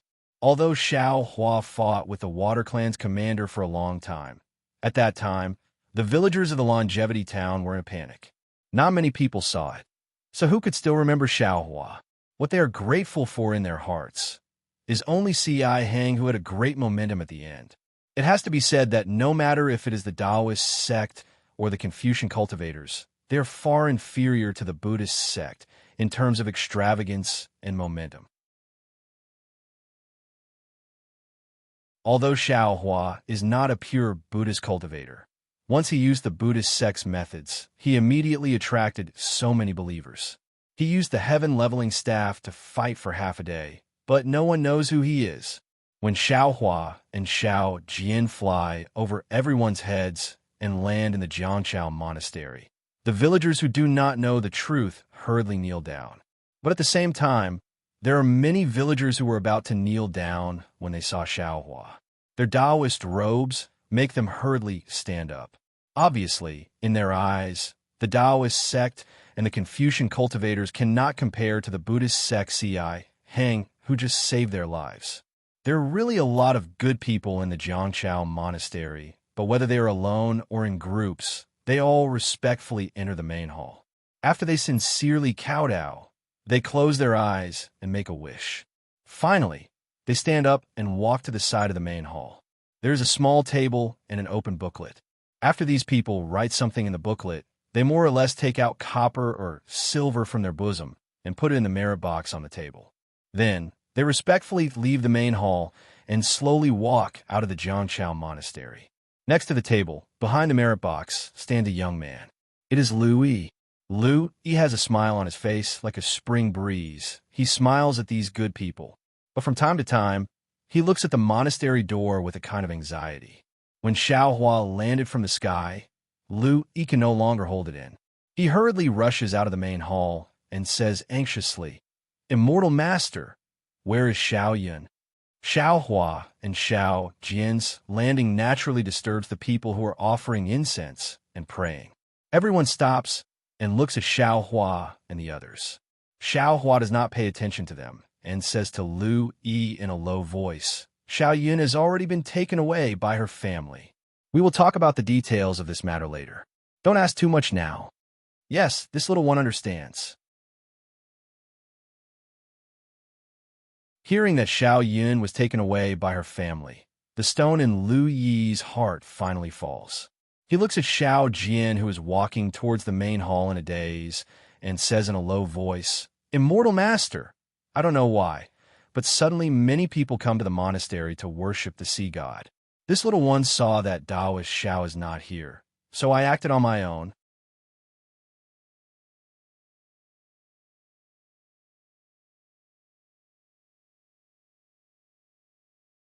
Chapter 32:24. And there's no need to say anything more. Xiaohua admires Lu Yi's cleverness and says in a low voice, "You did well." Hearing Xiaohua's praise, Lu Yi's face finally shows a smile from the bottom of his heart. Xiao Jian staggered to the top of the hall and stood there. He stared at the sea god's golden body. After a while, he said sorrowfully, "Sigh, Lord Sea God, are you a Taoist disciple or a Buddhist disciple? If your family is a Buddhist disciple, why don't you just get a bald head? Why do you still have hair? Now, Taoist sect is not Taoist sect. Buddhist sect is not Buddhist sect. Let me worship you for so many years."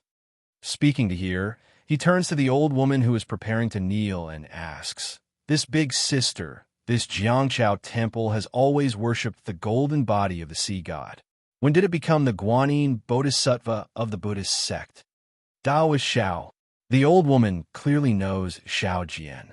Seeing Xiao Jian's dejected look, she says, "You may not know, but just now, when the fish monsters in Liao River wanted to pour the water of Liao River into our Jiangchang town, the Guanyin Bodhisattva appeared. Guanyin Bodhisattva appeared and collected all the water in Liao River. She even chased away all the fish monsters. He saved everyone in our longevity town. That Guanyin Bodhisattva's face is exactly the same as the sea god. Many people in the town saw it. I heard it from others and quickly came to thank the Bodhisattva for his great kindness, so that he can bless our longevity town every year." See, hearing this, Xiao Jian takes in a breath of cold air and unconsciously turns to look at Xiaohua. Xiaohua helplessly nods, indicating that these words are true. Seeing Xiaohua nod, Xiao Jian immediately understands the meaning behind Xing Chen's retreat. Since the sea god is the Guanyin Bodhisattva of the Buddhist sect, even if he wins tomorrow's debate and can stay in Longevity Town, he can't stay in Jiangchao Temple anymore. Since he can't stay in Jiangchao Temple, where can he go? And even if Xiao Jin Temple loses, the Buddhist sect is no longer in Xiao Jin Temple. He can still come to Jiangchao Temple. Right now, the Jiangchao Temple was even more popular than the Xiao Jin Temple. Who knew if there would be a Jin Temple in the future? Forget it. After seeing through Xing Chen's sinister intention, Xiao Jian's mouth twitched slightly. Flinging his sleeves, he let out a sigh and walked out of the palace.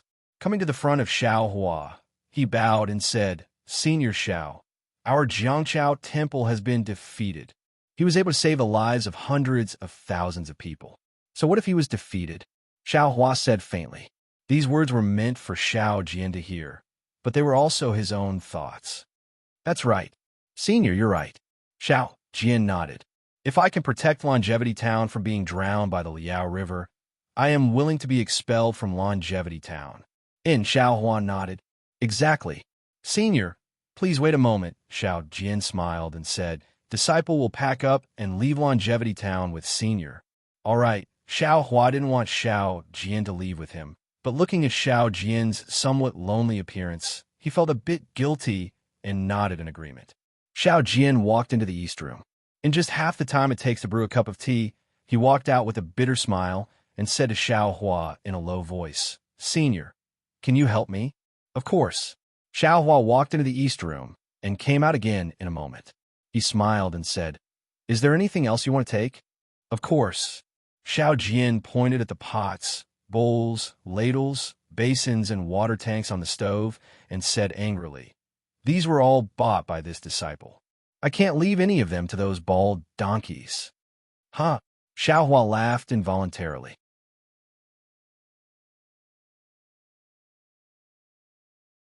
He walked in front of these things, and with a wave of his hand, he put them all into his storage bag. Seeing Xiao Hua's methods, everyone was stunned and looked at Xiao Hua with reverence. Master, Yuanya jumped down from the banyan tree. Obviously, he couldn't go up the mountain path and could only climb from the side. Seeing that the things in the courtyard were gone, he asked curiously, Are we moving to Xiao Jin Temple? Bullshit. Xiao Jian couldn't help but scold. I am moving to Yun Lin Temple. When did that old bald donkey lose Yun Lin Temple to us?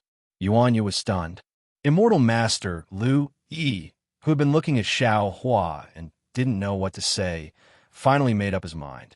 He took the opportunity to kowtow in front of Xiao Hua and said, I know that I am of a despicable background and my actions are also despicable. I don't ask for anything.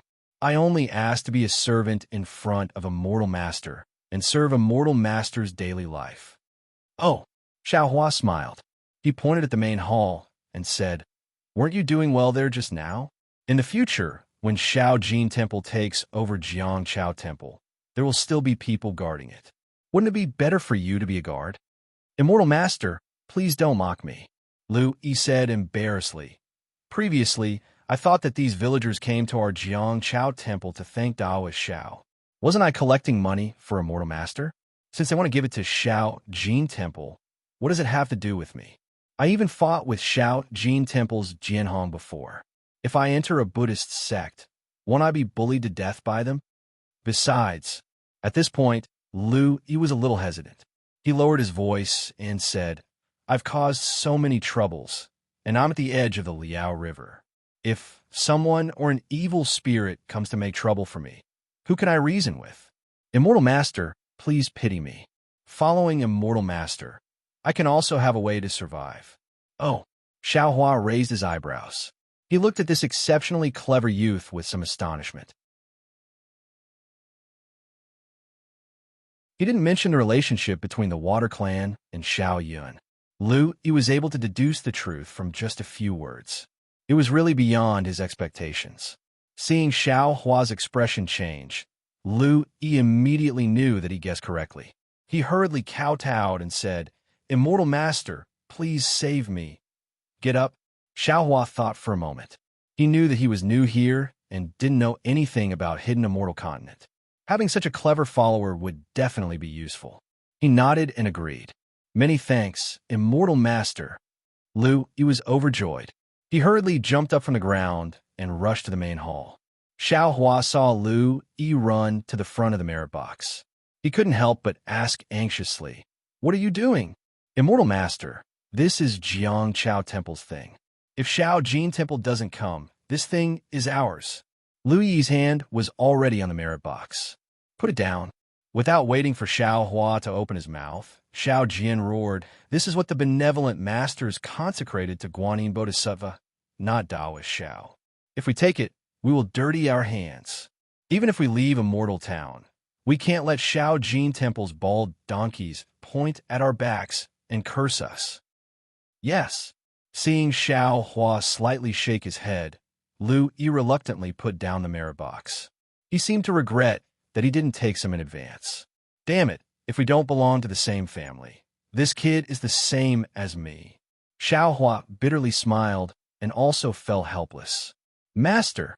Without waiting for Lu Yi to come out of the main hall, another person kneeled down beside Xiao Hua.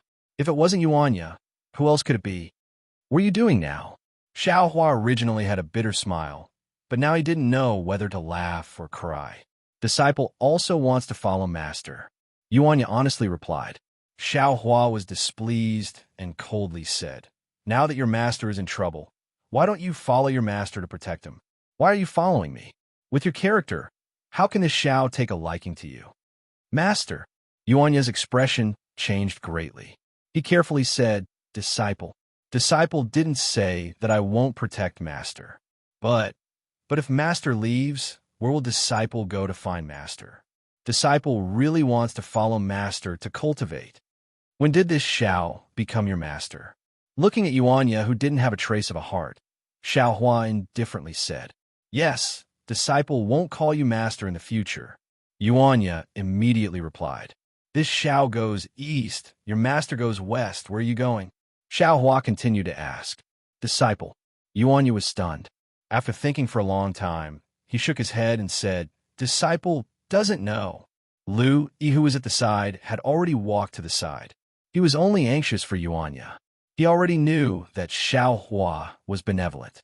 As long as Yuanya said that he would follow his master to the west, and then expressed his determination to cultivate, perhaps Xiao Hua would leave behind a method to find him.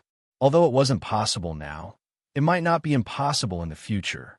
Although Yuanya's answer was a bit better than Xiao Hua's answer, it was easy for people to associate him with indecisiveness and hesitation. "Senior, let's go down the mountain first."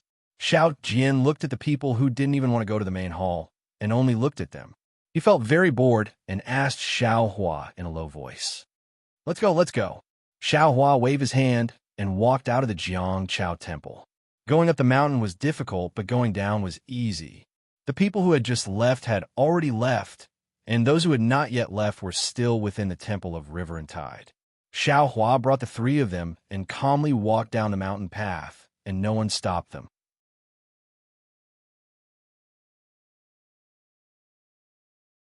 Originally, there were some people who looked down on Taoism, but after witnessing Xiao Hua's art of flying the heavens, they naturally did not dare to roll their eyes. When they reached the foot of the mountain, Xiao Hua was a bit stunned. His appearance in the longevity town was abrupt. He was inadvertently fished up by Xiao Jian and Yuanya from Liao River.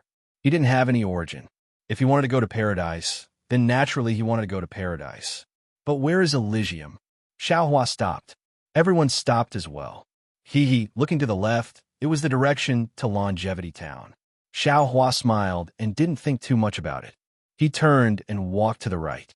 Who cares where the right led to, as long as it didn't lead to longevity town? However, after walking for a while, Xiao Hua looked back and saw that Xiao Jian was walking right behind him. He couldn't help but smile and say, "Taoist Xiao, where are you going?" Xiao Jian smiled bitterly. This junior also doesn't know where to go. Let's leave this longevity town first. Xiao Hua blinked his eyes, then looked at Lu Yi and said, "Do you have any silver in your pouch? Go to the town and find a carriage or something."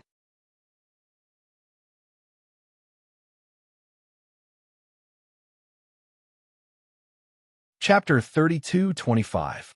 Oh, Lu Yi stared blankly, then immediately understood.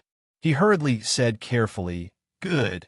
Immortal Master knows that this little one has used all the silver on me to treat Xiao Yun's illness. I didn't leave any behind.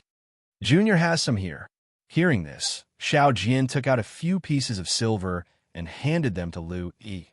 "Brother Lu, I'll have to trouble you to find a slightly bigger carriage." "Yes." He took the silver and quickly ran towards the town. Although the people of Longevity Town would definitely be very flustered after surviving a calamity, with Lu Yi's intelligence, Xiaohua didn't feel that this would be difficult. "Senior, let's go and wait." Xiao Jian seemed to be unwilling to stay in Jiangchao Ridge for a moment longer, and said to Xiaohua very respectfully and anxiously. Xiaohua didn't reply, and slowly walked along the main road. Xiao Jian followed beside him, while Yuanya drooped his head and weakly followed behind the two. After silently walking for half a cup of tea's time, seeing that there were still many people walking towards Jiangchao Monastery, Xiao Jian couldn't help but spit on the ground and fiercely said, "Damn it, I've worked so hard in Jiangchao Monastery for so many years, but I've been biased towards this group of bald donkeys. Just treat it as a gift from me to my son." Then, Xiao Jian saw that Xiaohua was calmly walking in front without any trace of anger. He quickly walked a few steps and said with a smile, "Senior, you're my Taoist senior. Naturally, you wouldn't care about this. However, Junior has been here for many years and has already treated this place as my home. Now that I'm suddenly leaving, I'm really reluctant. Fighting with the heavens and earth isn't as fun as fighting with the monks of Shaojin Temple." Xiaohua knew that Xiao Jian wanted to talk to him, so he simply opened his mouth and mocked him. Hearing this, Xiao Jian unconsciously rubbed his head and said embarrassedly, "Senior is right. I've fought with these bald donkeys for so many years. I'm indeed reluctant." Hearing this, Xiaohua didn't reply. He understood what Xiao Jian was thinking and wanted to see how Xiao Jian would open his mouth. "Senior." After a moment of silence, Xiao Jian said again, "May I know where Senior is going after leaving Longevity Town?" "The Buddhist sect's paradise." Xiaohua looked into the distance and said indifferently, "What? Senior? Senior wants to go to the nest of those bald donkeys?" Xiao Jian's face turned pale with fright as he hurriedly said, "I heard that the Pure Land is filled with baldies. You are a senior of my Taoist sect, an enemy of the Buddhist sect. If you go there, will you still be alive?" Of course, this junior is not doubting your cultivation. It's just that 2 fists are no match for 4 hands. "Do you know where Elysium is?" Xiaohua turned his head and asked Xiao Jian. Xiao Jian shook his head honestly and said, "Junior only knows that the Western Paradise is in the south. When we reach the border of the hidden immortal continent, we just have to cross the eastern and southern seas to reach there. However, as far as I know, the distance from the Longevity Town to the eastern sea is hundreds of thousands of miles. The eastern sea and the southern sea are millions of miles wide. There are many demon beasts in the sea, and they are 100 times more powerful than the water clan we saw today. Senior, if you want to reach the ultimate land of bliss, it will be very difficult." "Sai, that's right." When Xiaohua heard this, he nodded inwardly. Xiao Jian was right. If he didn't recover his cultivation, it would be impossible for him to head to the Western Paradise with his current strength. Right now, the most important thing for Jihao to do was to purify all the earth crystal Yao milk in his body. Thinking of this, Xiaohua's eyes brightened as if he thought of something. He turned his head and asked Xiao Jian, "Taoist Xiao, where do you want to go?" Actually, Xiao Jian clenched his teeth.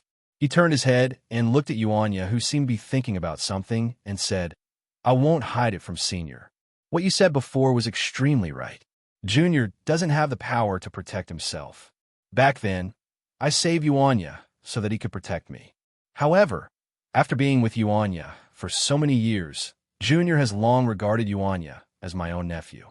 Junior doesn't have any ability. If he wants to follow Senior to cultivate, Junior is also extremely willing.